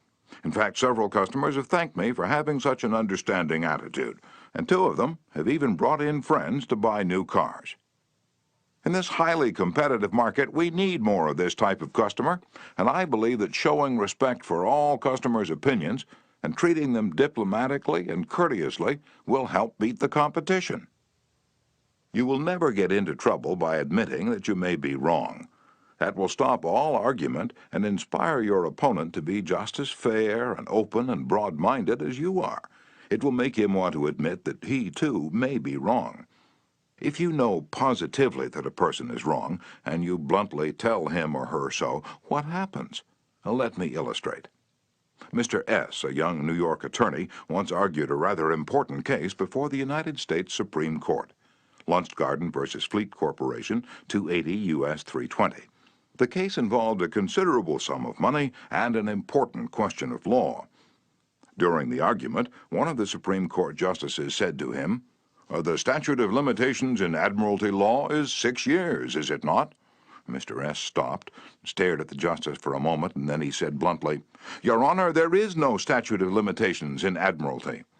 A hush fell on the court, said Mr. S., as he related his experience to one of my classes, and the temperature in the room seemed to drop to 0. I was right, the justice was wrong, and I had told him so. But did that make him friendly? No. I still believe that I had the law on my side, and I know that I spoke better than I ever spoke before, but I didn't persuade. I made the enormous blunder of telling a very learned and famous man that he was wrong. A few people are logical. Most of us are prejudiced and biased. Most of us are blighted with preconceived notions, with jealousy, suspicion, fear, envy, and pride. And most citizens don't want to change their minds about their religion, or their haircut, or communism, or their favorite movie star. So if you're inclined to tell people they're wrong, please review the following paragraph every morning before breakfast. It's from James Harvey Robinson's enlightening book, The Mind in the Making. We sometimes find ourselves changing our minds without any resistance or heavy emotion. But if we are told we are wrong, we resent the imputation and harden our hearts. We are incredibly heedless in the formation of our beliefs, but find ourselves filled with an illicit passion for them when anyone proposes to rob us of their companionship. It is obviously not the ideas themselves that are dear to us, but our self-esteem which is threatened. The little word "my" is the most important one in human affairs, and properly to reckon with, it is the beginning of wisdom. It has the same force whether it is my dinner, my dog, and my house, or my father, my country, and my God. We not only resent the imputation that our watch is wrong, or our car shabby, but that our conception of the canals of Mars, of the pronunciation of Epictetus, of the medicinal value of salicin, or of the date of Sargon I is subject to revision.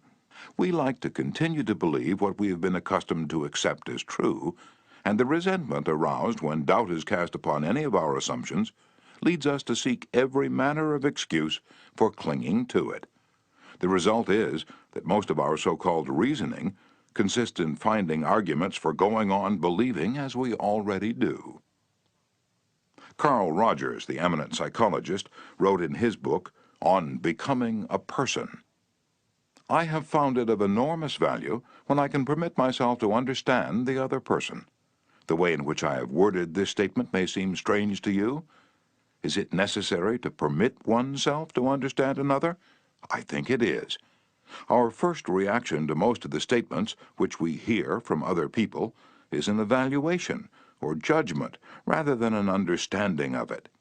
When someone expresses some feeling, attitude, or belief, our tendency is almost immediately to feel, that's right, or that's stupid, that's abnormal, that's unreasonable, that's incorrect, that's not nice. Very rarely do we permit ourselves to understand precisely what the meaning of the statement is to the other person. I once employed an interior decorator to make some draperies for my home. When the bill arrived, I was dismayed. A few days later, a friend dropped in and looked at the draperies. The price was mentioned, and she exclaimed with a note of triumph, "What? That's awful! I'm afraid he put one over on you." True, yes, she told the truth. But few people like to listen to truths that reflect on their judgment. So, being human, I tried to defend myself. I pointed out that the best is eventually the cheapest, that one can't expect to get quality and artistic taste at bargain basement prices, and so on. The next day, another friend dropped in, admired the draperies, bubbled over with enthusiasm, and expressed a wish that she could afford such exquisite creations for her home. My reaction was totally different. "Well, to tell you the truth," I said, "I can't afford them myself. I paid too much. I'm sorry I ordered them." When we're wrong, we may admit it to ourselves, and if we're handled gently and tactfully, we may admit it to others, and even take pride in our frankness and broad-mindedness. But not if someone else is trying to ram the unpalatable fact down our esophagus. Horace Greeley, the most famous editor in America during the time of the Civil War, disagreed violently with Lincoln's policies. He believed that he could drive Lincoln into agreeing with him by a campaign of argument, ridicule, and abuse. He waged this bitter campaign month after month, year after year. In fact, he wrote a brutal, bitter, sarcastic, and personal attack on President Lincoln the night Booth shot him. But did all this bitterness make Lincoln agree with Greeley? Not at all. Ridicule and abuse never do.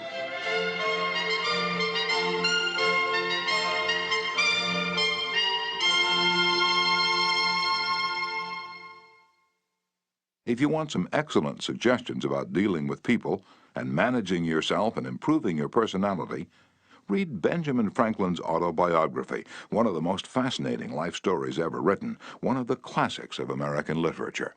Ben Franklin tells how he conquered the iniquitous habit of argument and transformed himself into one of the most able, suave, and diplomatic men in American history.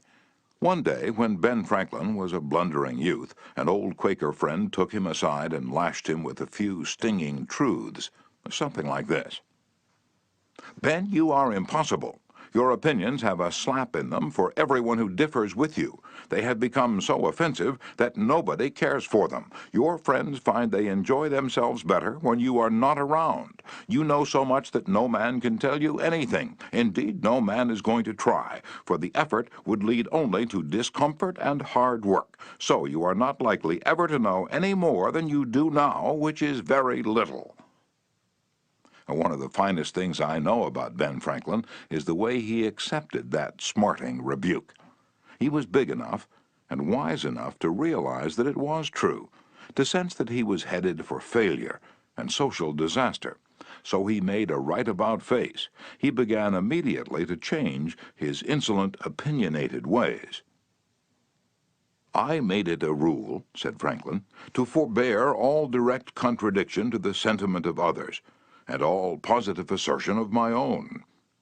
I even forbade myself the use of every word or expression in the language that imported a fixed opinion, such as certainly, undoubtedly, etc., and I adopted instead of them, I conceive, I apprehend, or I imagine a thing to be so, or it so appears to me at present. When another asserted something that I thought an error, I denied myself the pleasure of contradicting him abruptly, and of showing immediately some absurdity in his proposition, and in answering I began by observing that in certain cases of circumstances his opinion would be right, but in the present case there appeared or seemed to me some difference, etc. I soon found the advantage of this change in my manner. The conversations I engaged in went on more pleasantly. The modest way in which I proposed my opinions procured them a readier reception and less contradiction. I had less mortification when I was found to be in the wrong, and I more easily prevailed with others to give up their mistakes and join with me when I happened to be in the right. And this mode, which I at first put on with some violence to natural inclination, became at length so easy and so habitual to me that perhaps for these 50 years no one has ever heard a dogmatical expression escape me. And to this habit, after my character of integrity, I think it principally owing that I had earned so much weight with my fellow citizens when I proposed new institutions or alterations in the old, and so much influence in public councils when I became a member. For I was but a bad speaker, never eloquent, subject to much hesitation in my choice of words, hardly correct in language, and yet I generally carried my points. How did Ben Franklin's methods work in business? Let's take two examples. Catherine A. Allred of Kings Mountain, North Carolina, is an industrial engineering supervisor for a yarn processing plant. She told one of our classes how she handled a sensitive problem before and after taking our training. Part of my responsibility, she reported, deals with setting up and maintaining incentive systems and standards for our operators so they can make more money by producing more yarn. The system we were using had worked fine when we had only 2 or 3 different types of yarn, but recently we had expanded our inventory and capabilities to enable us to run more than 12 different varieties. The present system was no longer adequate to pay the operators fairly for the work being performed and give them an incentive to increase production. I had worked up a new system which would enable us to pay the operator by the class of yarn she was running at any one particular time. With my new system in hand, I entered the meeting, determined to prove to the management that my system was the right approach. I told them in detail how they were wrong and showed where they were being unfair and how I had all the answers they needed. To say the least, I failed miserably. I had become so busy defending my position on the new system that I had left them no opening to graciously admit their problems on the old one. The issue was dead. After several sessions of this course, I realized all too well where I had made my mistakes. I called another meeting, and this time I asked where they felt their problems were. We discussed each point, and I asked them their opinion on which was the best way to proceed. With a few low-keyed suggestions at proper intervals, I let them develop my system by themselves. At the end of the meeting, when I actually presented my system, they enthusiastically accepted it. I'm convinced now that nothing good is accomplished and a lot of damage can be done if you tell a person straight out that he or she is wrong. You only succeed in stripping that person of self-dignity and making yourself an unwelcome part of any discussion. Let's take another example, and remember, these cases I'm citing are typical of the experiences of thousands of other people. R.V. Crowley was a salesman for a lumber company in New York. Crowley admitted that he had been telling hard-boiled lumber inspectors for years that they were wrong, and he'd won the arguments too, but it hadn't done any good. For these lumber inspectors, said Mr. Crowley, are like baseball umpires. Once they make a decision, they never change it. Mr. Crowley saw that his firm was losing thousands of dollars through the arguments he won. So while taking my course, he resolved to change tactics and abandon arguments. With what results? Here's the story as he told it to fellow members of his class. One morning the phone rang in my office. A hot and bothered person at the other end proceeded to inform me that a car of lumber we had shipped into his plant was entirely unsatisfactory. His firm had stopped unloading and requested that we make immediate arrangements to remove the stock from their yard. After about 1/4 of the car had been unloaded, their lumber inspector reported that the lumber was running 55% below grade. Under the circumstances, they refused to accept it. I immediately started for his plant, and on the way turned over in my mind the best way to handle the situation.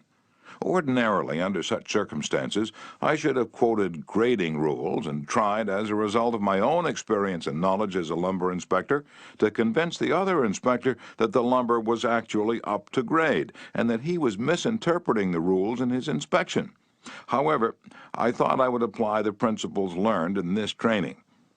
When I arrived at the plant, I found the purchasing agent and the lumber inspector in a wicked humor, both set for an argument and a fight. We walked out to the car that was being unloaded, and I requested that they continue to unload so that I could see how things were going. I asked the inspector to go right ahead and lay out the rejects as he had been doing, and to put the good pieces in another pile. After watching him for a while, it began to dawn on me that his inspection actually was much too strict and that he was misinterpreting the rules. This particular lumber was white pine, and I knew the inspector was thoroughly schooled in hardwoods, but not a competent, experienced inspector on white pine. A white pine happens to be my own strong suit, but did I offer any objection to the way he was grading the lumber? None whatever. I kept on watching, and gradually began to ask questions as to why certain pieces were not satisfactory. I didn't for one instant insinuate that the inspector was wrong. I emphasized that my only reason for asking was in order that we could give his firm exactly what they wanted in future shipment. By asking questions in a very friendly, cooperative spirit and insisting continually that they were right in laying out boards not satisfactory to their purpose, I got him warmed up, and the strained relations between us began to thaw and melt away. An occasional carefully put remark on my part gave birth to the idea in his mind that possibly some of these rejected pieces were actually within the grade that they had bought, and that their requirements demanded a more expensive grade. I was very careful, however, not to let him think I was making an issue of this point. Gradually, his whole attitude changed. He finally admitted to me that he was not experienced on white pine, and began to ask me questions about each piece as it came out of the car. I'd explain why such and such a piece came within the grade specified, but kept on insisting that we did not want him to take it if it was unsuitable for their purpose. He finally got to the point where he felt guilty every time he put a piece in the rejected pile. And at last he saw that the mistake was on their part for not having specified as good a grade as they needed. The ultimate outcome was that he went through the entire carload again after I left, accepted the whole lot, and we received a check in full. In that one instance alone, a little tact and the determination to refrain from telling the other man he was wrong saved my company a substantial amount of cash, and it would be hard to place a money value on the goodwill that was saved. Martin Luther King was asked how, as a pacifist, he could be an admirer of Air Force General Daniel "Chappie" James, then the nation's highest-ranking black officer. Dr. King replied, "I judge people by their own principles, not by my own." In a similar way, General Robert E. Lee once spoke to the President of the Confederacy, Jefferson Davis, in the most glowing terms about a certain officer under his command. Another officer in attendance was astonished. "General," he said, "do you not know that the man of whom you speak so highly is one of your bitterest enemies, who misses no opportunity to malign you?" "Yes," replied General Lee, "but the President asked my opinion of him. He did not ask for his opinion of me." By the way, I'm not revealing anything new in this chapter. 2,000 years ago, Jesus said, "Agree with thine adversary quickly." And 2,200 years before Christ was born, King Akhtoi of Egypt gave his son some shrewd advice that is sorely needed today. "Be diplomatic," counseled the king. "It will help you gain your point."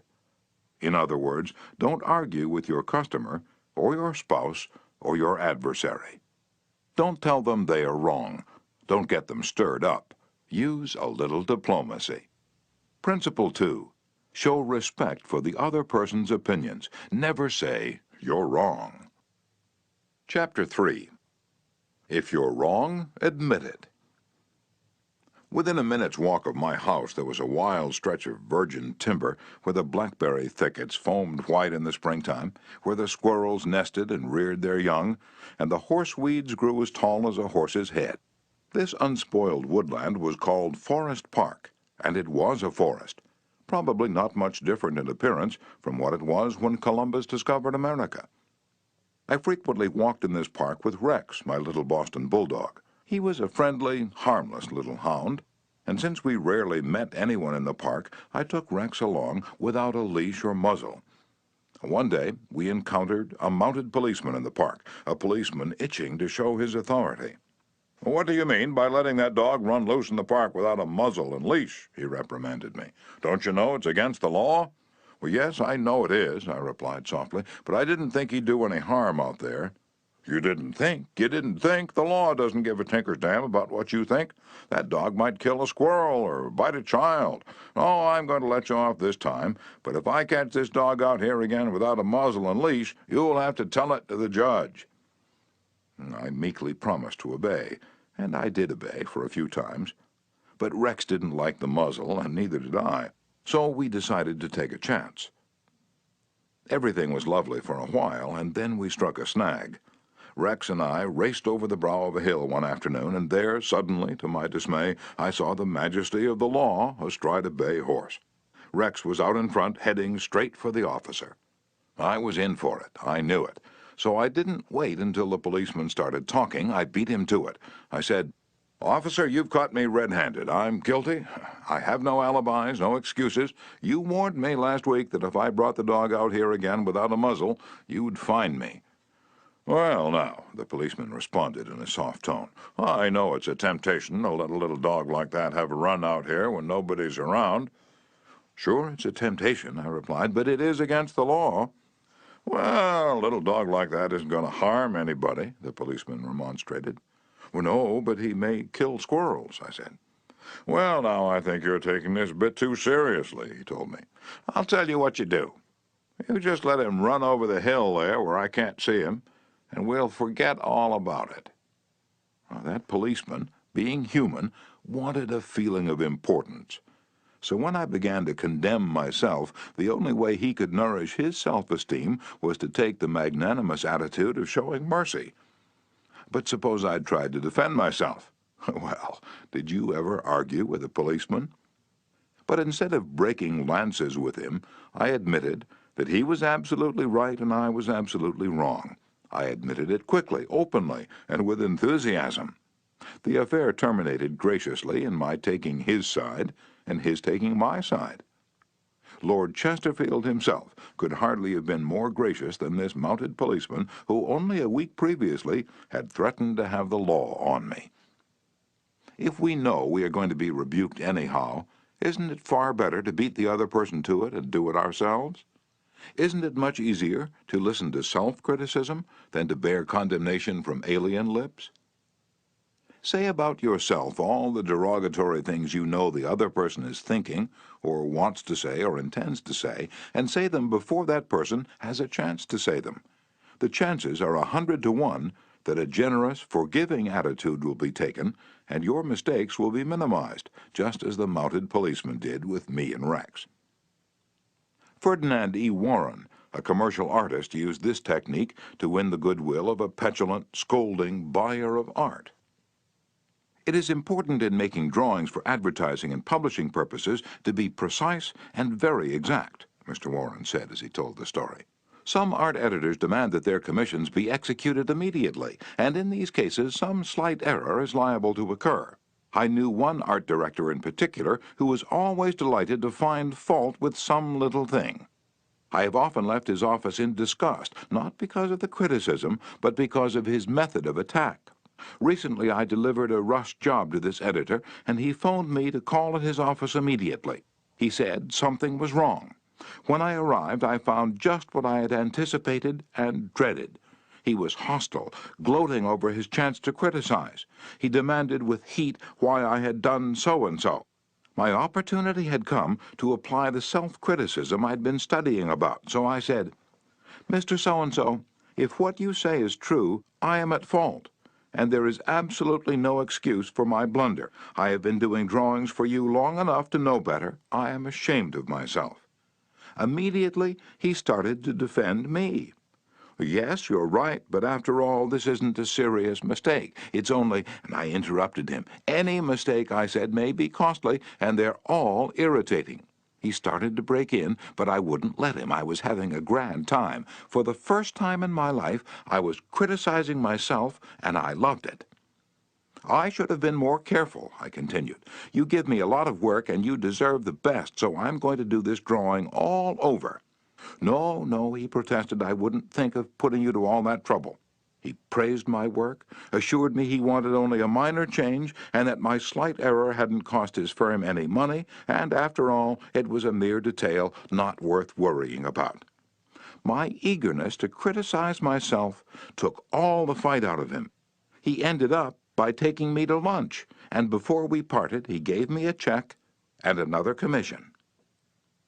There's a certain degree of satisfaction in having the courage to admit one's errors.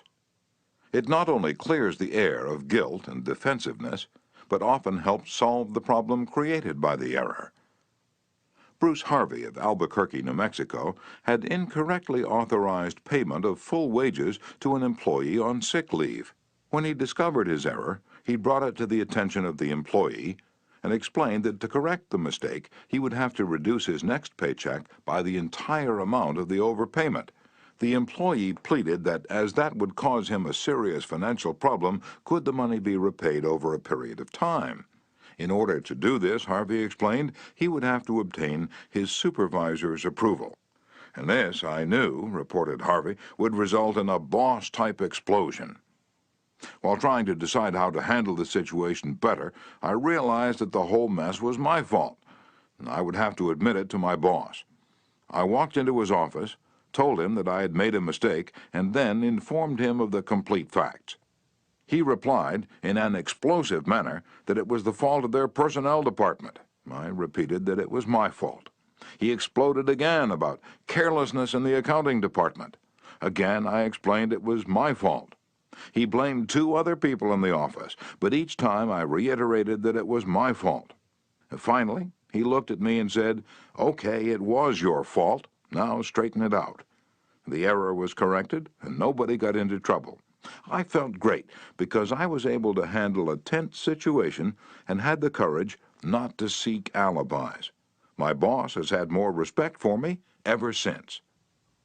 Any fool can try to defend his or her mistakes, and most fools do. But it raises one above the herd and gives one a feeling of nobility and exultation to admit one's mistakes. For example, one of the most beautiful things that history records about Robert E. Lee is the way he blamed himself and only himself for the failure of Pickett's charge at Gettysburg. Pickett's charge was undoubtedly the most brilliant and picturesque attack that ever occurred in the Western world. General George E. Pickett himself was picturesque. He wore his hair so long that his auburn locks almost touched his shoulders, and, like Napoleon in his Italian campaigns, he wrote ardent love letters almost daily while on the battlefield. His devoted troops cheered him that tragic July afternoon as he rode off jauntily toward the Union lines, his cap set at a rakish angle over his right ear. They cheered, and they followed him, man touching man, rank pressing rank, with banners flying and bayonets gleaming in the sun. It was a gallant sight, daring, magnificent. A murmur of admiration ran through the Union lines as they beheld it. Pickett's troops swept forward at an easy trot, through orchard and cornfield, across a meadow and over a ravine. All the time, the enemy's cannon was tearing ghastly holes in their ranks, but on they pressed, grim, irresistible. Suddenly, the Union infantry rose from behind the stone wall on Cemetery Ridge, where they had been hiding, and fired volley after volley into Pickett's onrushing troops. The crest of the hill was a sheet of flame, a slaughterhouse, a blazing volcano. In a few minutes, all of Pickett's brigade commanders except one were down, and 4/5 of his 5,000 men had fallen. General Lewis A. Armistead, leading the troops in the final plunge, ran forward, vaulted over the stone wall, and waving his cap on top of his sword, shouted, "Give 'em steel, boys!" They did. They leaped over the wall, bayoneted their enemies, smashed skulls with clubbed muskets, and planted the battle flags of the South on Cemetery Ridge. The banner waved there only for a moment, but that moment, brief as it was, recorded the high water mark of the Confederacy. Pickett's charge, brilliant, heroic, was nevertheless the beginning of the end. Lee had failed. He could not penetrate the North, and he knew it. The South was doomed. Lee was so saddened, so shocked, that he sent in his resignation and asked Jefferson Davis, the president of the Confederacy, to appoint a younger, abler man. If Lee had wanted to blame the disastrous failure of Pickett's charge on someone else, he could have found a score of alibis. Some of his division commanders had failed him. The cavalry hadn't arrived in time to support the infantry attack. This had gone wrong, and that had gone awry. But Lee was far too noble to blame others. As Pickett's beaten and bloody troops struggled back to the Confederate lines, Robert E. Lee rode out to meet them all alone and greeted them with a self-condemnation that was little short of sublime. "All this has been my fault," he confessed. "I, and I alone, have lost this battle." Few generals in all history had had the courage and character to admit that.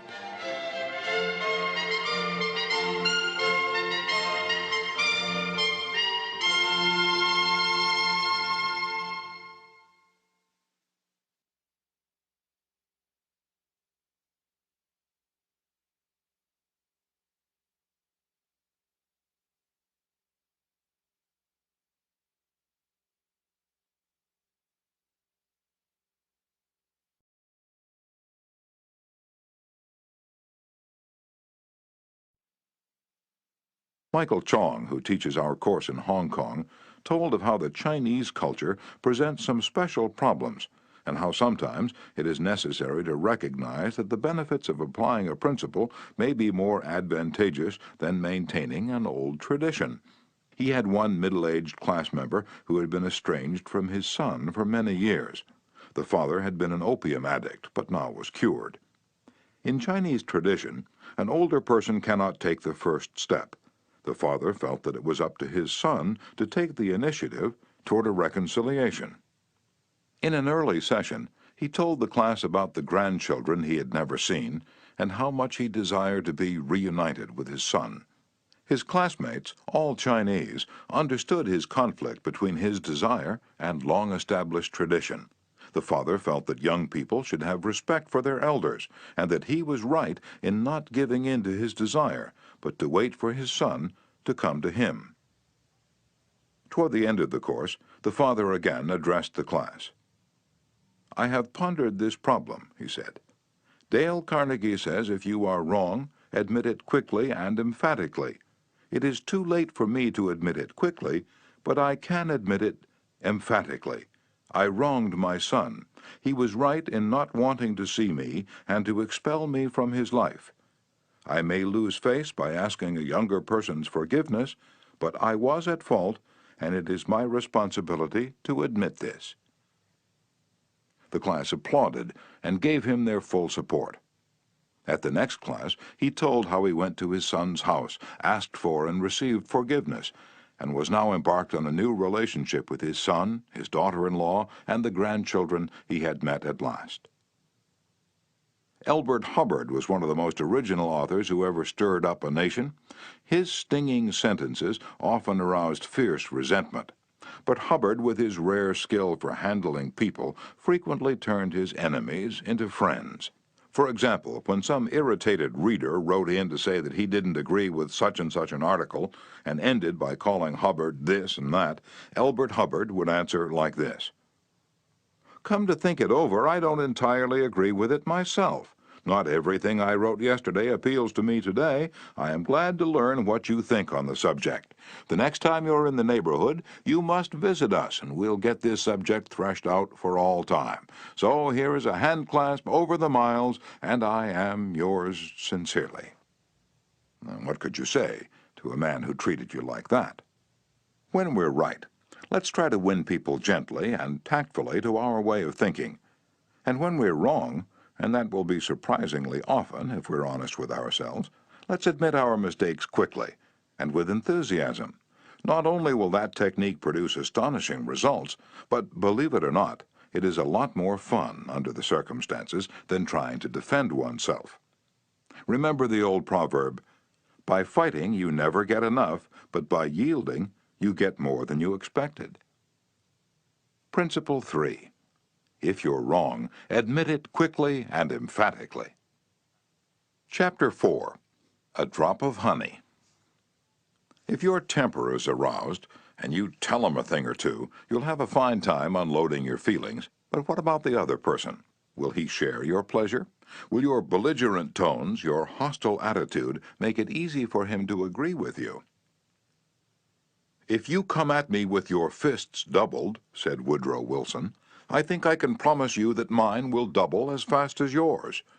But if you come to me and say, 'Let us sit down and take counsel together, and if we differ from each other, understand why it is that we differ, just what the points at issue are,' we will presently find that we are not so far apart after all, that the points on which we differ are few, and the points on which we agree are many, and that if we only have the patience and the candor and the desire to get together, we will get together."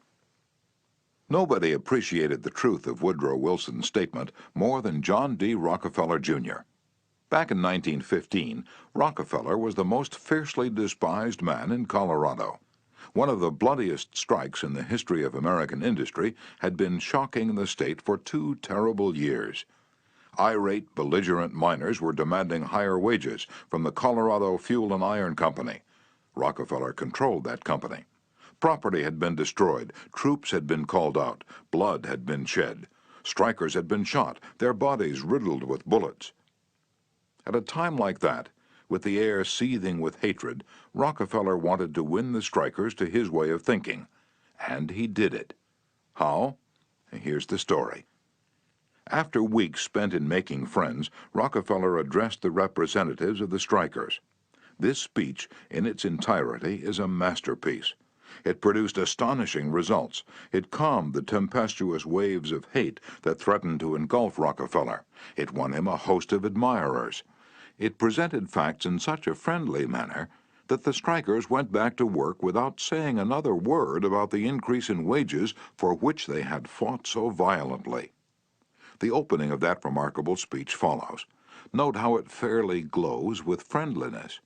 Rockefeller, remember, was talking to men who, a few days previously, had wanted to hang him by the neck to a sour apple tree.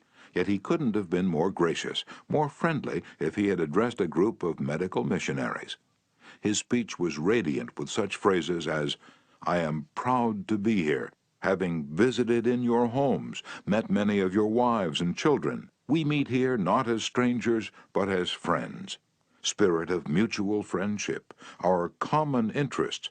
It is only by your courtesy that I am here."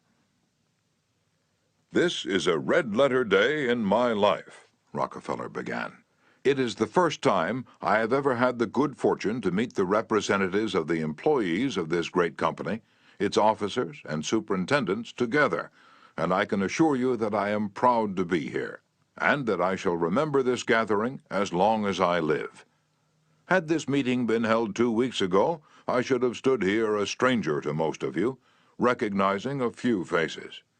Having had the opportunity last week of visiting all the camps in the southern coal field, and of talking individually with practically all of the representatives except those who were away, having visited in your homes, met many of your wives and children, we meet here not as strangers, but as friends.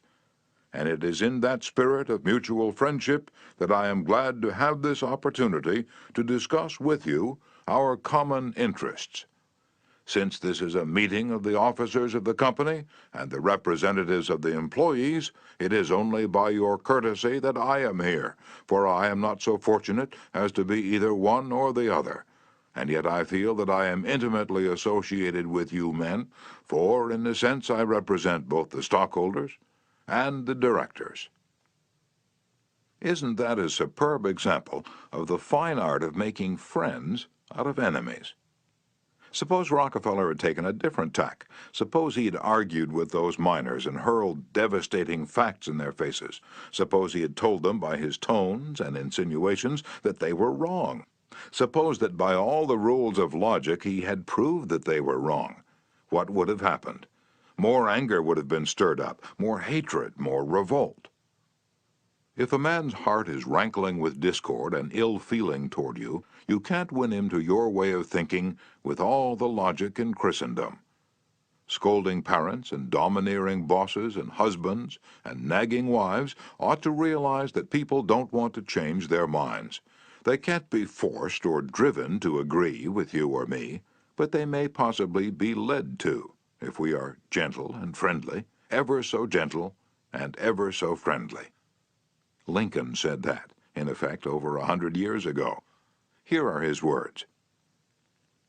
It is an old and true maxim that a drop of honey catches more flies than a gallon of gall. So with men, if you would win a man to your cause, first convince him that you are his sincere friend. Therein is a drop of honey that catches his heart, which, say what you will, is the great high road to his reason. Business executives have learned that it pays to be friendly to strikers. For example, when 2,500 employees in the White Motor Company's plant struck for higher wages and a union shop, Robert F. Black, then president of the company, didn't lose his temper and condemn and threaten and talk of tyranny and communists. He actually praised the strikers. He published an advertisement in the Cleveland papers, complimenting them on the peaceful way in which they laid down their tools. Finding the strike pickets idle, he bought them a couple of dozen baseball bats and gloves and invited them to play ball on vacant lots. For those who preferred bowling, he rented a bowling alley. This friendliness on Mr. Black's part did what friendliness always does. It begot friendliness. So the strikers borrowed brooms, shovels, and rubbish carts and began picking up matches, papers, cigarette stubs, and cigar butts around the factory. Imagine it. Imagine strikers tidying up the factory grounds while battling for higher wages and recognition of the union. Such an event had never been heard of before in the long, tempestuous history of American labor wars. That strike ended with a compromise settlement within a week, ended without any ill feeling or rancor. Daniel Webster, who looked like a god and talked like Jehovah, was one of the most successful advocates who ever pleaded a case. Yet he ushered in his most powerful arguments with such friendly remarks as, "It will be for the jury to consider. This may perhaps be worth thinking of. Here are some facts that I trust you will not lose sight of." Or, "You, with your knowledge of human nature, will easily see the significance of these facts." No bulldozing, no high-pressure methods, no attempt to force his opinions on others. Webster used the soft-spoken, quiet, friendly approach, and it helped to make him famous. You may never be called on to settle a strike or address a jury, but you may want to get your rent reduced. Will the friendly approach help you then? Let's see. O.L. Straub, an engineer, wanted to get his rent reduced, and he knew his landlord was hard-boiled. "I wrote him," Mr. Straub said in a speech before the class, "notifying him that I was vacating my apartment as soon as my lease expired. The truth was, I didn't want to move. I wanted to stay if I could get my rent reduced, but the situation seemed hopeless. Other tenants had tried and failed. Everyone told me that the landlord was extremely difficult to deal with. But I said to myself, I'm studying a course in how to deal with people, so I'll try it on him and see how it works. He and his secretary came to see me as soon as he got my letter. I met him at the door with a friendly greeting. I fairly bubbled with goodwill and enthusiasm. I didn't begin talking about how high the rent was. I began talking about how much I liked his apartment house. Believe me, I was hearty in my approbation and lavish in my praise. I complimented him on the way he ran the building, and I told him I should like so much to stay for another year, but I couldn't afford it. He evidently never had such a reception from a tenant. He hardly knew what to make of it. Then he started to tell me his troubles. Complaining tenants, one had written him 14 letters, some of them positively insulting. Another threatened to break his lease unless the landlord kept the man on the floor above from snoring. "What a relief it is," he said, "to have a satisfied tenant like you." and then, without my even asking him to do it, he offered to reduce my rent a little. I wanted more, so I named the figure I could afford to pay, and he accepted without a word. As he was leaving, he turned to me and asked, "What decorating can I do for you?" If I'd tried to get the rent reduced by the methods the other tenants were using, I am positive I would have met with the same failure they encountered. It was the friendly, sympathetic, appreciative approach that won. Dean Woodcock of Pittsburgh, Pennsylvania, is the superintendent of a department of the local electric company.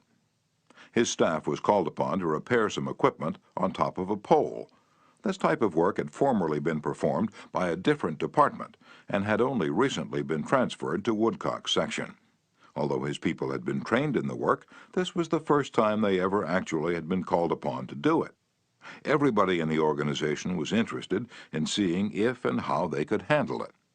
Mr. Woodcock, several of his subordinate managers, and members of the other departments of the utility went to see the operation. Many cars and trucks were there, and a number of people were standing around watching the two lone men on top of the pole. Glancing around, Woodcock noticed a man up the street getting out of his car with a camera. He began taking pictures of the scene. Utility people are extremely conscious of public relations, and suddenly Woodcock realized what this setup looked like to the man with the camera. Overkill, dozens of people being called out to do a two-person job. He strolled up the street to the photographer. "I see you're interested in our operation." "Yes, and my mother will be more than interested. She owns stock in your company. This will be an eye-opener for her. She may even decide her investment was unwise. I've been telling her for years that there's a lot of waste motion in companies like yours. This proves it. The newspapers might like these pictures, too." "Well, it does look like it, doesn't it? I'd think the same thing in your position, but this is a unique situation." And Dean Woodcock went on to explain how this was the first job of this type for his department, and how everybody, from executives down, was interested. He assured the man that under normal conditions, two people could handle the job. The photographer put away his camera, shook Woodcock's hand, and thanked him for taking the time to explain the situation to him. Dean Woodcock's friendly approach saved his company much embarrassment and bad publicity. Another member of one of our classes, Gerald H. Wynn of Littleton, New Hampshire, reported how, by using a friendly approach, he obtained a very satisfactory settlement on a damage claim. "Early in the spring," he reported, "before the ground had thawed from the winter freezing, there was an unusually heavy rainstorm, and the water, which normally would have run off to nearby ditches and storm drains along the road, took a new course onto a building lot where I just built a new home. Not being able to run off, the water pressure built up around the foundation of the house. The water forced itself under the concrete basement floor, causing it to explode, and the basement filled with water. This ruined the furnace and the hot water heater. The cost to repair this damage was in excess of $2,000. I had no insurance to cover this type of damage. However, I soon found out that the owner of the subdivision had neglected to put in a storm drain near the house, which could have prevented this problem. I made an appointment to see him. During the 25-mile trip to his office, I carefully reviewed the situation, and remembering the principles I learned in this course, I decided that showing my anger would not serve any worthwhile purpose. When I arrived, I kept very calm and started by talking about his recent vacation to the West Indies. And then, when I felt the timing was right, I mentioned the little problem of water damage. He quickly agreed to do his share in helping to correct the problem. A few days later, he called and said he would pay for the damage and also put in a storm drain to prevent the same thing from happening in the future. Even though it was the fault of the owner of the subdivision, if I'd not begun in a friendly way, there would have been a great deal of difficulty in getting him to agree to the total liability. Years ago, when I was a barefoot boy walking through the woods to a country school out in northwest Missouri, I read a fable about the sun and the wind. They quarreled about which was the stronger, and the wind said, "I'll prove I am. See the old man down there with the coat? I can get that coat off him quicker than you can." So the sun went behind a cloud, and the wind blew until it was almost a tornado. But the harder it blew, the tighter the old man clutched his coat to him. Finally, the wind calmed down and gave up, and then the sun came out from behind the clouds and smiled kindly on the old man. Presently he mopped his brow and pulled off his coat. The sun then told the wind that gentleness and friendliness were always stronger than fury and force. The use of gentleness and friendliness is demonstrated day after day by people who have learned that a drop of honey catches more flies than a gallon of gall. F. Gale Connor of Lutherville, Maryland, proved this when he had to take his 4-month-old car to the service department of the car dealer for the 3rd time. He told our class, "It was apparent that talking to, reasoning with, or shouting at the service manager was not going to lead to a satisfactory resolution of my problems. I walked over to the showroom and asked to see the agency owner, Mr. White. After a short wait, I was ushered into Mr. White's office.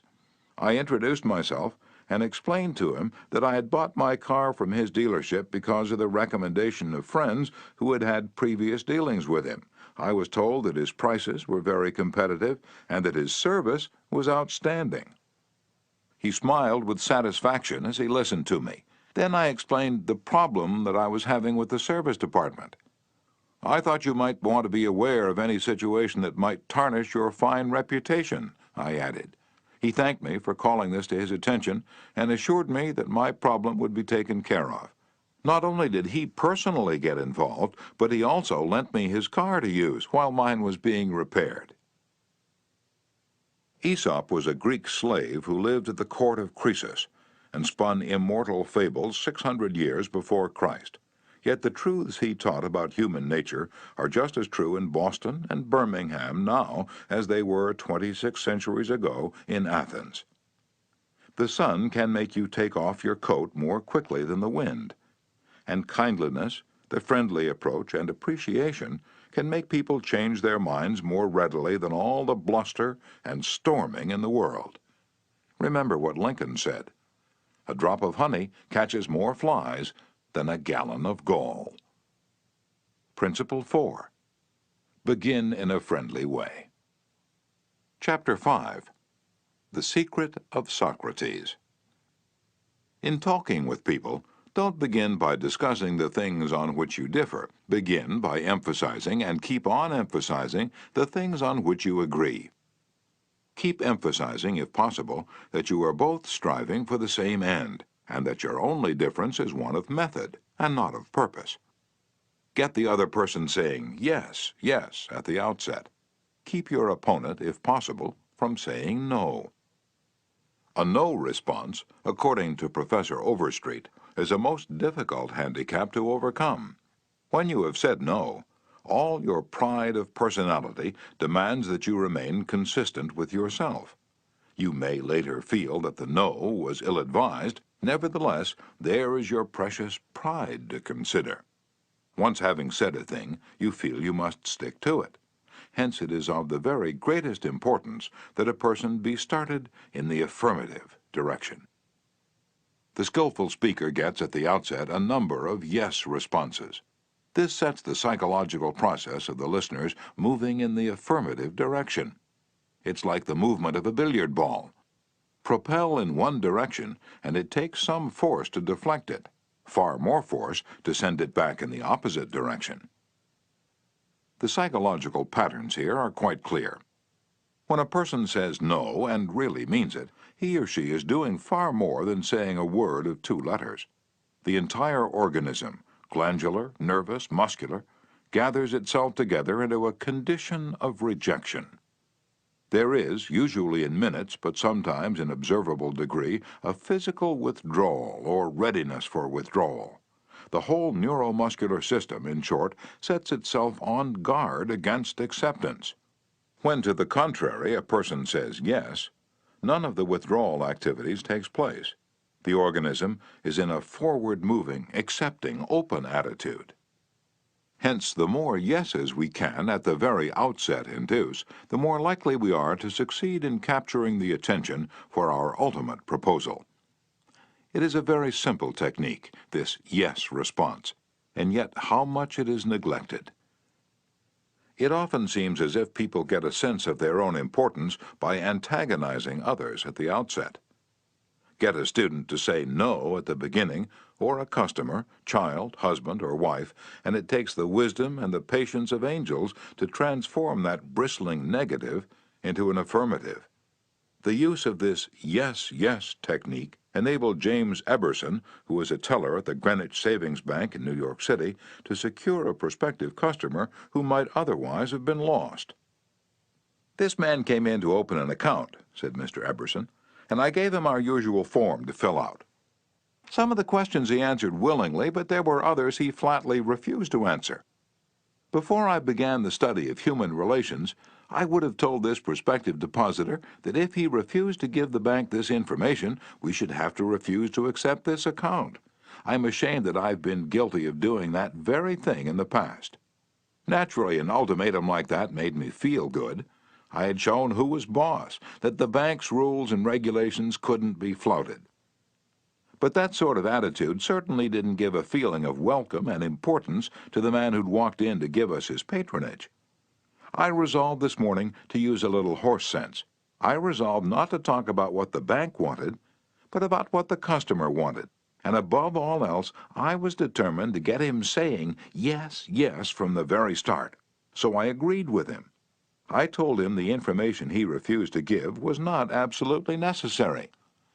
However, I said, suppose you have money in this bank at your death.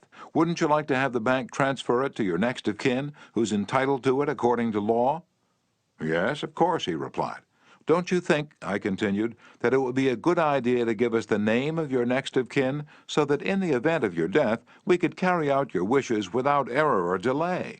Again he said yes. The young man's attitude softened and changed when he realized that we weren't asking for this information for our sake, but for his sake.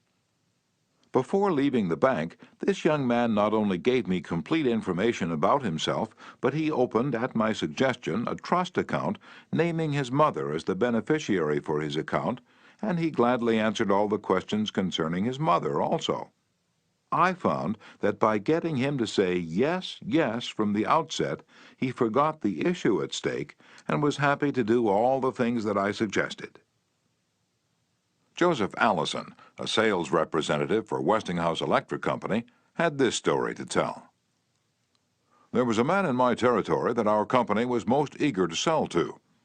My predecessor had called on him for 10 years without selling anything. When I took over the territory, I called steadily for 3 years without getting an order. Finally, after 13 years of calls and sales talk, we sold him a few motors. If these proved to be all right, an order for several hundred more would follow. Such was my expectation. Right? I knew they'd be all right. So when I called 3 weeks later, I was in high spirits. The chief engineer greeted me with this shocking announcement. Allison, I can't buy the remainder of the motors from you. Why? I asked in amazement. Why? Because your motors are too hot. I can't put my hand on them. I knew it wouldn't do any good to argue. I'd tried that sort of thing too long. So I thought of getting the yes, yes response. Well, now look, Mr. Smith, I said. I agree with you 100%. If those motors are running too hot, you ought not to buy any more of them.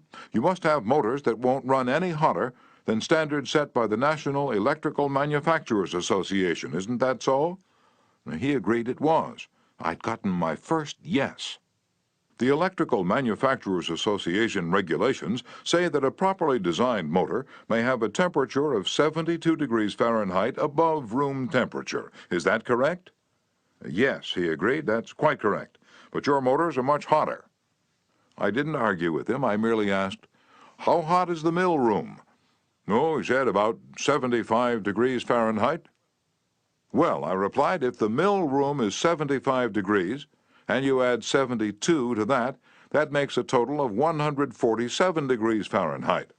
Wouldn't you scald your hand if you held it under a spigot of hot water at a temperature of 147 degrees Fahrenheit? Again, he had to say yes. Well, I suggested, wouldn't it be a good idea to keep your hands off those motors? Oh, well, I guess you're right, he admitted. We continued to chat for a while, Then he called his secretary and lined up approximately $35,000 worth of business for the ensuing month.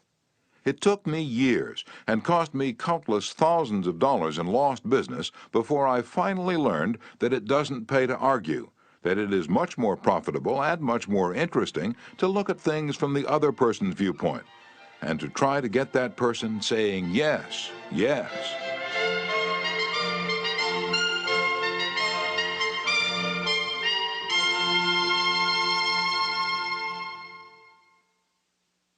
Eddie Snow, who sponsors our courses in Oakland, California, tells how he became a good customer of a shop because the proprietor got him to say yes, yes. Eddie had become interested in bow hunting and had spent considerable money in purchasing equipment and supplies from a local bow store. When his brother was visiting him, he wanted to rent a bow for him from this store. The sales clerk told him they didn't rent bows, so Eddie phoned another bow store. Eddie described what happened. A very pleasant gentleman answered the phone. His response to my question for a rental was completely different from the other place.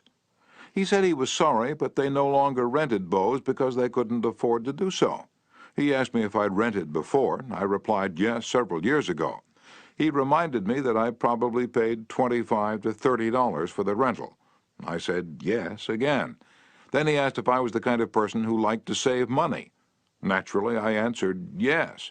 He went on to explain that they had bow sets with all the necessary equipment on sale for $34.95. I could buy a complete set for only $4.95 more than I could rent one. He explained that is why they had discontinued renting them. Did I think that was reasonable? My yes response led to a purchase of the set, and when I picked it up, I purchased several more items at this shop and have since become a regular customer. Socrates, the gadfly of Athens, was one of the greatest philosophers the world has ever known. He did something that only a handful of men in all history have been able to do. He sharply changed the whole course of human thought. And now, 24 centuries after his death, he is honored as one of the wisest persuaders who ever influenced this wrangling world. His method? Did he tell people they were wrong? Oh, no, not Socrates. He was far too adroit for that. His whole technique, now called the Socratic method, was based upon getting a yes, yes response. He asked questions with which his opponent would have to agree. He kept on winning one admission after another until he had an armful of yeses. He kept on asking questions until finally, without realizing it, his opponents found themselves embracing a conclusion they would have bitterly denied a few minutes previously. The next time we're tempted to tell someone he or she is wrong, let's remember old Socrates and ask a gentle question, a question that will get the yes, yes response. The Chinese have a proverb pregnant with the age-old wisdom of the Orient. He who treads softly goes far. They have spent 5,000 years studying human nature, those cultured Chinese, and they have garnered a lot of perspicacity. He who treads softly goes far. Principle 5. Get the other person saying yes, yes, immediately. Chapter 6. The safety valve in handling complaints. Most people trying to win others to their way of thinking do too much talking themselves. Let the other people talk themselves out. They know more about their business and problems than you do, so ask them questions. Let them tell you a few things. If you disagree with them, you may be tempted to interrupt, but don't. It's dangerous. They won't pay attention to you while they still have a lot of ideas of their own crying for expression, so listen patiently and with an open mind. Be sincere about it. Encourage them to express their ideas fully. Does this policy pay in business? Let's see. Here is the story of a sales representative who was forced to try it. One of the largest automobile manufacturers in the United States was negotiating for a year's requirements of upholstery fabrics. 3 important manufacturers had worked up fabrics in sample bodies. These had all been inspected by the executives of the motor company, and notice had been sent to each manufacturer saying that on a certain day a representative from each supplier would be given an opportunity to make a final plea for the contract. GBR, a representative of one manufacturer, arrived in town with a severe attack of laryngitis. When it came my turn to meet the executives in conference, Mr. R. said, as he related the story before one of my classes, I had lost my voice. I could barely whisper. I was ushered into a room and found myself face to face with the textile engineer, the purchasing agent, the director of sales, and the president of the company. I stood up and made a valiant effort to speak, but I couldn't do anything more than squeak. They were all seated around a table, so I wrote on a pad of paper, "Gentlemen, I have lost my voice. I am speechless." "I'll do the talking for you," the president said. He did. He exhibited my samples and praised their good points. A lively discussion arose about the merits of my goods, and the president, since he was talking for me, took the position I would have had during the discussion. My sole participation consisted of smiles, nods, and a few gestures. As a result of this unique conference, I was awarded the contract, which called for over 500,000 yards of upholstery fabrics at an aggregate value of $1,600,000, the biggest order I had ever received. I know I would have lost the contract if I hadn't lost my voice, because I had the wrong idea about the whole proposition. I discovered, quite by accident, how richly it sometimes pays to let the other person do the talking. Letting the other person do the talking helps in family situations as well as in business. Barbara Wilson's relationship with her daughter, Lori, was deteriorating rapidly. Lori, who had been a quiet, complacent child, had grown into an uncooperative, sometimes belligerent teenager. Mrs. Wilson lectured her, threatened her, and punished her, but all to no avail. One day, Mrs. Wilson told one of our classes, I just gave up. Lori had disobeyed me and had left the house to visit her girlfriend before she had completed her chores. When she returned, I was about to scream at her for the 10,000th time, but I just didn't have the strength to do it. I just looked at her and said sadly, "Why, Lori, why?" Lori noted my condition and in a calm voice asked, "Do you really want to know?" I nodded, and Lori told me, first hesitantly, and then it all flowed out. I had never listened to her.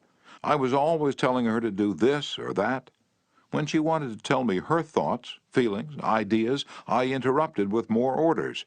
I began to realize that she needed me not as a bossy mother, but as a confidant, an outlet for all her confusion about growing up, and all I'd been doing was talking when I should have been listening.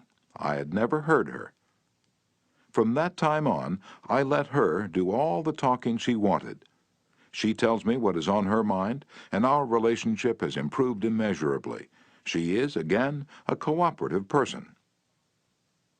A large advertisement appeared on the financial page of a New York newspaper, calling for a person with unusual ability and experience.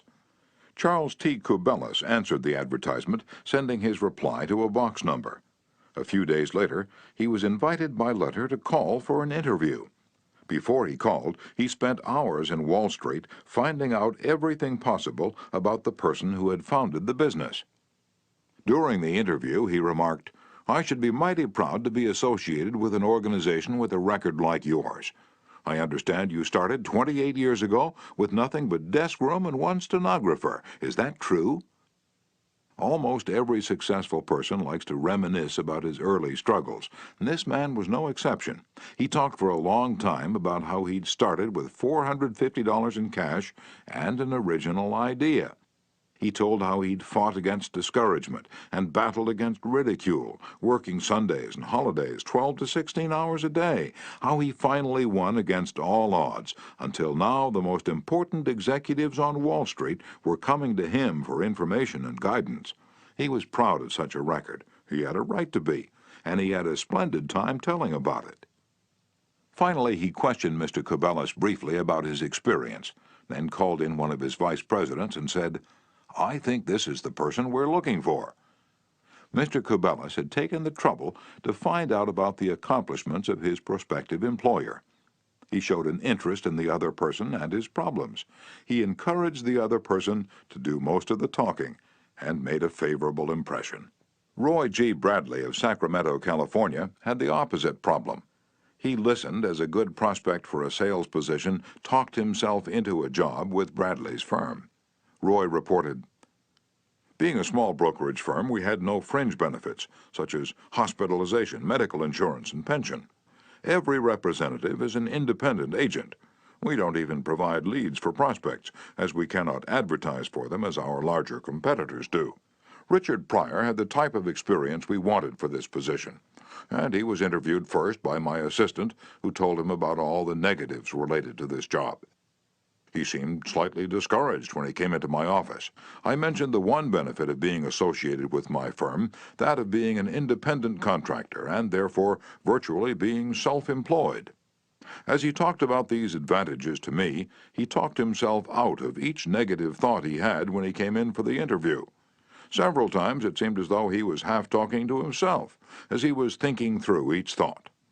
At times I was tempted to add to his thoughts. However, as the interview came to a close, I felt he had convinced himself, very much on his own, that he would like to work for my firm. Because I had been a good listener and let Dick do most of the talking, he was able to weigh both sides fairly in his mind. And he came to the positive conclusion, which was a challenge he created for himself.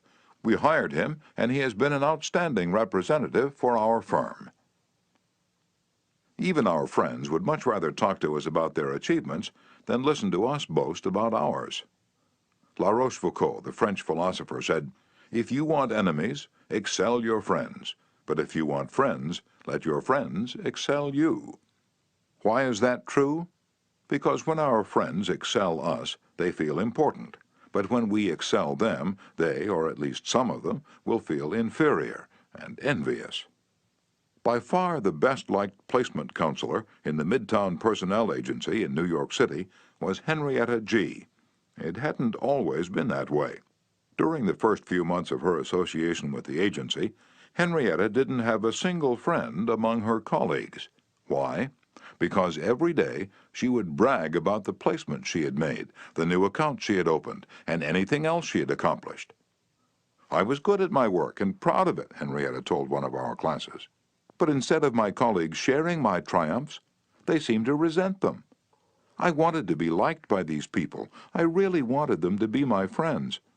After listening to some of the suggestions made in this course, I started to talk about myself less and listen more to my associates. They also had things to boast about and were more excited about telling me about their accomplishments than about listening to my boasting. Now, when we have some time to chat, I ask them to share their joys with me, and I only mention my achievements when they ask." Principle 6. Let the other person do a great deal of the talking. Chapter 7. How to Get Cooperation. Don't you have much more faith in ideas that you discover for yourself than in ideas that are handed to you on a silver platter? If so, isn't it bad judgment to try to ram your opinions down the throats of other people? Isn't it wiser to make suggestions and let the other person think out the conclusion? Adolph Seltz of Philadelphia, sales manager in an automobile showroom and a student in one of my courses, suddenly found himself confronted with the necessity of injecting enthusiasm into a discouraged and disorganized group of automobile salespeople. Calling a sales meeting, he urged his people to tell him exactly what they expected from him. As they talked, he wrote their ideas on the blackboard.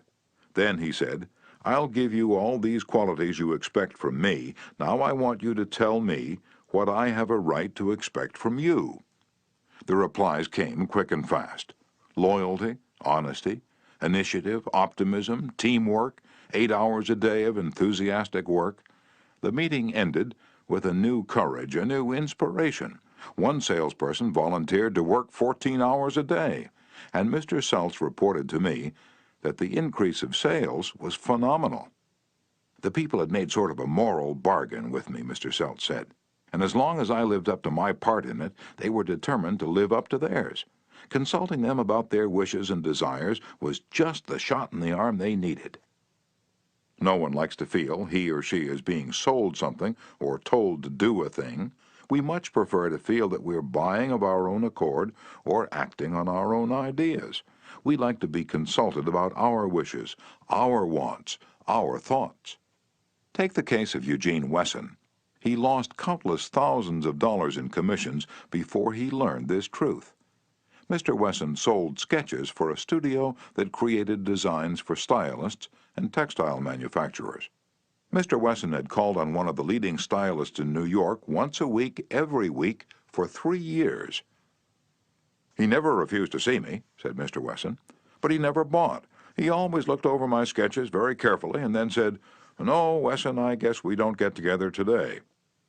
After 150 failures, Wesson realized he must be in a mental rut, so he resolved to devote one evening a week to the study of influencing human behavior to help him develop new ideas and generate new enthusiasm. He decided on this new approach. With half a dozen unfinished artist sketches under his arm, he rushed over to the buyer's office. "Here's some uncompleted sketches. Won't you please tell me how we could finish them up in such a way that you could use them?" The buyer looked at the sketches for a while without uttering a word. Finally, he said, "Leave these with me for a few days, Wesson, and then come back and see me." Wesson returned 3 days later, got his suggestions, took the sketches back to the studio, and had them finished according to the buyer's ideas. The result? All accepted. After that, this buyer ordered scores of other sketches from Wesson, all drawn according to the buyer's ideas. "I realized why I had failed for years to sell him," said Mr. Wesson. "I'd urged him to buy what I thought he ought to have. Then I changed my approach completely. I urged him to give me his ideas. This made him feel that he was creating the designs, and he was. I didn't have to sell him. He bought." Letting the other person feel that the idea is his or hers not only works in business and politics, it works in family life as well. Paul M. Davis of Tulsa, Oklahoma, told his class how he applied this principle. "My family and I enjoyed one of the most interesting sightseeing vacation trips we'd ever taken. I'd long dreamed of visiting such historic sites as the Civil War battlefield in Gettysburg, Independence Hall in Philadelphia, and our nation's capital. Valley Forge, Jamestown, and the restored colonial village of Williamsburg were high on the list of things I wanted to see. In March, my wife Nancy mentioned that she had ideas for our summer vacation, which included a tour of the western states, visiting points of interest in New Mexico, Arizona, California, and Nevada. She'd wanted to make this trip for several years, but we couldn't obviously make both trips. Our daughter Anne had just completed a course in U.S. history in junior high school and had become very interested in the events that had shaped our country's growth. I asked her how she'd like to visit the places she'd learned about on our next vacation. She said she'd love to. 2 evenings later, as we sat around the dinner table, Nancy announced that if we all agreed, the summer's vacation would be to the eastern states, that it would be a great trip for Anne and thrilling for all of us. We all concurred. The same psychology was used by an X-ray manufacturer to sell his equipment to one of the largest hospitals in Brooklyn. This hospital was building an addition and preparing to equip it with the finest X-ray department in America. Dr. L., who was in charge of the X-ray department, was overwhelmed with sales representatives, each caroling the praises of his own company's equipment. One manufacturer, however, was more skillful. He knew far more about handling human nature than the others did. He wrote a letter, something like this: "Our factory has recently completed a new line of X-ray equipment. The first shipment of these machines has just arrived in our office. They are not perfect, we know that, and we want to improve them, so we should be deeply obligated to you if you could find time to look them over and give us your ideas about how they can be made more serviceable to your profession. Knowing how occupied you are, I shall be glad to send my car for you at any hour you specify." "I was surprised to get that letter," Dr. L. said, as he related the incident before the class. "I was both surprised and complimented. I had never had an X-ray manufacturer seeking my advice before. It made me feel important. I was busy every night that week, but I canceled a dinner appointment in order to look over the equipment. The more I studied it, the more I discovered for myself how much I liked it. Nobody had tried to sell it to me. I felt that the idea of buying that equipment for the hospital was my own. I sold myself on its superior qualities and ordered it installed. Ralph Waldo Emerson, in his essay Self-Reliance, stated, "In every work of genius we recognize our own rejected thoughts. They come back to us with a certain alienated majesty." Colonel Edward M. House wielded an enormous influence in national and international affairs while Woodrow Wilson occupied the White House. Wilson leaned upon Colonel House for secret counsel and advice more than he did upon even members of his own cabinet. What method did the colonel use in influencing the president? Fortunately, we know, for House himself revealed it to Arthur D. Howden Smith, and Smith quoted House in an article in the Saturday Evening Post. "After I got to know the president," House said, "I learned the best way to convert him to an idea was to plant it in his mind casually, but so as to interest him in it, so as to get him thinking about it on his own account. The first time this worked, it was an accident. I had been visiting him at the White House and urged a policy on him when he appeared to disapprove. But several days later, at the dinner table, I was amazed to hear him trot out my suggestion as his own."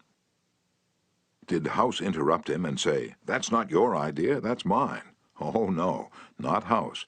He was too adroit for that. He didn't care about credit. He wanted results.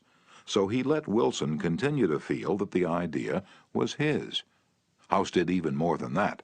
He gave Wilson public credit for these ideas. Let's remember that everyone we come in contact with is just as human as Woodrow Wilson. So let's use Colonel House's technique. A man in the beautiful Canadian province of New Brunswick used this technique on me and won my patronage. I was planning at the time to do some fishing and canoeing in New Brunswick. So I wrote the Tourist Bureau for information.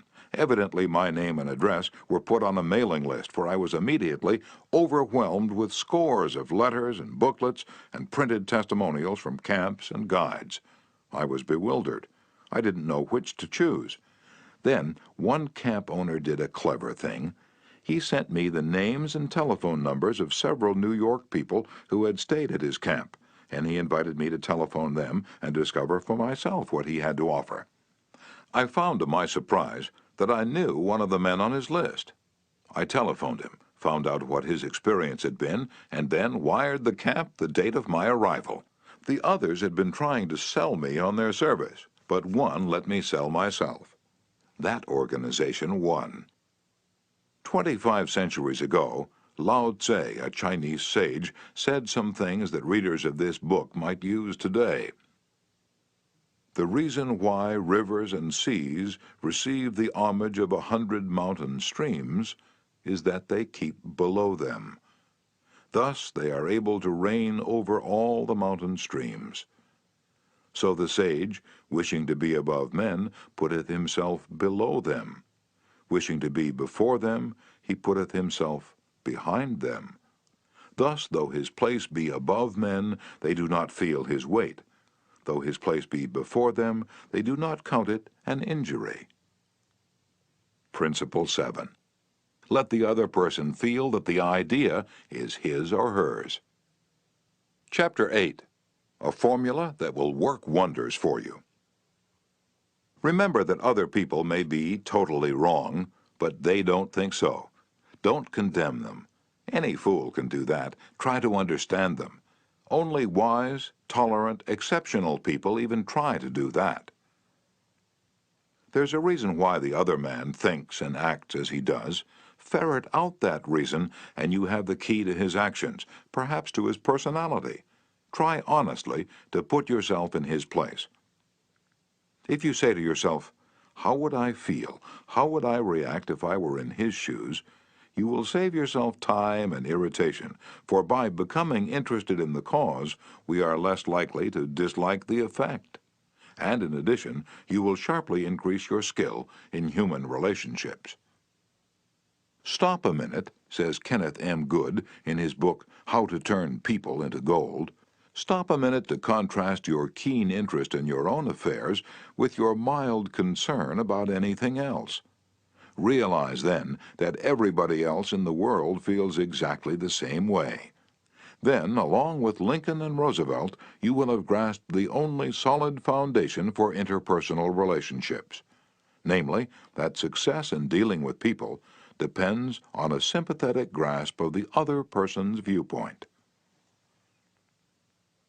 Sam Douglas of Hempstead, New York, used to tell his wife that she spent too much time working on their lawn, pulling weeds, fertilizing, cutting the grass twice a week when the lawn didn't look any better than it had when they moved into their home 4 years earlier. Naturally, she was distressed by his remarks, and each time he made such remarks, the balance of the evening was ruined. After taking our course, Mr. Douglas realized how foolish he'd been all those years. It never occurred to him that she enjoyed doing that work, and she might really appreciate a compliment on her diligence. One evening after dinner, his wife said she wanted to pull some weeds and invited him to keep her company. He first declined, but then thought better of it and went out after her and began to help her pull weeds. She was visibly pleased, and together they spent an hour in hard work and pleasant conversation.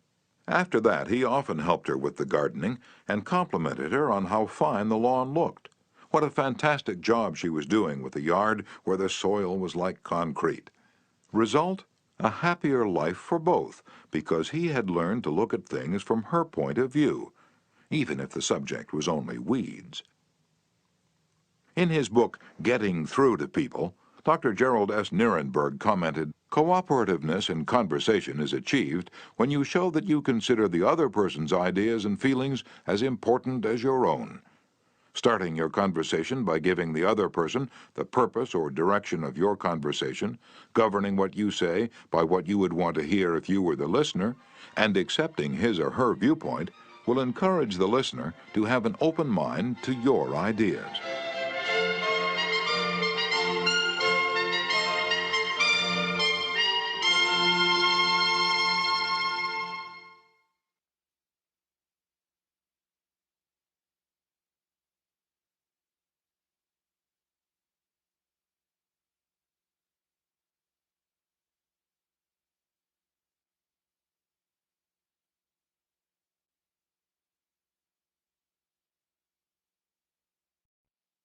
I have always enjoyed walking and riding in a park near my home.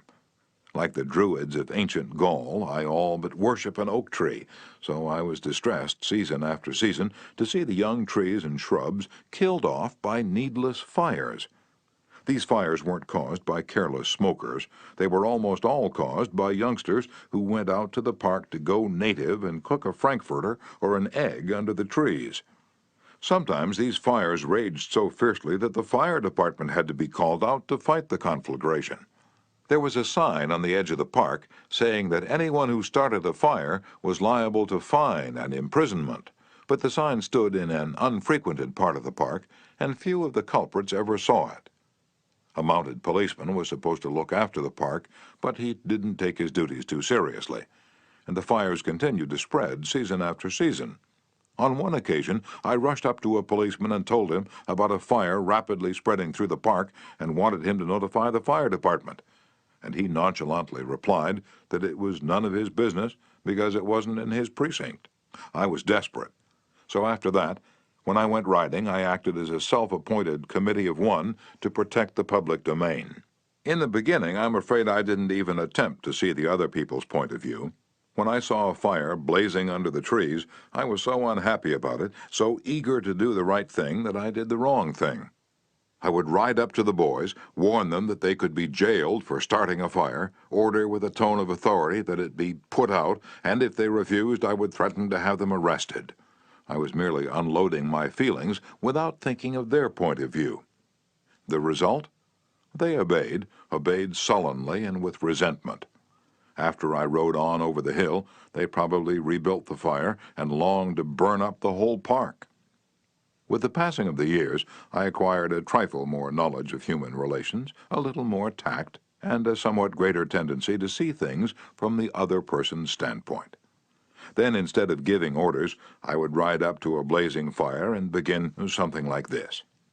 Having a good time, boys? What are you going to cook for supper? I loved to build fires myself when I was a boy, and I still love to. But you know they're very dangerous here in the park.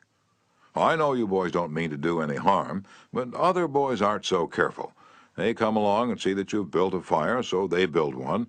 They don't put it out when they go home, and it spreads among the dry leaves and kills the trees. We won't have any trees here at all if we aren't more careful. You could be put in jail for building this fire, but I don't want to be bossy, interfere with your pleasure.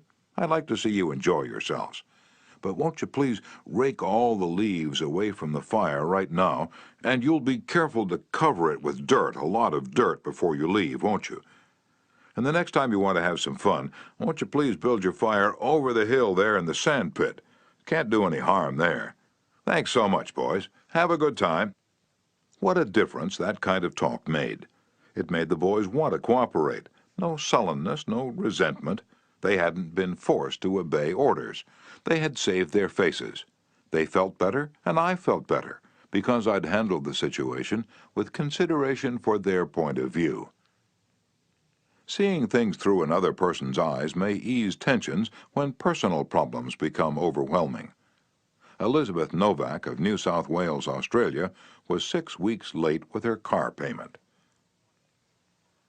On a Friday, she reported, I received a nasty phone call from the man who was handling my account, informing me if I did not come up with $122 by Monday morning, I could anticipate further action from the company. I had no way of raising the money over the weekend, so when I received his phone call first thing on Monday morning, I expected the worst. Instead of becoming upset, I looked at the situation from his point of view. I apologized most sincerely for causing him so much inconvenience, and remarked that I must be his most troublesome customer, as this was not the first time I was behind in my payments. His tone of voice changed immediately, and he reassured me that I was far from being one of his really troublesome customers. He went on to tell me several examples of how rude his customers sometimes were, how they lied to him, and often tried to avoid talking to him at all. I said nothing. I listened and let him pour out his troubles to me. Then, without any suggestion from me, he said it did not matter if I couldn't pay all the money immediately. It would be all right if I paid him $20 by the end of the month and made up the balance whenever it was convenient for me to do so. Tomorrow, before asking anyone to put out a fire or buy your product or contribute to your favorite charity, why not pause and close your eyes and try to think the whole thing through from another person's point of view? Ask yourself, why should he or she want to do it? True, this will take time, but it will avoid making enemies, and will get better results, and with less friction and less shoe leather. I would rather walk the sidewalk in front of a person's office for 2 hours before an interview, said Dean Dunham of the Harvard Business School, than step into that office without a perfectly clear idea of what I was going to say and what that person, from my knowledge of his or her interests and motives, was likely to answer. That is so important that I'm going to repeat it for the sake of emphasis. I would rather walk the sidewalk in front of a person's office for 2 hours before an interview than to step into that office without a perfectly clear idea of what I was going to say and what that person, from my knowledge of his or her interests and motives, was likely to answer.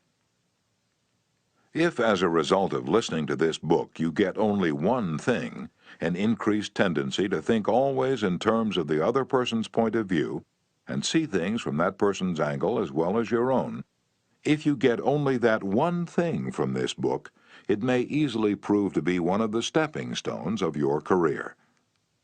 Principle 8. Try honestly to see things from the other person's point of view. Chapter 9. What everybody wants. Wouldn't you like to have a magic phrase that would stop arguments, eliminate ill feeling, create goodwill, and make the other person listen attentively? Yes?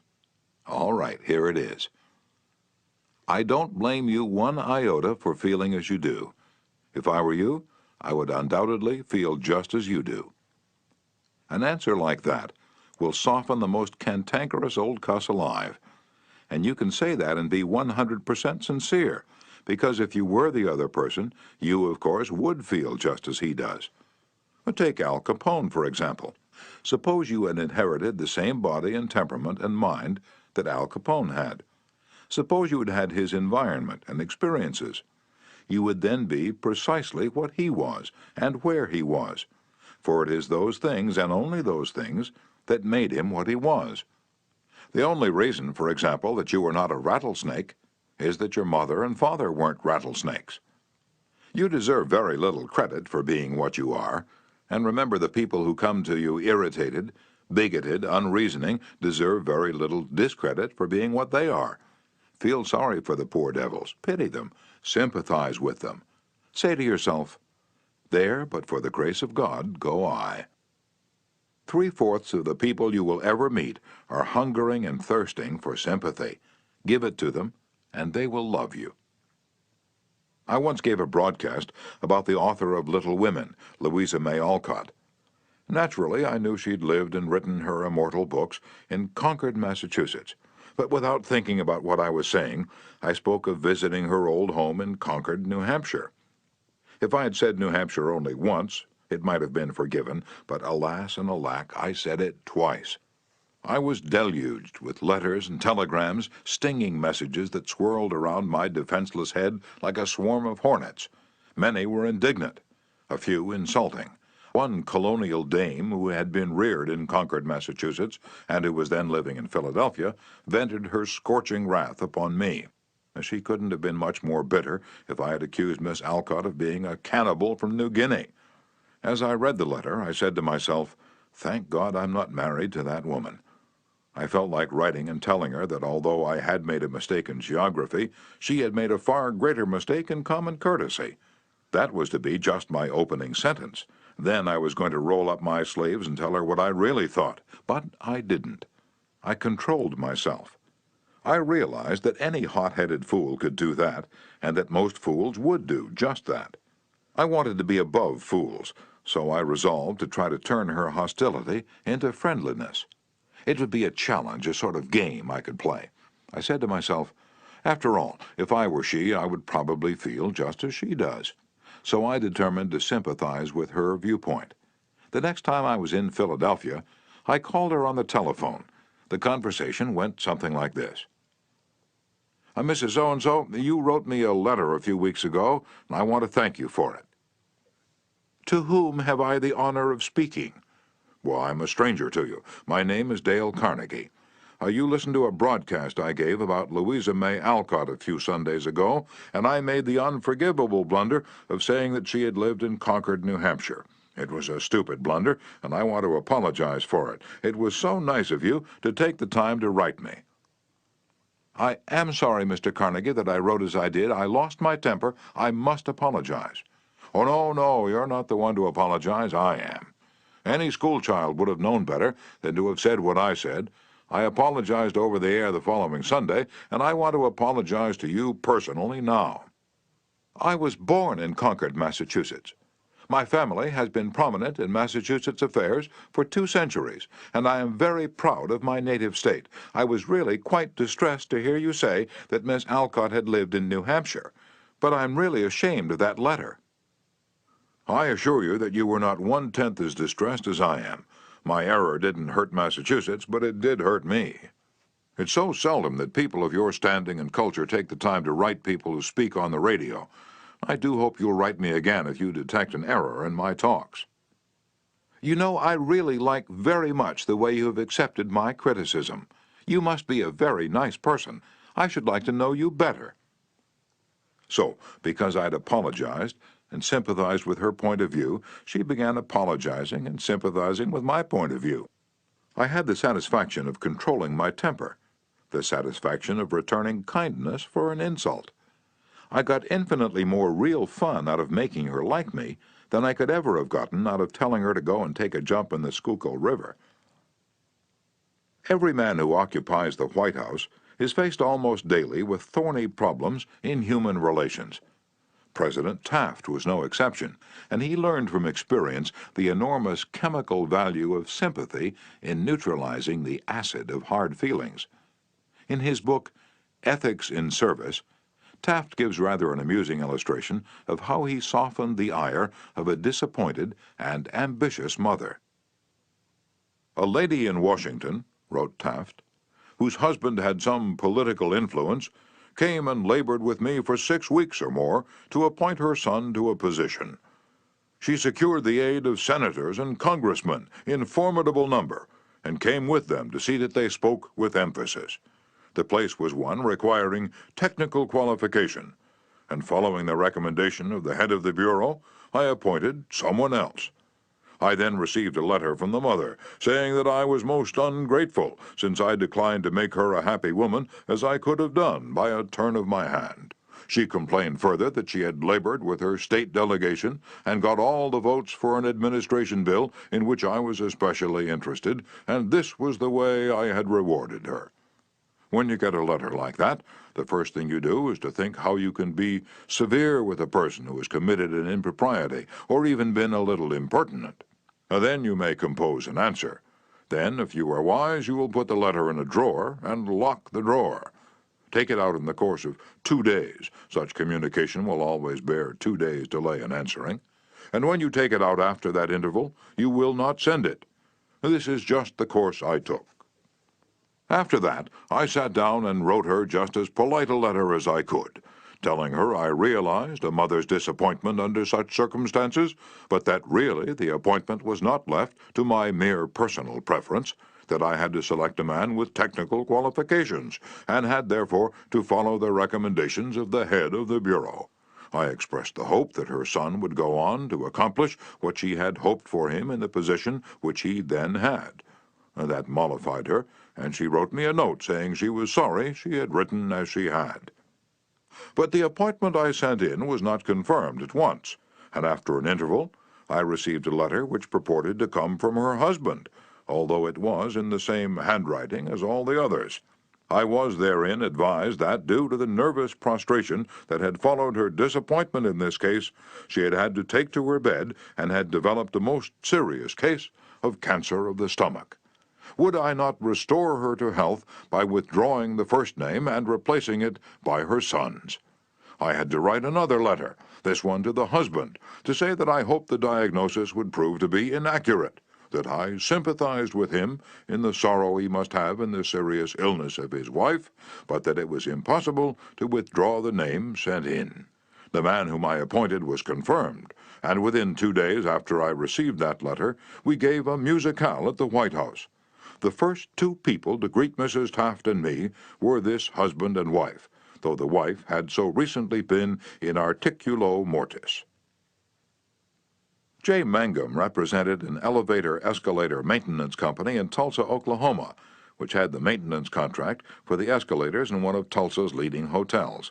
The hotel manager did not want to shut down the escalator for more than 2 hours at a time because he did not want to inconvenience the hotel's guests.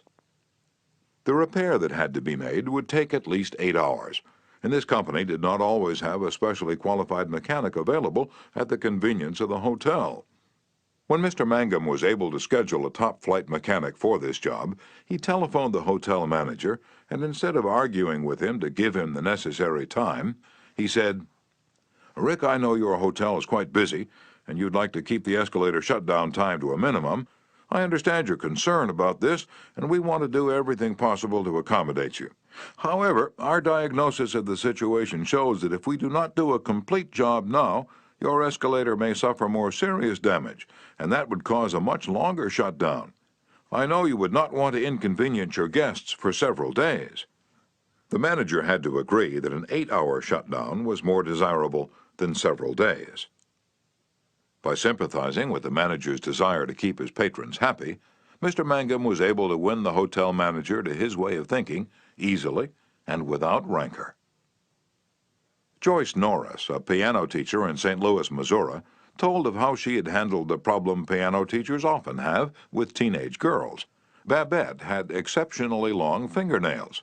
This is a serious handicap to anyone who wants to develop proper piano playing habits. Mrs. Norris reported, "I knew her long fingernails would be a barrier for her in her desire to play well. During our discussions, prior to her starting her lessons with me, I did not mention anything to her about her nails. I didn't want to discourage her from taking lessons, and I also knew she would not want to lose that which she took so much pride in and such great care to make attractive. After her first lesson, when I felt the time was right, I said, "Babette, you have attractive hands and beautiful fingernails. If you want to play the piano as well as you are capable of, and as well as you would like to, you would be surprised how much quicker and easier it would be for you if you would trim your nails shorter. Just think about it, okay?" She made a face which was definitely negative. I also talked to her mother about this situation, again mentioning how lovely her nails were. Another negative reaction. It was obvious that Babette's beautifully manicured nails were important to her. The following week, Babette returned for her second lesson. Much to my surprise, the fingernails had been trimmed. I complimented her and praised her for making such a sacrifice. I also thanked her mother for influencing Babette to cut her nails. Her reply was, "Oh, I had nothing to do with it.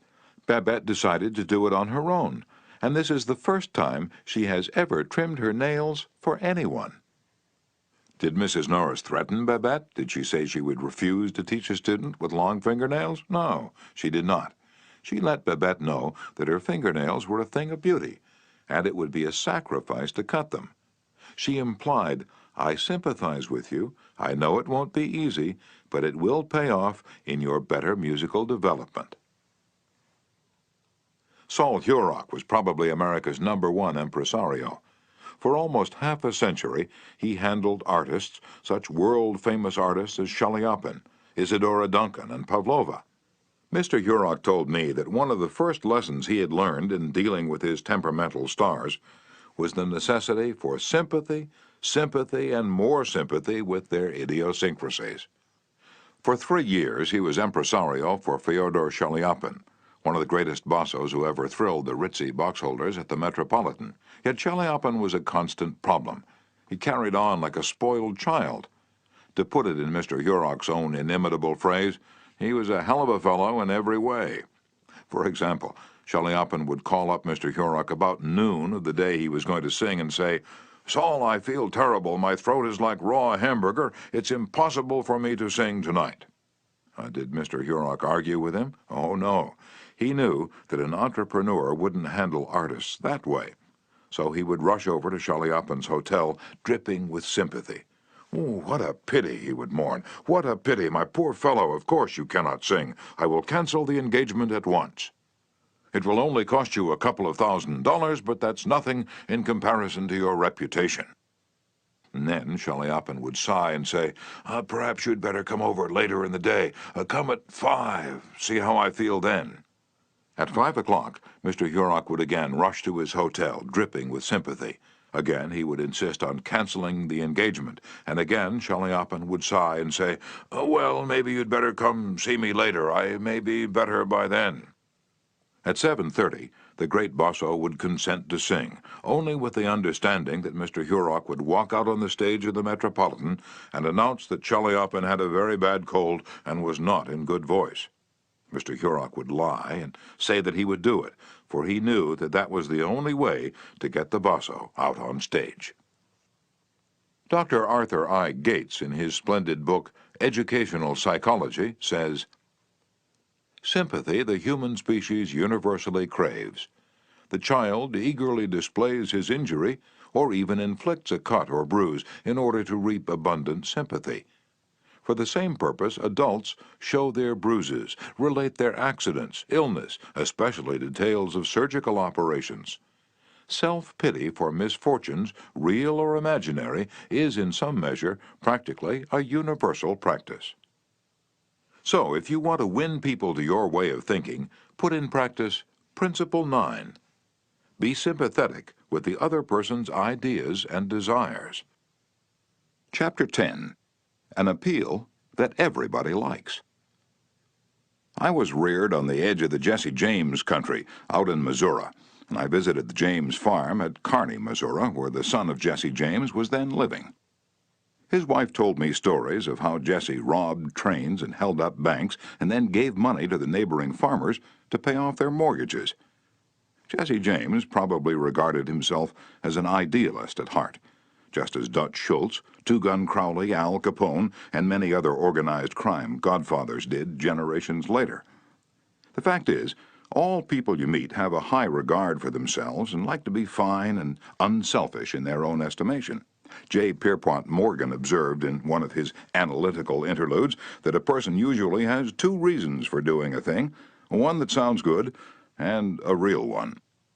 The person himself will think of the real reason. You don't need to emphasize that. But all of us, being idealists at heart, like to think of motives that sound good. So in order to change people, appeal to the nobler motives. Is that too idealistic to work in business? Let's see. Let's take the case of Hamilton J. Farrell of the Farrell-Mitchell Company of Glenolden, Pennsylvania. Mr. Farrell had a disgruntled tenant who threatened to move.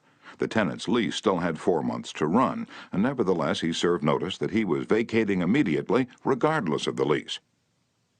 "These people had lived in my house all winter, the most expensive part of the year," Mr. Farrell said as he told the story to the class. "I knew it would be difficult to rent the apartment again before fall. I could see all that rent income going over the hill. Believe me, I saw red. And now, ordinarily, I would have waded into that tenant and advised him to read his lease again. I would have pointed out that if he moved, the full balance of his rent would fall due at once, and that I could and would move to collect. However, instead of flying off the handle and making a scene, I decided to try other tactics, so I started like this. 'Mr. Doe,' I said, 'I have listened to your story, and I still don't believe you intend to move. Years in the renting business have taught me something about human nature. I sized you up in the first place as being a man of your word. In fact, I'm so sure of it, I'm willing to take a gamble. Now, here's my proposition. Lay your decision on the table for a few days and think it over.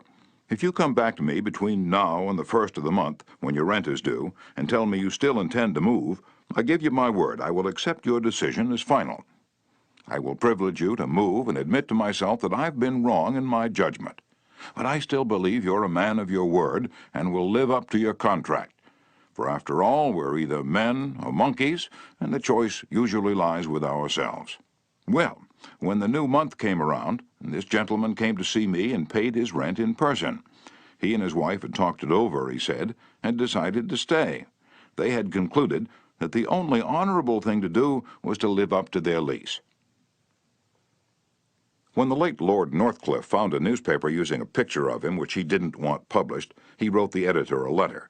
But did he say, "Please do not publish that picture of me any more, I don't like it"? No, he appealed to a nobler motive.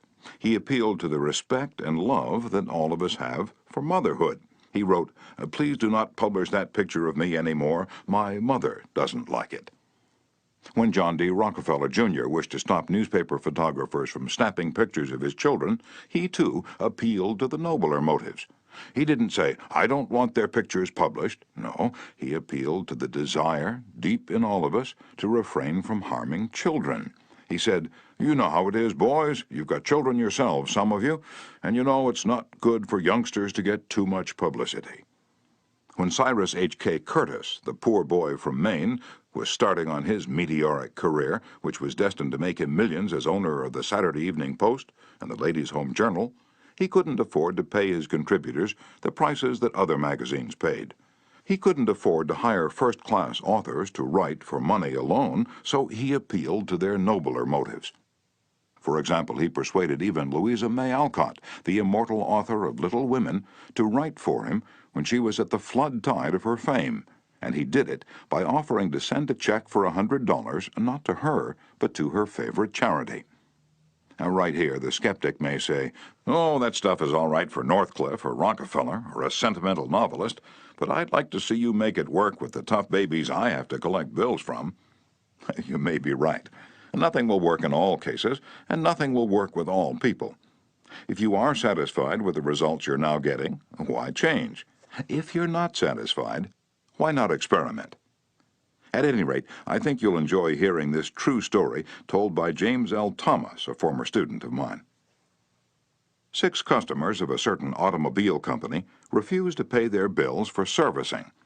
None of the customers protested the entire bill, but each claimed that some one charge was wrong. In each case, the customer had signed for the work done, so the company knew it was right and said so. That was the first mistake. Here are the steps the men in the credit department took to collect these overdue bills. Do you suppose they succeeded? First, they called on each customer and told him bluntly that they had come to collect a bill that was long past due.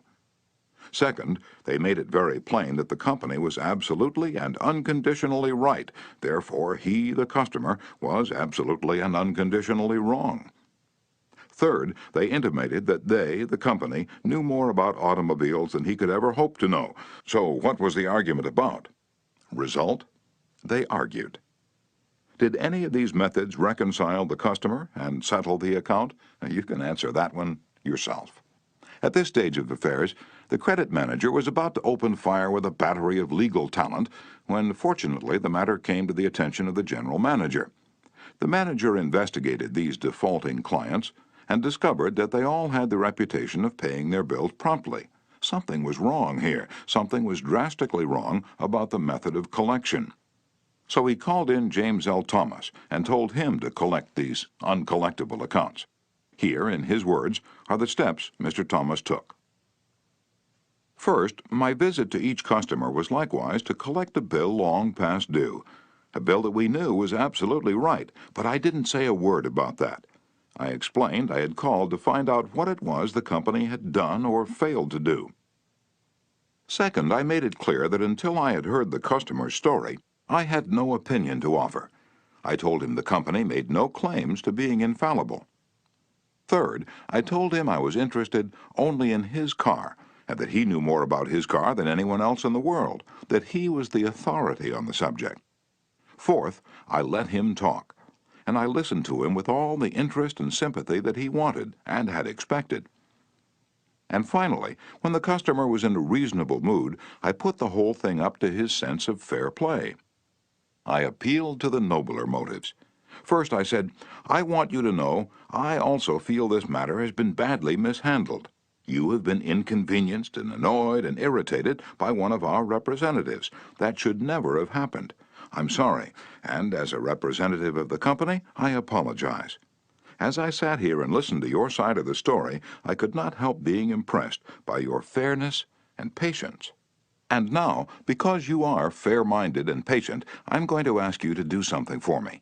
It's something that you can do better than anyone else, something you know more about than anyone else. Here's your bill. I know it's safe for me to ask you to adjust it, just as you would do if you were the president of my company. I'm going to leave it all up to you. Whatever you say goes. Did he adjust the bill? He certainly did, and got quite a kick out of it. The bills ranged from $150 to $400, but did the customer give himself the best of it?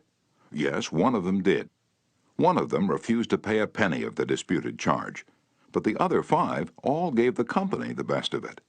And here's the cream of the whole thing. We delivered new cars to all 6 of these customers within the next 2 years. Experience has taught me, says Mr. Thomas, that when no information can be secured about the customer, the only sound basis on which to proceed is to assume that he or she is sincere, honest, truthful, and willing and anxious to pay the charges once convinced they're correct. To put it differently, and perhaps more clearly, people are honest and want to discharge their obligations. The exceptions to that rule are comparatively few, and I'm convinced that the individuals who are inclined to chisel will in most cases react favorably if you make them feel that you consider them honest, upright, and fair. Principle 10. Appeal to the nobler motives.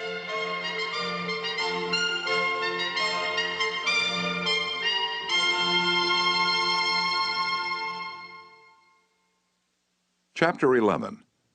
The movies do it, TV does it, why don't you do it? Many years ago, the Philadelphia Evening Bulletin was being maligned by a dangerous whispering campaign. A malicious rumor was being circulated. Advertisers were being told that the newspaper was no longer attractive to readers because it carried too much advertising and too little news.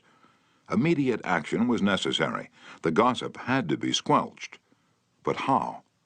This is the way it was done. The Bulletin clipped from its regular edition all reading matter of all kinds on one average day, classified it, and published it as a book. The book was called One Day. It contained 307 pages, as many as a hardcover book, yet the Bulletin had printed all this news and feature material on one day and sold it not for several dollars, but for a few cents. The printing of that book dramatized the fact that the Bulletin carried an enormous amount of interesting reading matter. It conveyed the facts more vividly, more interestingly, more impressively than pages of figures and mere talk could have done. This is the day of dramatization. Merely stating a truth isn't enough. The truth has to be made vivid, interesting, dramatic. You have to use showmanship. The movies do it, television does it, and you will have to do it if you want attention. Experts in window display know the power of dramatization. For example, the manufacturers of a new rat poison gave dealers a window display that included 2 live rats. The week the rats were shown, sales zoomed to 5 times their normal rate. Television commercials abound with examples of the use of dramatic techniques in selling products. Sit down one evening in front of your television set and analyze what the advertisers do in each of their presentations. You will note how an antacid medicine changes the color of the acid in a test tube while its competitor doesn't. How one brand of soap or detergent gets a greasy shirt clean when the other brand leaves it gray. You'll see a car maneuver around a series of turns and curves, far better than just being told about it. Happy faces will show contentment with a variety of products. All of these dramatize for the viewer the advantages offered by whatever is being sold, and they do get people to buy them. You can dramatize your ideas in business or in any other aspect of your life. It's easy. Jim Yeamans, who sells for the National Cash Register Company in Richmond, Virginia, told how he made a sale by a dramatic demonstration. Last week I called on the neighborhood grocer and saw the cash registers he was using at his checkout counters were very old-fashioned. I approached the owner and told him, "You're literally throwing away pennies every time a customer goes through your line." With that, I threw a handful of pennies on the floor, and he quickly became more attentive. The mere word should have been of interest to him, but the sound of pennies hitting the floor really stopped him. I was able to get an order from him to replace all of his old machines. It works in home life as well. When the old-time lover proposed to his sweetheart, did he just use words of love? No, he went down on his knees. That really showed he meant what he said. We don't propose on our knees anymore, but many suitors still set up a romantic atmosphere before they pop the question. Dramatizing what you want works with children as well. Joe B. Fant, Jr. of Birmingham, Alabama, was having difficulty getting his 5-year-old boy and 3-year-old daughter to pick up their toys, so he invented a train. Joey was the engineer, Captain Casey Jones, on his tricycle.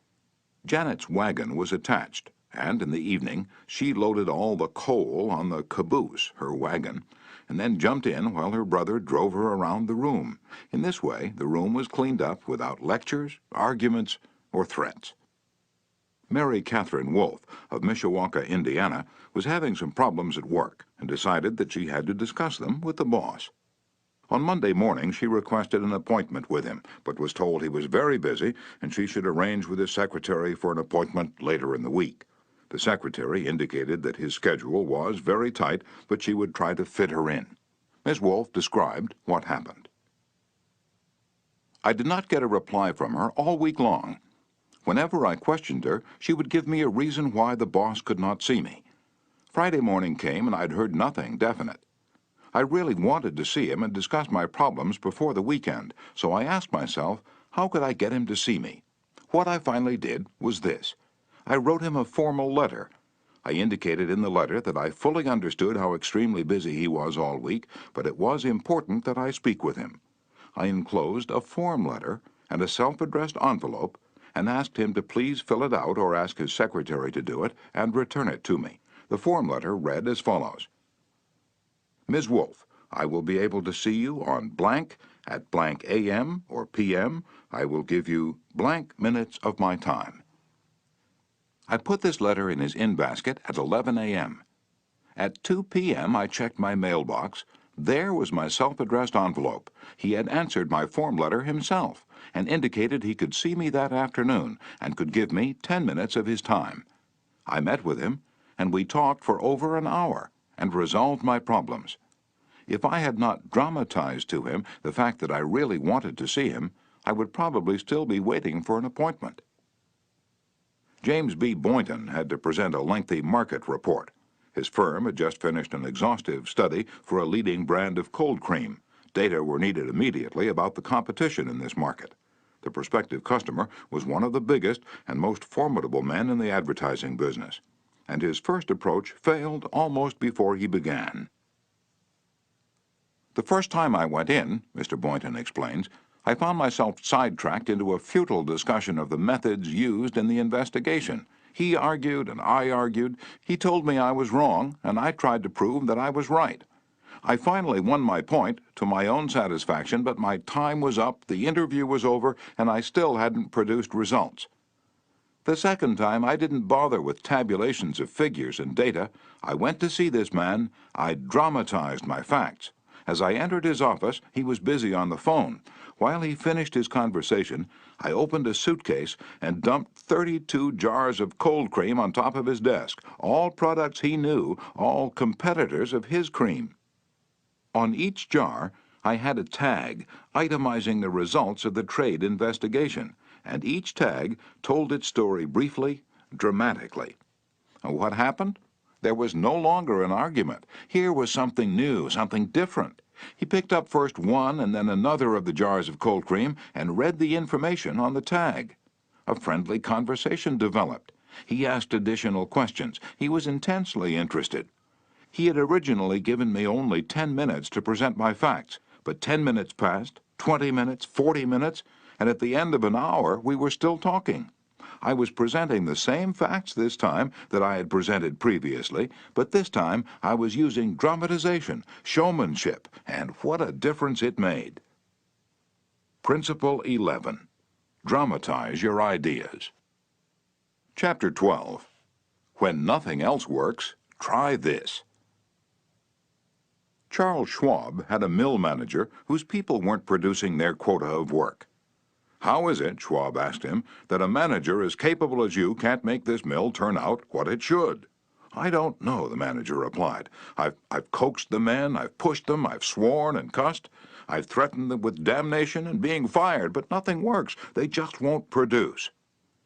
This conversation took place at the end of the day, just before the night shift came on. Schwab asked the manager for a piece of chalk, then turning to the nearest man asked, "How many heats did your shift make today?" "6." Without another word, Schwab chalked a big figure 6 on the floor and walked away. When the night shift came in, they saw the 6 and asked what it meant. "The big boss was in here today," the day people said. "He asked us how many heats we made, and we told him 6. He chalked it down on the floor." The next morning, Schwab walked through the mill again. The night shift had rubbed out 6 and replaced it with a big 7. When the day shift reported for work the next morning, they saw a big 7 chalked on the floor. So the night shift thought they were better than the day shift, did they? Well, they'd show the night shift a thing or two. The crew pitched in with enthusiasm, and when they quit that night, they left behind an enormous, swaggering 10. Things were stepping up. Shortly, this mill, which had been lagging way behind in production, was turning out more work than any other mill in the plant. The principle? Let Charles Schwab say it in his own words. "The way to get things done," says Schwab, "is to stimulate competition. I do not mean in a sordid, money-getting way, but in the desire to excel." The desire to excel, the challenge, throwing down the gauntlet, an infallible way of appealing to people of spirit. Without a challenge, Theodore Roosevelt would never have been President of the United States. The Rough Rider, just back from Cuba, was picked for governor of New York State. The opposition discovered he was no longer a legal resident of the state, and Roosevelt, frightened, wished to withdraw. Then Thomas Collier Platt, the U.S. Senator from New York, threw down the challenge. Turning suddenly on Theodore Roosevelt, he cried in a ringing voice, "Is the hero of San Juan Hill a coward?" Roosevelt stayed in the fight, and the rest is history. A challenge not only changed his life, it had a real effect upon the future of his nation. All men have fears, but the brave put down their fears and go forward, sometimes to death, but always to victory, was the motto of the King's Guard in ancient Greece. What greater challenge can be offered than the opportunity to overcome those fears? When Al Smith was governor of New York, he was up against it. Sing Sing, at the time the most notorious penitentiary west of Devil's Island, was without a warden. Scandals had been sweeping through the prison walls, scandals and ugly rumors. Smith needed a strong man to rule Sing Sing, an Iron Man. But who? He sent for Lewis E. Laws of New Hampton. "How about going up to take charge of Sing Sing?" he said jovially when Laws stood before him. "They need a man up there with experience." Laws was flabbergasted. He knew the dangers of Sing Sing. It was a political appointment, subject to the vagaries of political whims. Wardens had come and gone. One had lasted only 3 weeks. He had a career to consider. Was it worth the risk? Then Smith, who saw his hesitation, leaned back in his chair and smiled. "Young fella," he said, "I don't blame you for being scared. It's a tough spot. It'll take a big person to go up there and stay." So Smith was throwing down a challenge, was he? Laws liked the idea of attempting a job that called for someone big. So he went, and he stayed. He stayed to become the most famous warden of his time. His book, 20,000 Years in Sing Sing, sold into the hundreds of thousands of copies. His broadcasts on the air and his stories of prison life have inspired dozens of movies. His humanizing of criminals wrought miracles in the way of prison reform. "I have never found," said Harvey S. Firestone, founder of the great Firestone Tire and Rubber Company, "that pay and pay alone would either bring together or hold good people. I think it was the game itself." Frederick Hertzberg, one of the great behavioral scientists, concurred. He studied in depth the work attitudes of thousands of people, ranging from factory workers to senior executives. What do you think he found to be the most motivating factor, the one facet of the jobs that was most stimulating? Money? Good working conditions? Fringe benefits? No, not any of those. The one major factor that motivated people was the work itself. If the work was exciting and interesting, the worker looked forward to doing it and was motivated to do a good job. That is what every successful person loves, the game, the chance for self-expression, the chance to prove his or her worth, to excel, to win. That is what makes foot races and hog calling and pie-eating contests, the desire to excel, the desire for a feeling of importance. Principle 12. Throw down a challenge. In a nutshell, win people to your way of thinking. Principle 1. The only way to get the best of an argument is to avoid it. Principle 2. Show respect for the other person's opinions. Never say, "You're wrong." Principle 3. If you are wrong, admit it quickly and emphatically. Principle 4. Begin in a friendly way. Principle 5. Get the other person saying yes, yes, immediately. Principle 6. Let the other person do a great deal of the talking. Principle 7. Let the other person feel that the idea is his or hers. Principle 8. Try honestly to see things from the other person's point of view. Principle 9. Be sympathetic with the other person's ideas and desires. Principle 10. Appeal to the nobler motives. Principle 11. Dramatize your ideas. Principle 12. Throw down a challenge.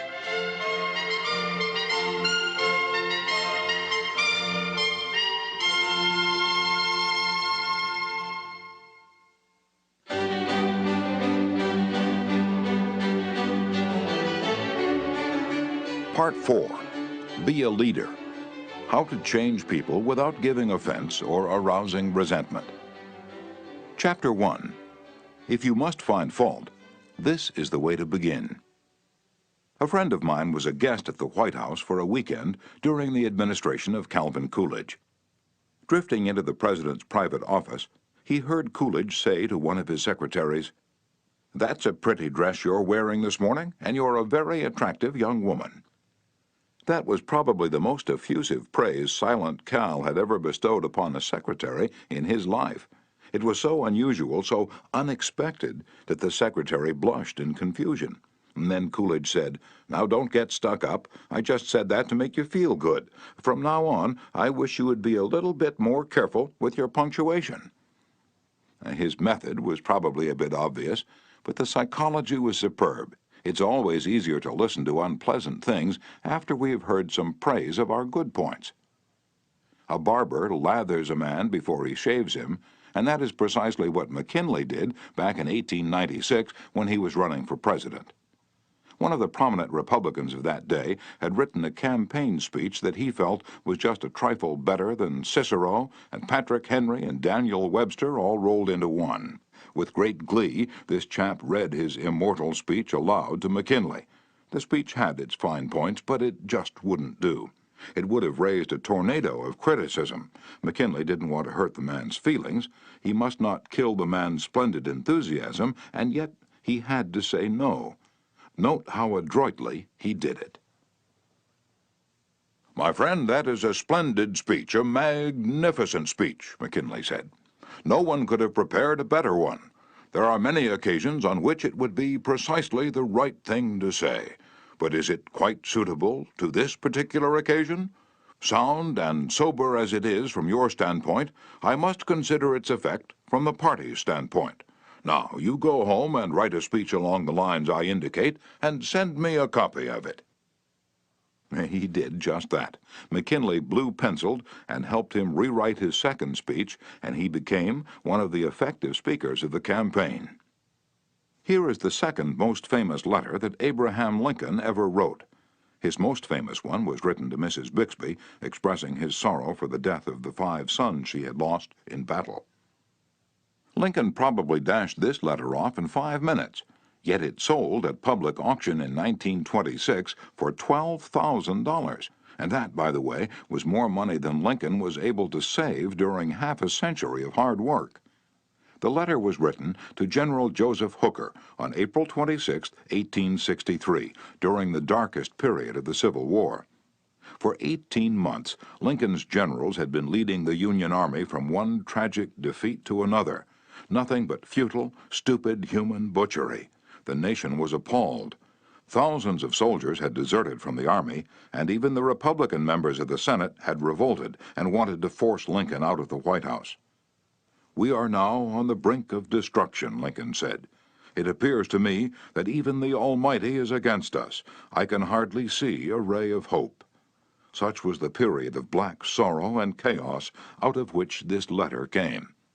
I am including the letter here because it shows how Lincoln tried to change an obstreperous general when the very fate of the nation could have depended upon the general's action. This is perhaps the sharpest letter Abe Lincoln wrote after he became president, yet you will note that he praised General Hooker before he spoke of his grave faults. Yes, they were grave faults, but Lincoln didn't call them that. Lincoln was more conservative, more diplomatic. Lincoln wrote, "There are some things in regard to which I am not quite satisfied with you." Talk about tact and diplomacy. Here is the letter addressed to General Hooker. "I have placed you at the head of the Army of the Potomac.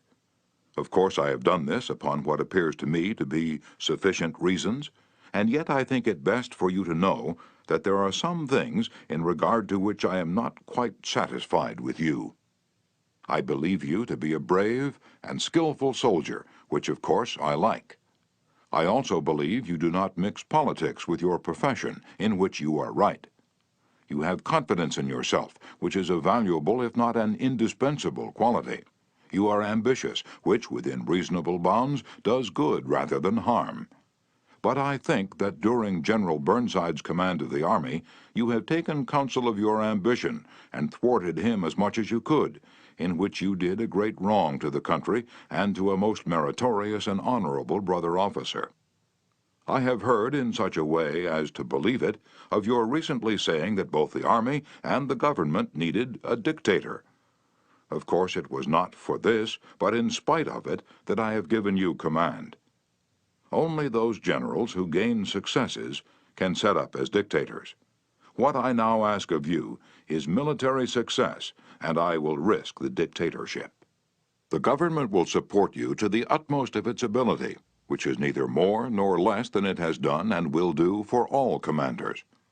I much fear that the spirit which you have aided to infuse into the army, of criticizing their commander and withholding confidence from him, will now turn upon you. I shall assist you, as far as I can, to put it down. Neither you nor Napoleon, if he were alive again, could get any good out of an army while such spirit prevails in it. And now beware of rashness. Beware of rashness, but with energy and sleepless vigilance, go forward and give us victories. You are not a Coolidge, a McKinley, or a Lincoln. You want to know whether this philosophy will operate for you in everyday business contacts. Will it? Let's see. Let's take the case of W.P. Gaw of the Wark Company of Philadelphia. The Wark Company had contracted to build and complete a large office building in Philadelphia by a certain specified date. Everything was going along well.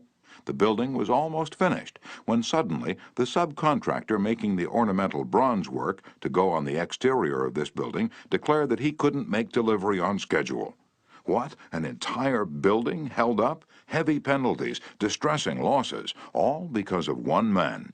Long-distance telephone calls, arguments, heated conversations, all in vain. Then Mr. Gaw was sent to New York to beard the bronze lion in his den. "Do you know you're the only person in Brooklyn with your name?" Mr. Gaw asked the president of the subcontracting firm shortly after they were introduced. The president was surprised. "Oh, no, I didn't know that." "Well," Mr. Gaw said, "when I got off the train this morning, I looked in the telephone book to get your address, and you're the only person in the Brooklyn phone book with your name." I never knew that," the subcontractor said. He checked the phone book with interest. "Well, it's an unusual name," he said proudly. "My family came from Holland and settled in New York almost 200 years ago." He continued to talk about his family and his ancestors for several minutes. When he finished that, Mr. Gaw complimented him on how large a plant he had and compared it favorably with a number of similar plants he'd visited. "It's one of the cleanest and neatest bronze factories I ever saw," said Gaw.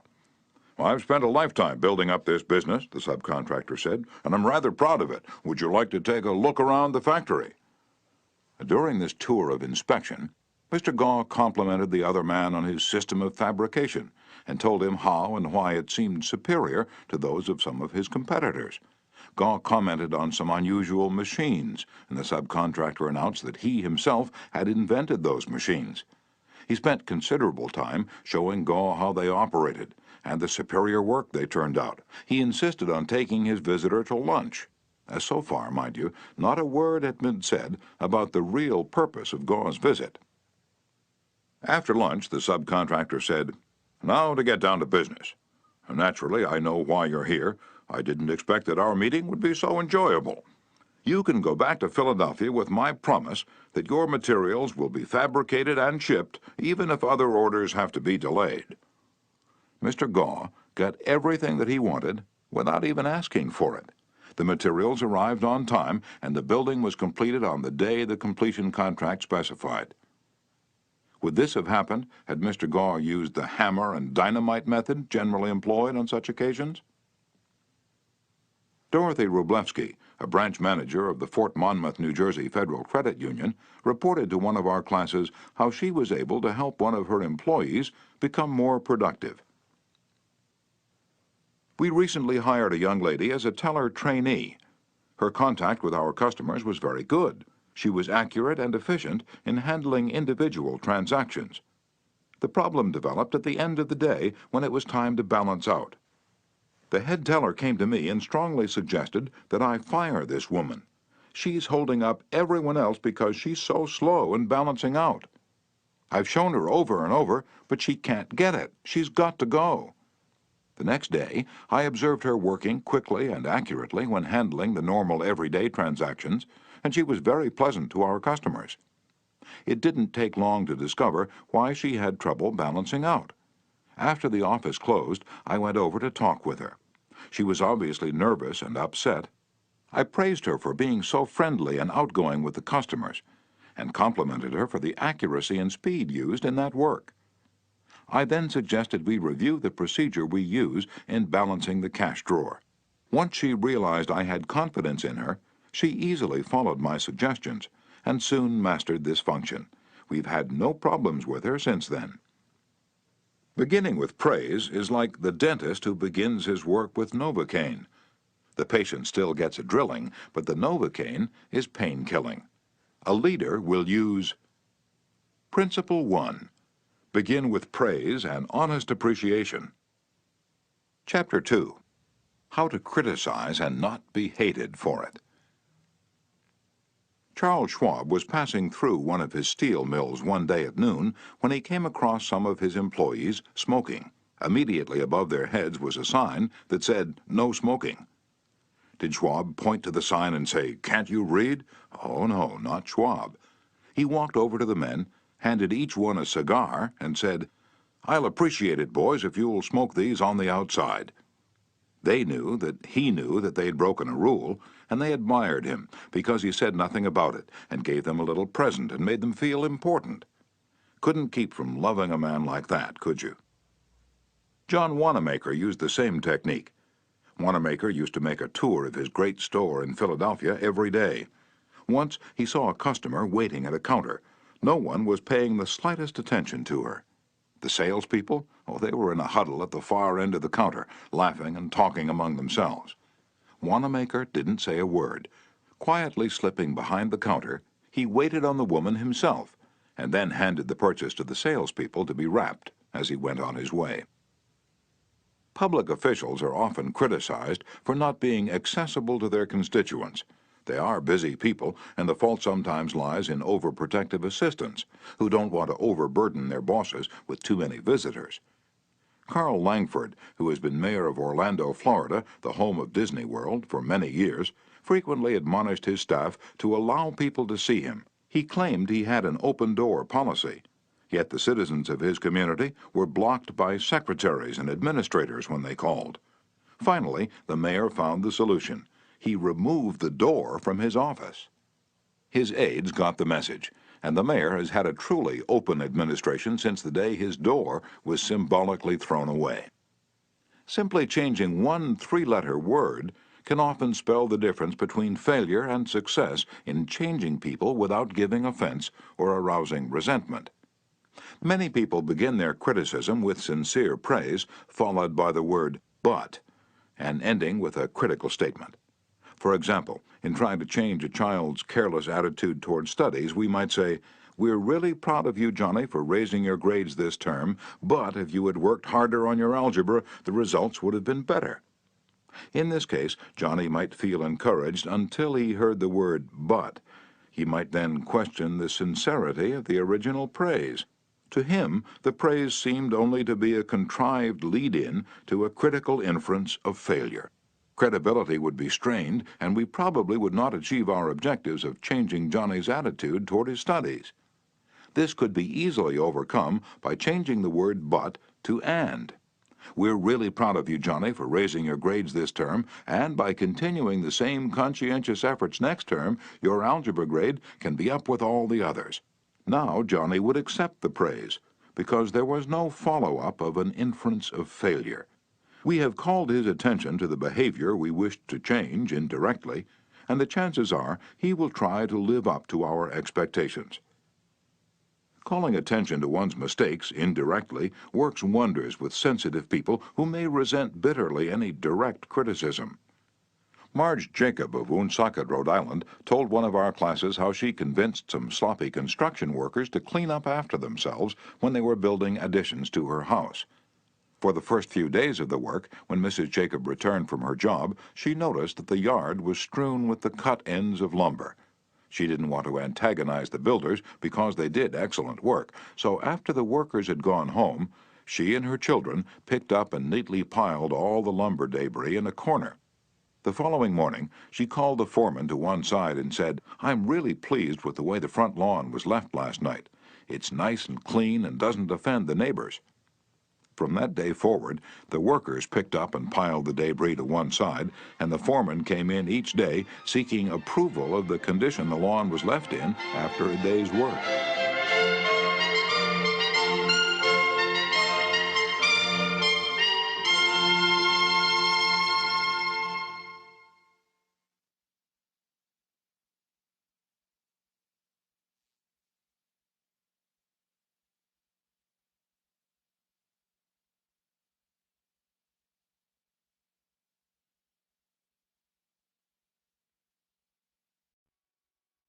One of the major areas of controversy between members of the Army Reserves and their regular Army trainers is haircuts. The reservists consider themselves civilians, which they are most of the time, and resent having to cut their hair short. Master Sergeant Harley Kaiser of the 542nd USAR School addressed himself to this problem when he was working with a group of reserved non-commissioned officers. As an old-time regular Army Master Sergeant, he might have been expected to yell at his troops and threaten them. Instead, he chose to make his point indirectly. "Gentlemen," he started, "you are leaders. You will be most effective when you lead by example. You must be the example for your men to follow. You know what the Army regulations say about haircuts. I'm going to get my haircut today, although it's still much shorter than some of yours. You look at yourselves in the mirror. If you feel you need a haircut to be a good example, we'll arrange a time for you to visit the post barber shop." The result was predictable. Several of the candidates did look in the mirror and went to the barber shop that afternoon and received regulation haircuts. Sergeant Kaiser commented the next morning that he already could see the development of leadership qualities in some of the members of the squad. On March 8, 1887, the eloquent Henry Ward Beecher died. The following Sunday, Lyman Abbott was invited to speak in the pulpit left silent by Beecher's passing. Eager to do his best, he wrote, rewrote, and polished his sermon with the meticulous care of a Flaubert. Then he read it to his wife. It was poor, as most written speeches are. She might have said, if she had less judgment, "Lyman, that's terrible, that will never do. You'll put people to sleep. It reads like an encyclopedia. You ought to know better than that, after all the years you've been preaching. For heaven's sake, why don't you talk like a human being? Why don't you act natural? You'll disgrace yourself if you ever read that stuff." That's what she might have said. And if she had, you know what would have happened. And she knew, too. So she merely remarked that it would make an excellent article for the North American Review. In other words, she praised it and at the same time subtly suggested that it wouldn't do as a speech. Lyman Abbott saw the point, tore up his carefully prepared manuscript, and preached without even using notes. An effective way to correct others' mistakes is Principle 2. Call attention to people's mistakes indirectly. Chapter 3. Talk about your own mistakes first. My niece, Josephine Carnegie, had come to New York to be my secretary. She was 19, had graduated from high school 3 years previously, and her business experience was a trifle more than zero. She became one of the most proficient secretaries west of Suez, but in the beginning she was, well, susceptible to improvement. One day I started to criticize her. I said to myself, "Just a minute, Dale Carnegie, just a minute. You are twice as old as Josephine. You have had 10,000 times as much business experience. How can you possibly expect her to have your viewpoint, your judgment, your initiative, mediocre though they may be? And just a minute, Dale, what were you doing at 19? Remember the asinine mistakes and blunders you made? Remember the time you did this and that?" After thinking the matter over, honestly and impartially, I concluded that Josephine's batting average at 19 was better than mine had been, and that, I'm sorry to confess, isn't paying Josephine much of a compliment. So after that, when I wanted to call Josephine's attention to a mistake, I used to begin by saying, "You've made a mistake, Josephine, but the Lord knows it's no worse than many I have made. You were not born with judgment, that comes only with experience, and you are better than I was at your age. I've been guilty of so many stupid, silly things myself. I have very little inclination to criticize you or anyone, but don't you think it would have been wise if you had done so-and-so?" It isn't nearly so difficult to listen to a recital of your faults if the person criticizing begins by humbly admitting that he, too, is far from impeccable. E.G. Dillistone, an engineer in Brandon, Manitoba, Canada, was having problems with his new secretary. Letters he dictated were coming to his desk for signature with 2 or 3 spelling mistakes per page. Mr. Dillistone reported how he handled this. Like many engineers, I've not been noted for my excellent English or spelling. For years, I've kept a little black thumb-index book for words I had trouble spelling.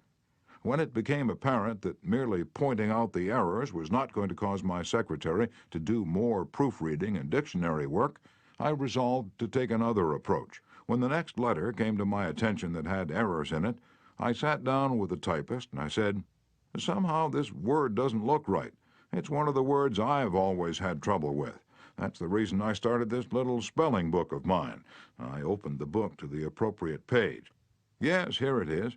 I'm very conscious of my spelling now because people do judge us by our letters, and misspelling makes us look less professional. I don't know whether she copied my system or not, but since that conversation, her frequency of spelling errors has been significantly reduced. The polished Prince Bernhard von Bülow learned the sharp necessity of doing this back in 1909. Von Bülow was then the Imperial Chancellor of Germany, and on the throne sat Wilhelm II. Wilhelm the Haughty, Wilhelm the Arrogant, Wilhelm the last of the German Kaisers, building an army and navy that he boasted could whip their weight in wildcats. Then an astonishing thing happened. The Kaiser said things, incredible things, things that rocked the continent and started a series of explosions heard around the world. To make matters infinitely worse, the Kaiser made silly, egotistical, absurd announcements in public. He made them while he was a guest in England, and he gave his royal permission to have them printed in the Daily Telegraph. For example, he declared that he was the only German who felt friendly toward the English, that he was constructing a navy against the menace of Japan, that he and he alone had saved England from being humbled in the dust by Russia and France, that it had been his campaign plan that enabled England's Lord Roberts to defeat the Boers in South Africa, and so on. No other such amazing words had ever fallen from the lips of a European king in peacetime within 100 years. The entire continent buzzed with the fury of a hornet's nest. England was incensed. German statesmen were aghast. And in the midst of all this consternation, the Kaiser became panicky and suggested to Prince von Bülow, the Imperial Chancellor, that he take the blame. Yes, he wanted von Bülow to announce that it was all his responsibility, that he had advised his monarch to say these incredible things. "But, Your Majesty," von Bülow protested, "it seems to me utterly impossible that anybody, either in Germany or England, could suppose me capable of having advised Your Majesty to say such things." The moment those words were out of von Bülow's mouth, he realized he had made a grave mistake. The Kaiser blew up. "You consider me a donkey," he shouted, "capable of blunders you yourself could never have committed." Von Bülow knew that he ought to have praised before he condemned, but since that was too late, he did the next best thing. He praised after he had criticized, and it worked a miracle. "I am far from suggesting that," he answered respectfully. "Your Majesty surpasses me in many respects, not only, of course, in naval and military knowledge, but above all in natural science. I have often listened in admiration when Your Majesty explained the barometer, or wireless telegraphy, or the Röntgen rays. I am shamefully ignorant of all branches of natural science, have no notion of chemistry, of physics, and am quite incapable of explaining the simplest of natural phenomena. But," von Bülow continued, "in compensation I possess some historical knowledge and perhaps certain qualities useful in politics, especially diplomacy." The Kaiser beamed. Von Bülow had praised him. Von Bülow had exalted him and humbled himself. The Kaiser could forgive anything after that.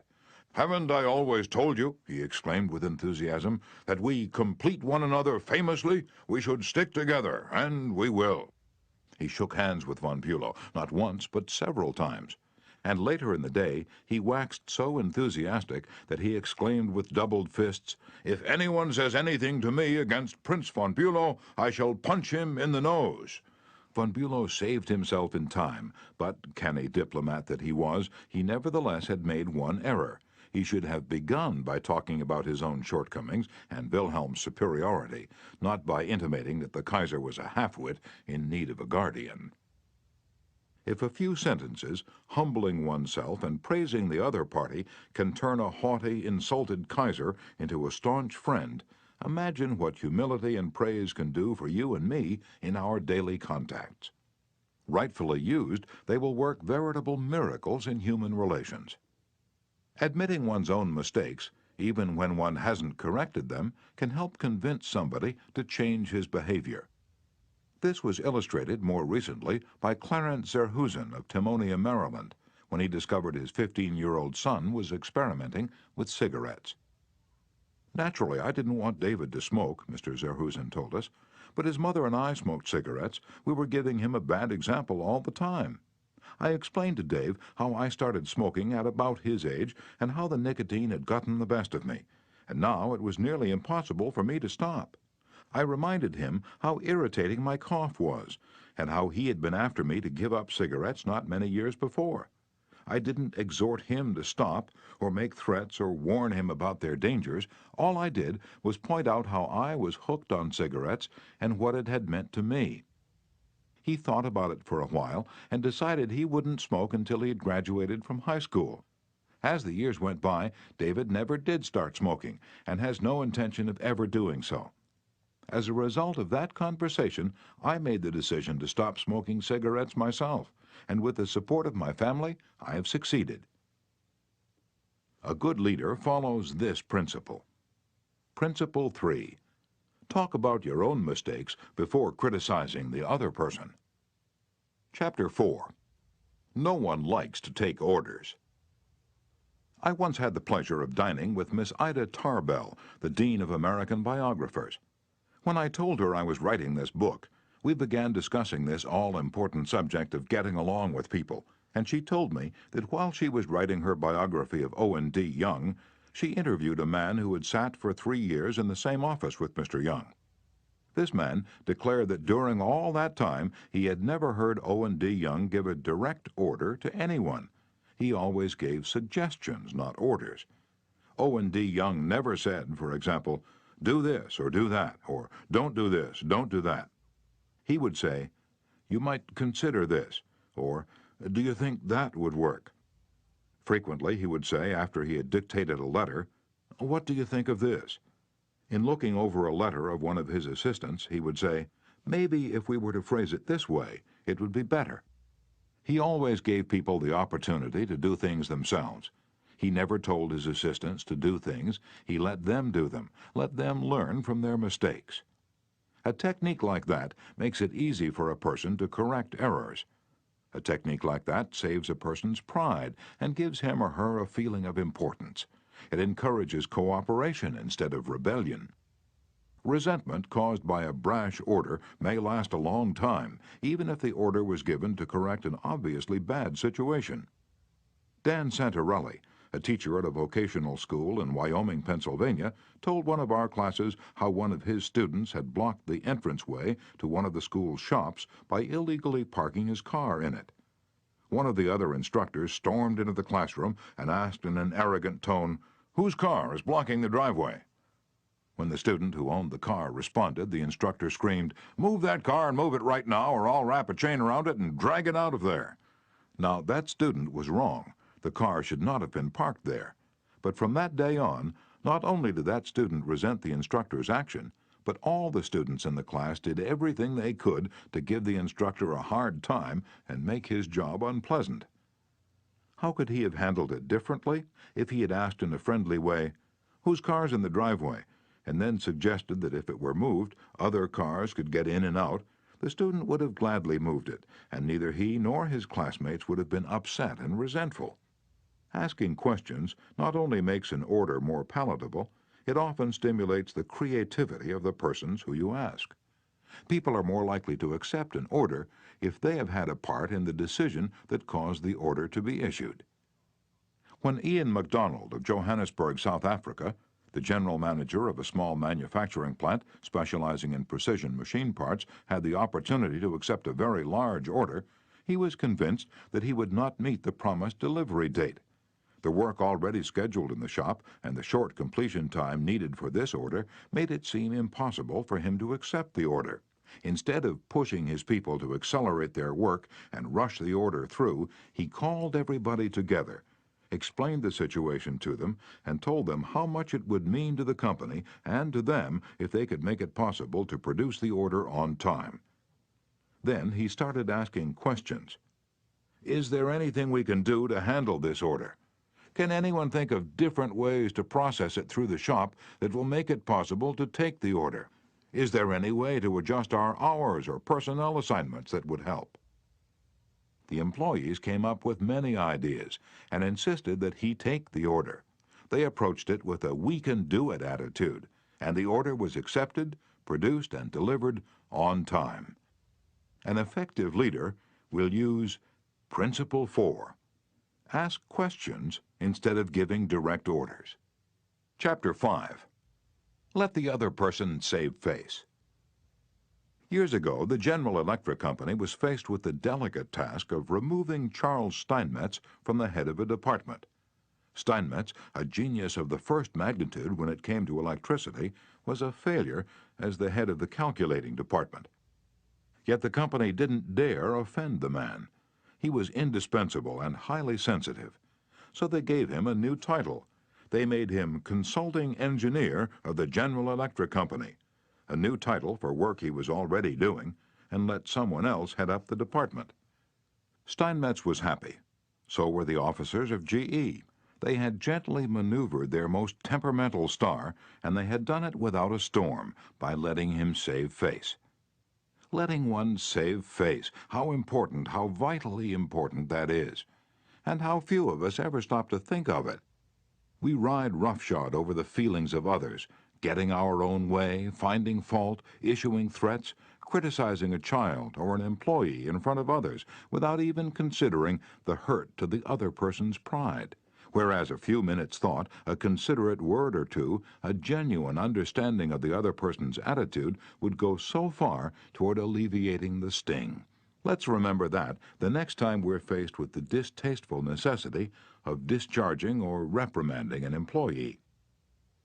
Firing employees is not much fun. Getting fired is even less fun.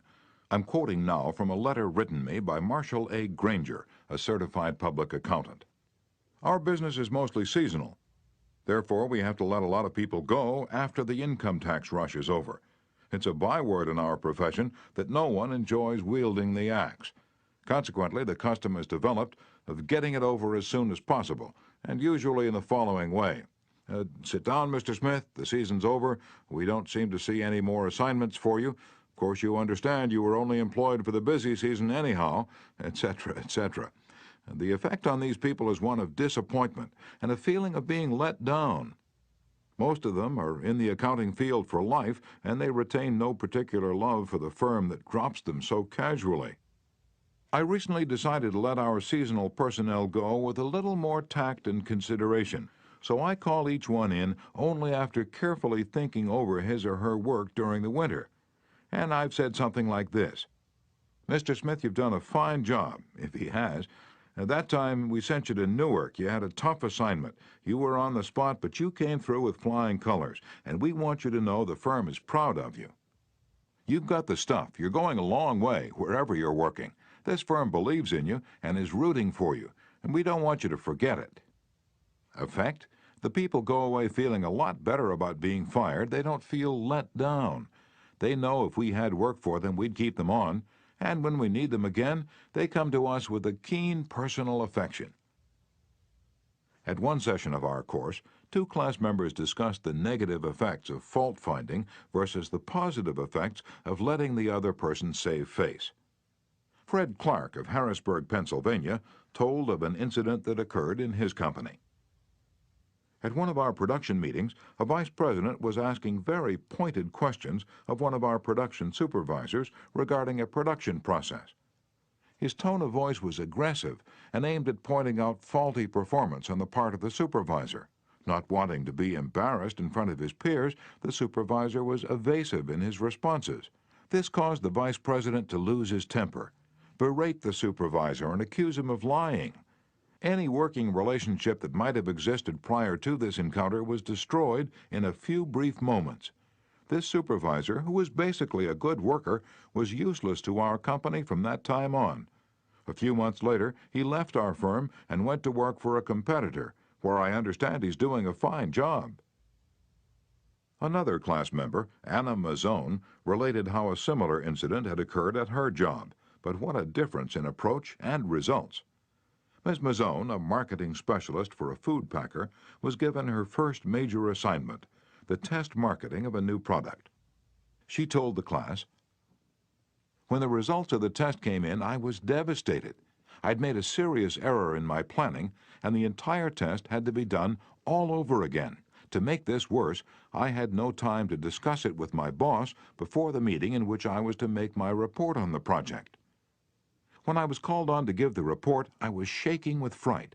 I had all I could do to keep from breaking down, but I resolved I would not cry and have all those men make remarks about women not being able to handle a management job because they're too emotional. I made my report briefly and stated that due to an error, I would repeat the study before the next meeting. I sat down, expecting my boss to blow up.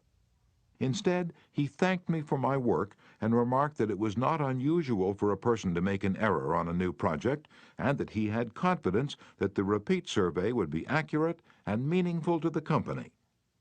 He assured me in front of all my colleagues that he had faith in me and knew I had done my best, and that my lack of experience, not my lack of ability, was the reason for the failure. I left that meeting with my head up in the air and with the determination that I would never let that boss of mine down again."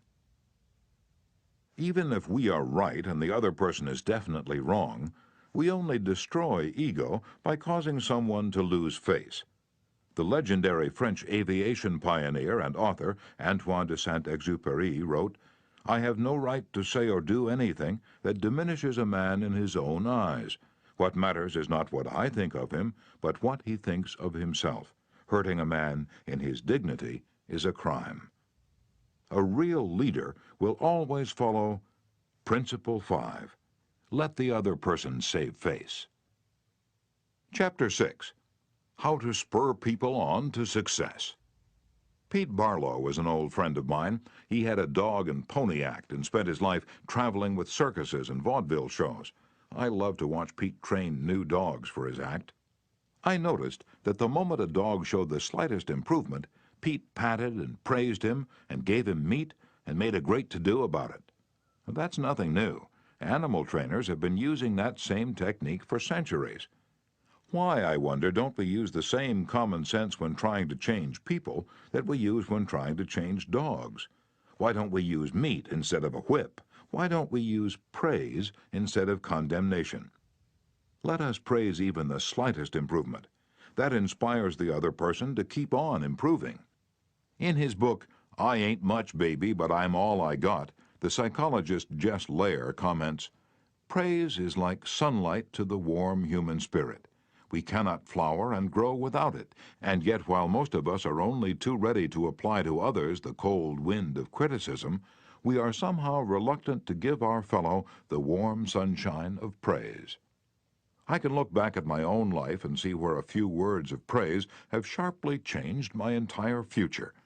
Can't you say the same thing about your life? History is replete with striking illustrations of the sheer witchery of praise.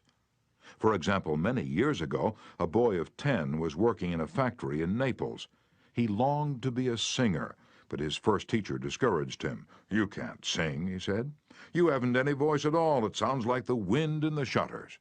But his mother, a poor peasant woman, put her arms about him and praised him and told him she knew he could sing. She could already see an improvement, and she went barefoot in order to save money to pay for his music lessons. That peasant mother's praise and encouragement changed that boy's life. His name was Enrico Caruso, and he became the greatest and most famous opera singer of his age. In the early 19th century, a young man in London aspired to be a writer, but everything seemed to be against him. He had never been able to attend school more than 4 years. His father had been flung in jail because he couldn't pay his debts, and this young man often knew the pangs of hunger. Finally, he got a job pasting labels on bottles of blacking in a rat-infested warehouse, and he slept at night in a dismal attic room with 2 other boys, gutter snipes from the slums of London. He had so little confidence in his ability to write that he sneaked out and mailed his first manuscript in the dead of night so nobody would laugh at him. Story after story was refused. Finally, the great day came when one was accepted. True, he wasn't paid a shilling for it, but one editor had praised him. One editor had given him recognition.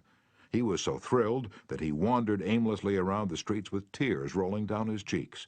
The praise, the recognition that he'd received through getting one story in print changed his whole life. For if it hadn't been for that encouragement, he might have spent his entire life working in rat-infested factories. You may have heard of that boy. His name was Charles Dickens. Another boy in London made his living as a clerk in a dry goods store. He had to get up at 5 o'clock, sweep out the store, and slave for 14 hours a day. It was sheer drudgery, and he despised it. After 2 years, he could stand it no longer. So he got up one morning and, without waiting for breakfast, tramped 15 miles to talk to his mother, who was working as a housekeeper. He was frantic. He pleaded with her. He wept. He swore he would kill himself if he had to remain in the shop any longer. Then he wrote a long, pathetic letter to his old schoolmaster, declaring that he was heartbroken, that he no longer wanted to live. His old schoolmaster gave him a little praise, and assured him that he really was very intelligent and fitted for finer things, and offered him a job as a teacher.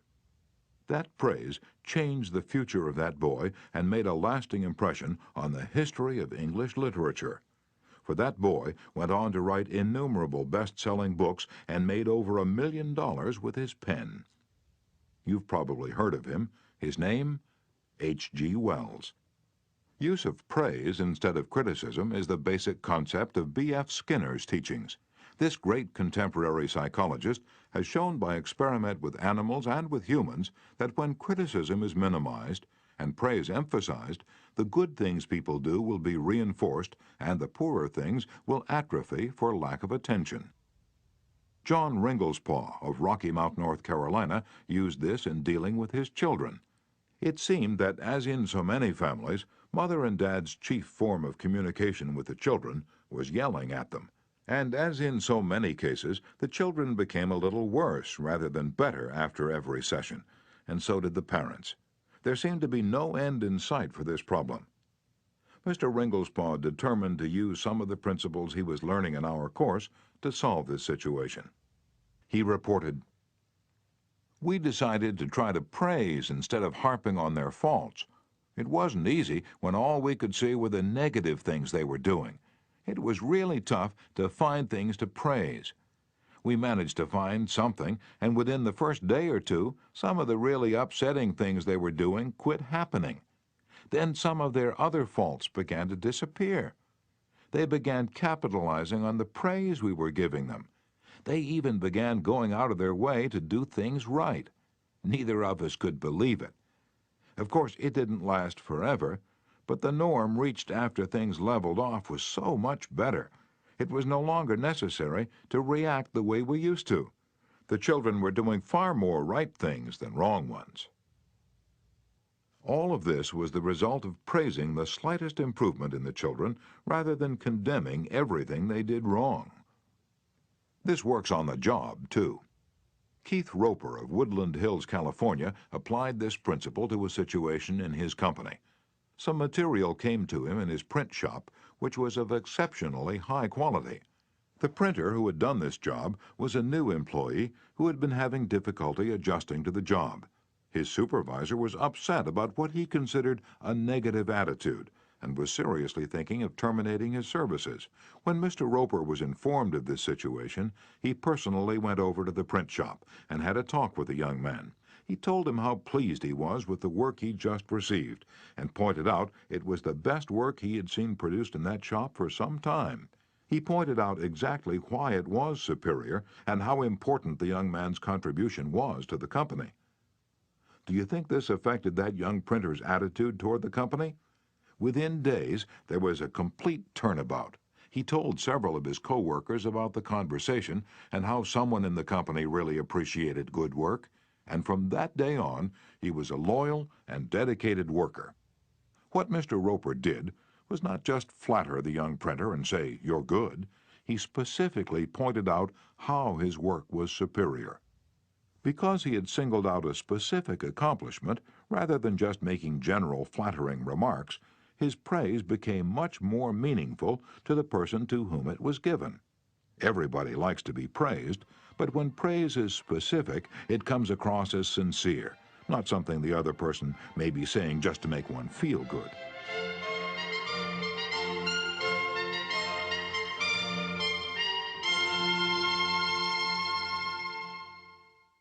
Remember, we all crave appreciation and recognition and will do almost anything to get it.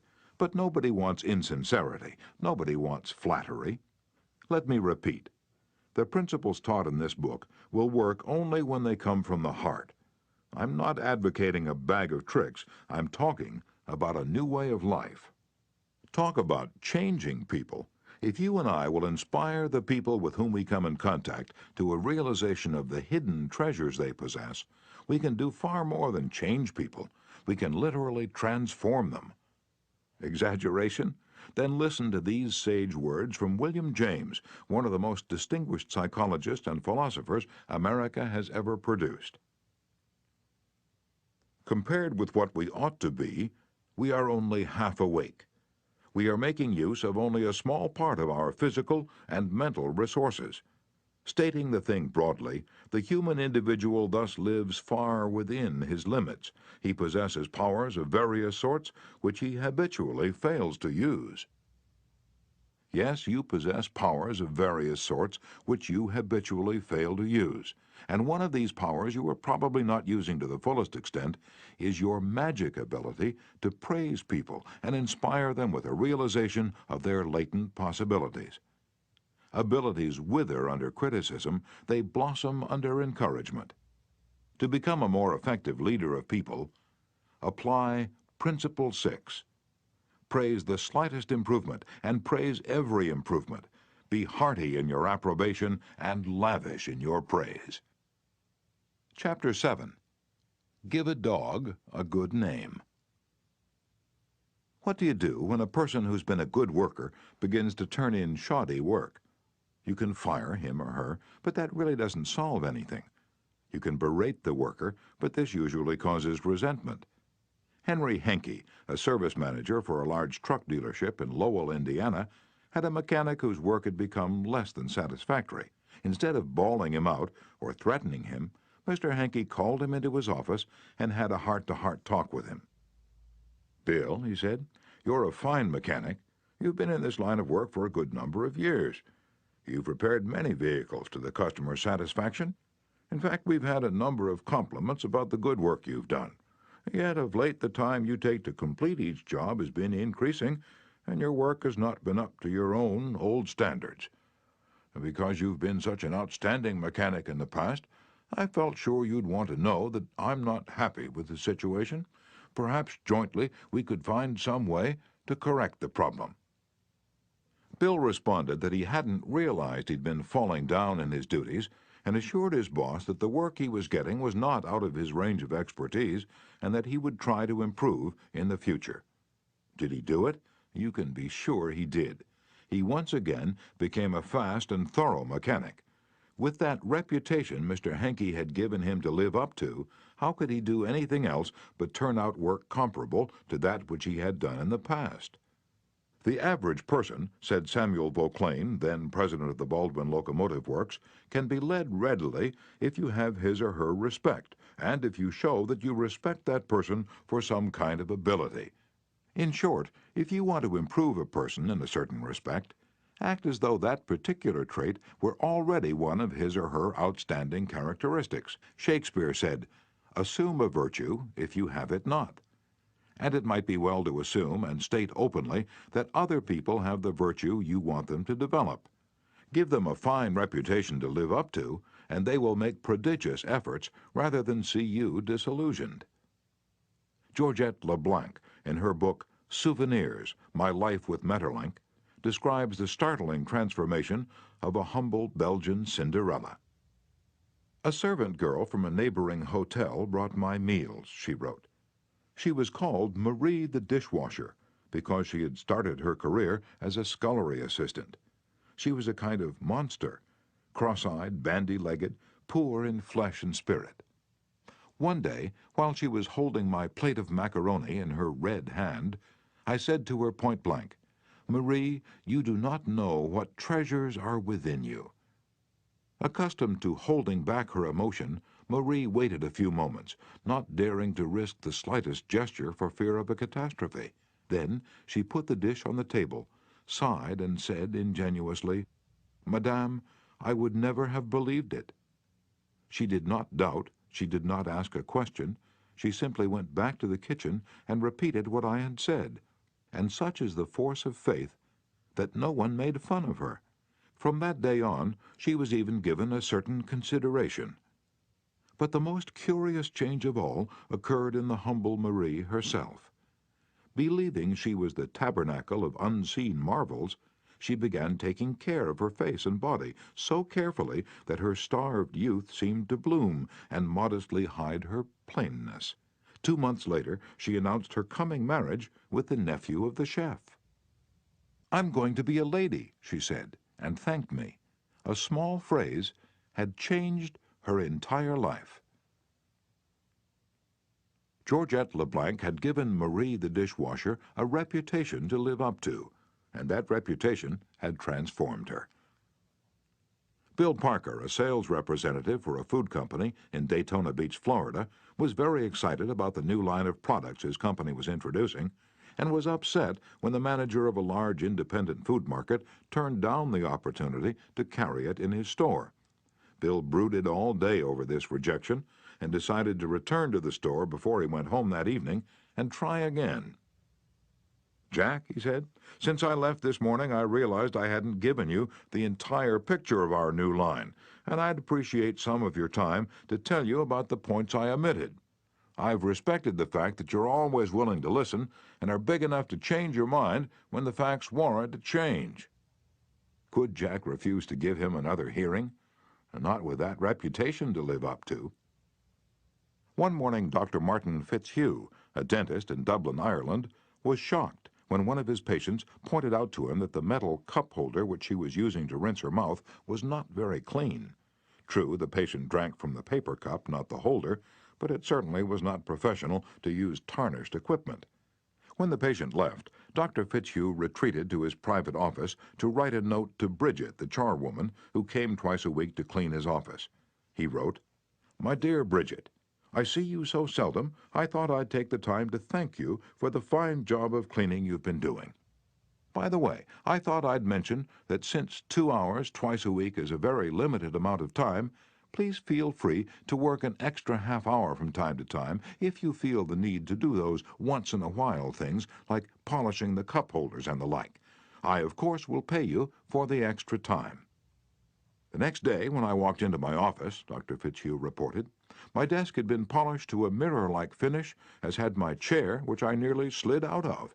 When I went into the treatment room, I found the shiniest, cleanest, chrome-plated cup holder I had ever seen nestled in its receptacle. I had given my charwoman a fine reputation to live up to, and because of this small gesture, she outperformed all her past efforts. How much additional time did she spend on this? That's right, none at all. There's an old saying, give a dog a bad name and you may as well hang him, but give him a good name and see what happens. When Mrs. Ruth Hopkins, a fourth-grade teacher in Brooklyn, New York, looked at her class roster the first day of school, her excitement and joy of starting a new term was tinged with anxiety. In her class this year, she would have Tommy T., the school's most notorious bad boy. He was not just mischievous, he caused serious discipline problems in the class, picked fights with the boys, teased the girls, was fresh to the teacher, and seemed to get worse as he grew older. His only redeeming feature was his ability to learn rapidly and master the schoolwork easily. Mrs. Hopkins decided to face the Tommy problem immediately.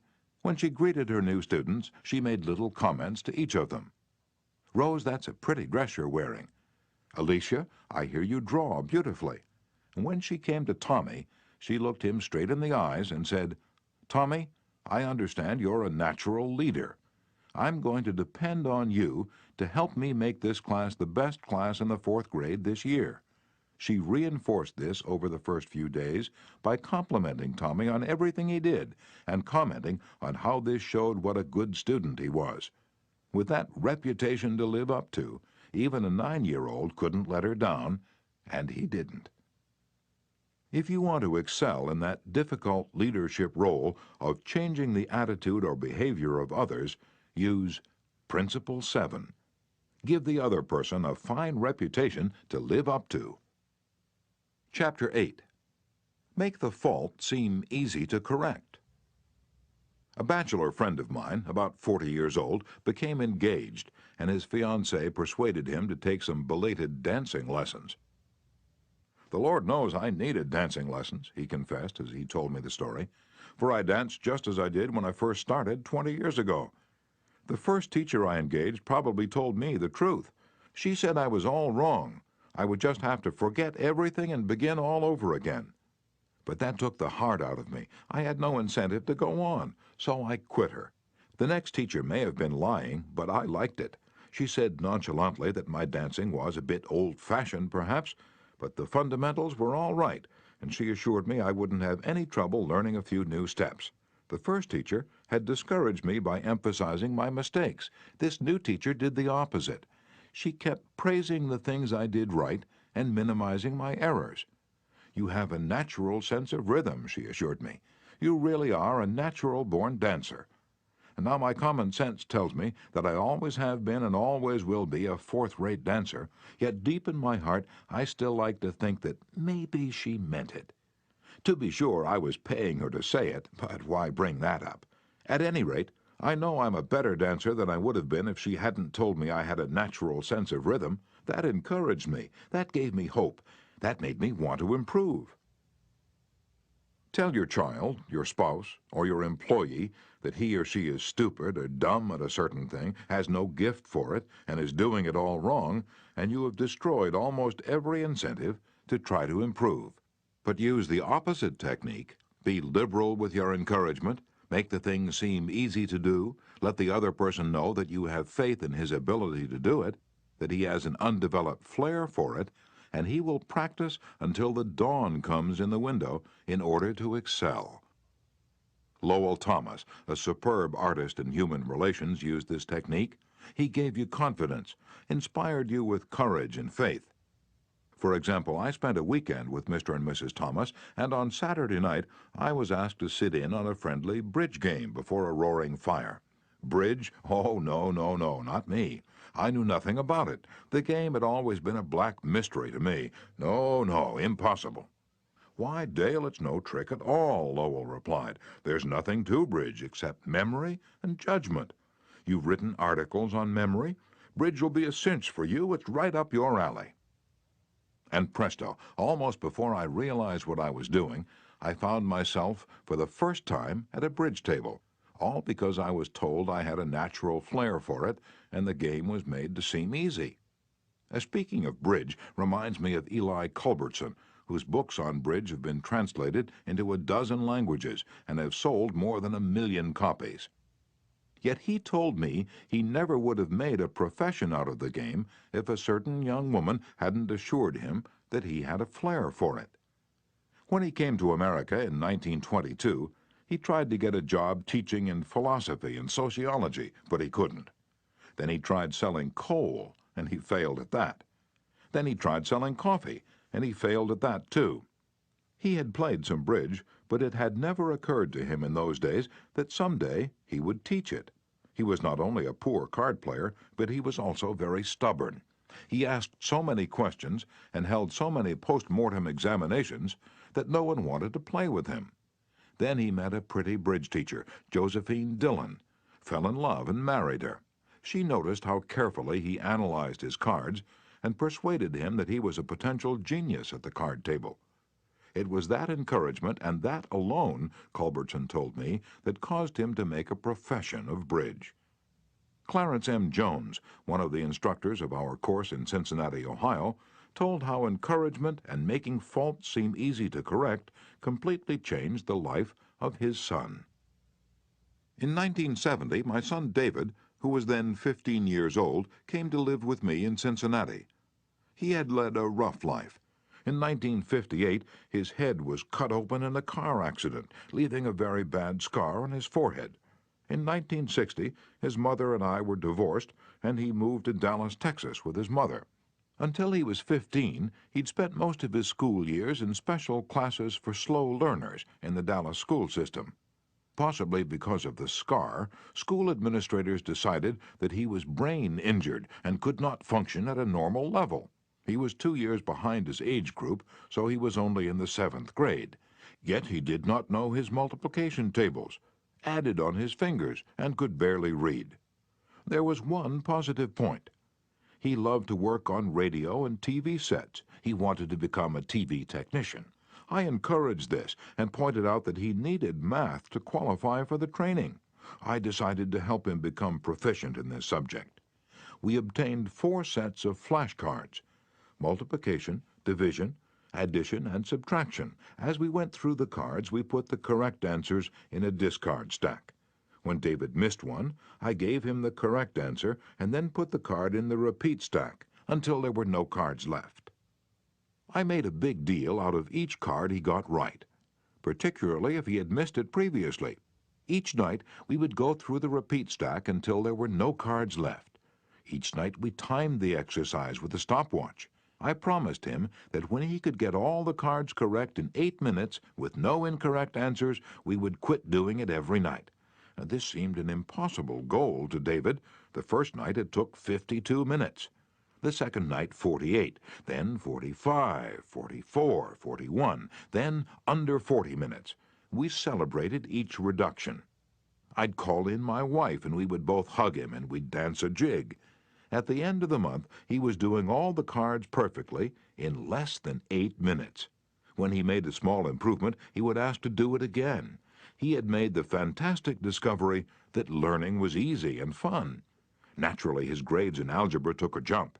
It is amazing how much easier algebra is when you can multiply. He astonished himself by bringing home a B in math. That had never happened before. Other changes came with almost unbelievable rapidity.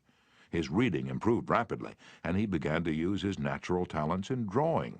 Later in the school year, his science teacher assigned him to develop an exhibit. He chose to develop a highly complex series of models to demonstrate the effect of levers. It required skill not only in drawing and model making, but in applied mathematics. The exhibit took first prize in his school science fair and was entered in the city competition and won 3rd prize for the entire city of Cincinnati. That did it. Here was a kid who had flunked 2 grades, who had been told he was brain damaged, who'd been called Frankenstein by his classmates, and told his brains must have leaked out of the cut on his head. Suddenly he discovered he could really learn and accomplish things. The result? From the last quarter of the 8th grade all the way through high school, he never failed to make the honor roll. In high school, he was elected to the National Honor Society. Once he found learning was easy, his whole life changed. If you want to help others to improve, remember Principle 8. Use encouragement. Make the fault seem easy to correct. Chapter 9. Making people glad to do what you want. Back in 1915, America was aghast.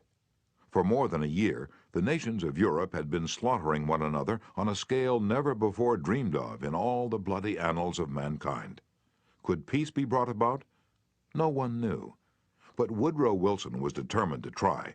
He would send a personal representative, a peace emissary, to counsel with the warlords of Europe. William Jennings Bryan, Secretary of State, Bryan, the peace advocate, longed to go. He saw a chance to perform a great service and make his name immortal. But Wilson appointed another man, his intimate friend and advisor, Colonel Edward M. House, and it was House's thorny task to break the unwelcome news to Bryan without giving him offense. Bryan was distinctly disappointed when he heard I was to go to Europe as the peace emissary, Colonel House records in his diary. He said he had planned to do this himself.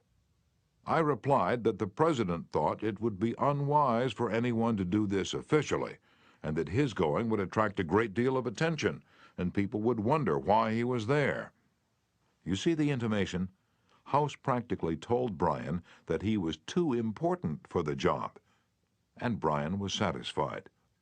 Colonel House, adroit, experienced in the ways of the world, was following one of the important rules of human relations. Always make the other person happy about doing the thing you suggest.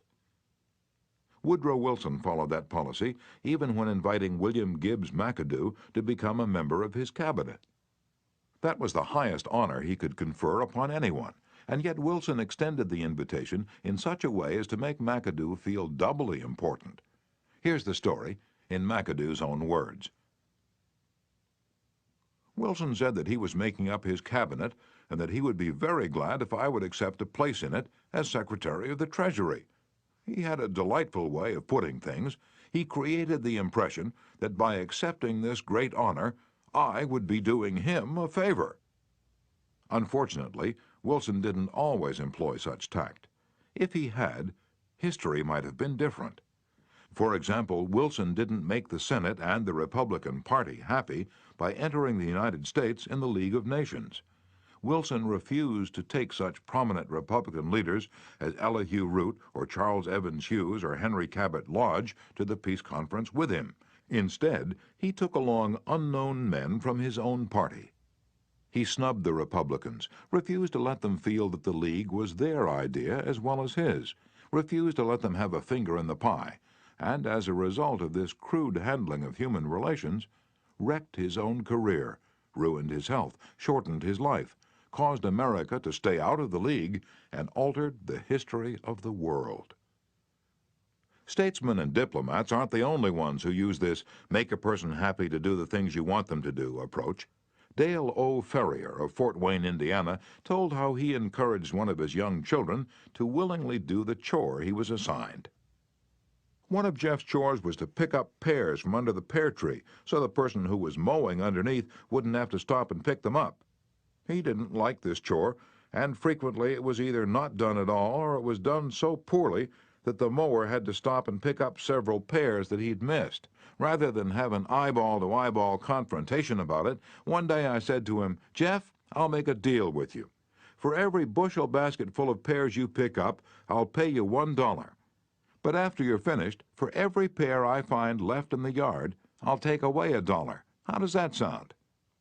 As you'd expect, he not only picked up all of the pears, but I had to keep an eye on him to see that he didn't pull a few off the trees to fill up some of the baskets. I knew a man who had to refuse many invitations to speak, invitations extended by friends, invitations coming from people to whom he was obligated, and yet he did it so adroitly that the other person was at least contented with his refusal. How did he do it? Not by merely talking about the fact that he was too busy and too this and too that. No, after expressing his appreciation of the invitation and regretting his inability to accept it, he suggested a substitute speaker. In other words, he didn't give the other person any time to feel unhappy about the refusal. He immediately changed the other person's thoughts to some other speaker who could accept the invitation. Gunter Schmidt, who took our course in West Germany, told of an employee in the food store he managed who was negligent about putting the proper price tags on the shelves where the items were displayed. This caused confusion and customer complaints. Reminders, admonitions, confrontations with her about this did not do much good. Finally, Mr. Schmidt called her into his office and told her he was appointing her supervisor of price tag posting for the entire store, and she would be responsible for keeping all of the shelves properly tagged. This new responsibility and title changed her attitude completely, and she fulfilled her duties satisfactorily from then on. Childish? Perhaps. But that is what they said to Napoleon when he created the Legion of Honor and distributed 15,000 crosses to his soldiers and made 18 of his generals marshals of France and called his troops the Grand Army.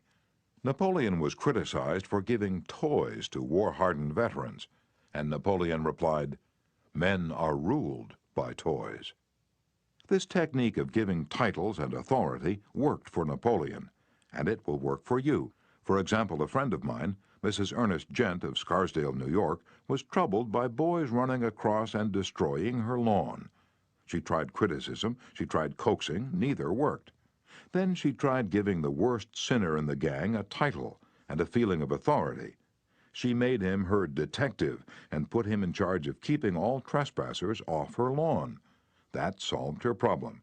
Her detective built a bonfire in the backyard, heated an iron red hot, and threatened to brand any boy who stepped on the lawn. The effective leader should keep the following guidelines in mind when it's necessary to change attitudes or behavior. 1. Be sincere. Do not promise anything that you cannot deliver. Forget about the benefits to yourself and concentrate on the benefits to the other person. 2. Know exactly what it is you want the other person to do. 3. Be empathetic. Ask yourself what it is the other person really wants. 4. Consider the benefits that person will receive from doing what you suggest. 5. Match those benefits to the other person's wants. And 6. When you make your request, put it in a form that will convey to the other person the idea that he personally will benefit. We could give a curt order like this: "John, we have customers coming in tomorrow, and I need the stockroom cleaned out. So sweep it out, put the stock in neat piles on the shelves, and polish the counter." Or we could express the same idea by showing John the benefits he will get from doing the task. "John, we have a job that should be completed right away. If it's done now, we won't be faced with it later. I'm bringing some customers in tomorrow to show our facilities. I'd like to show them the stockroom, but it is in poor shape. If you could sweep it out, put the stock in neat piles on the shelves, and polish the counter, it would make us look efficient, and you will have done your part to provide a good company image." Will John be happy about doing what you suggest? Probably not very happy, but happier than if you had not pointed out the benefits. Assuming you know that John has pride in the way his stockroom looks and is interested in contributing to the company image, he will be more likely to be cooperative. It will also have been pointed out to John that the job would have to be done eventually, and by doing it now, he won't be faced with it later. It is naive to believe you will always get a favorable reaction from other persons when you use these approaches, but the experience of most people shows that you are more likely to change attitudes this way than by not using these principles. And if you increase your successes by even a mere 10%, you have become 10% more effective as a leader than you were before, and that is your benefit. People are more likely to do what you would like them to do when you use Principle 9. Make the other person happy about doing the thing you suggest. In a nutshell, be a leader. A leader's job often includes changing your people's attitudes and behavior. Some suggestions to accomplish this: Principle 1. Begin with praise and honest appreciation. Principle 2. Call attention to people's mistakes indirectly. Principle 3. Talk about your own mistakes before criticizing the other person. Principle 4. Ask questions instead of giving direct orders. Principle 5. Let the other person save face. Principle 6. Praise the slightest improvement and praise every improvement. Be hearty in your approbation and lavish in your praise. Principle 7. Give the other person a fine reputation to live up to. Principle 8. Use encouragement. Make the fault seem easy to correct. Principle 9. Make the other person happy about doing the thing you suggest.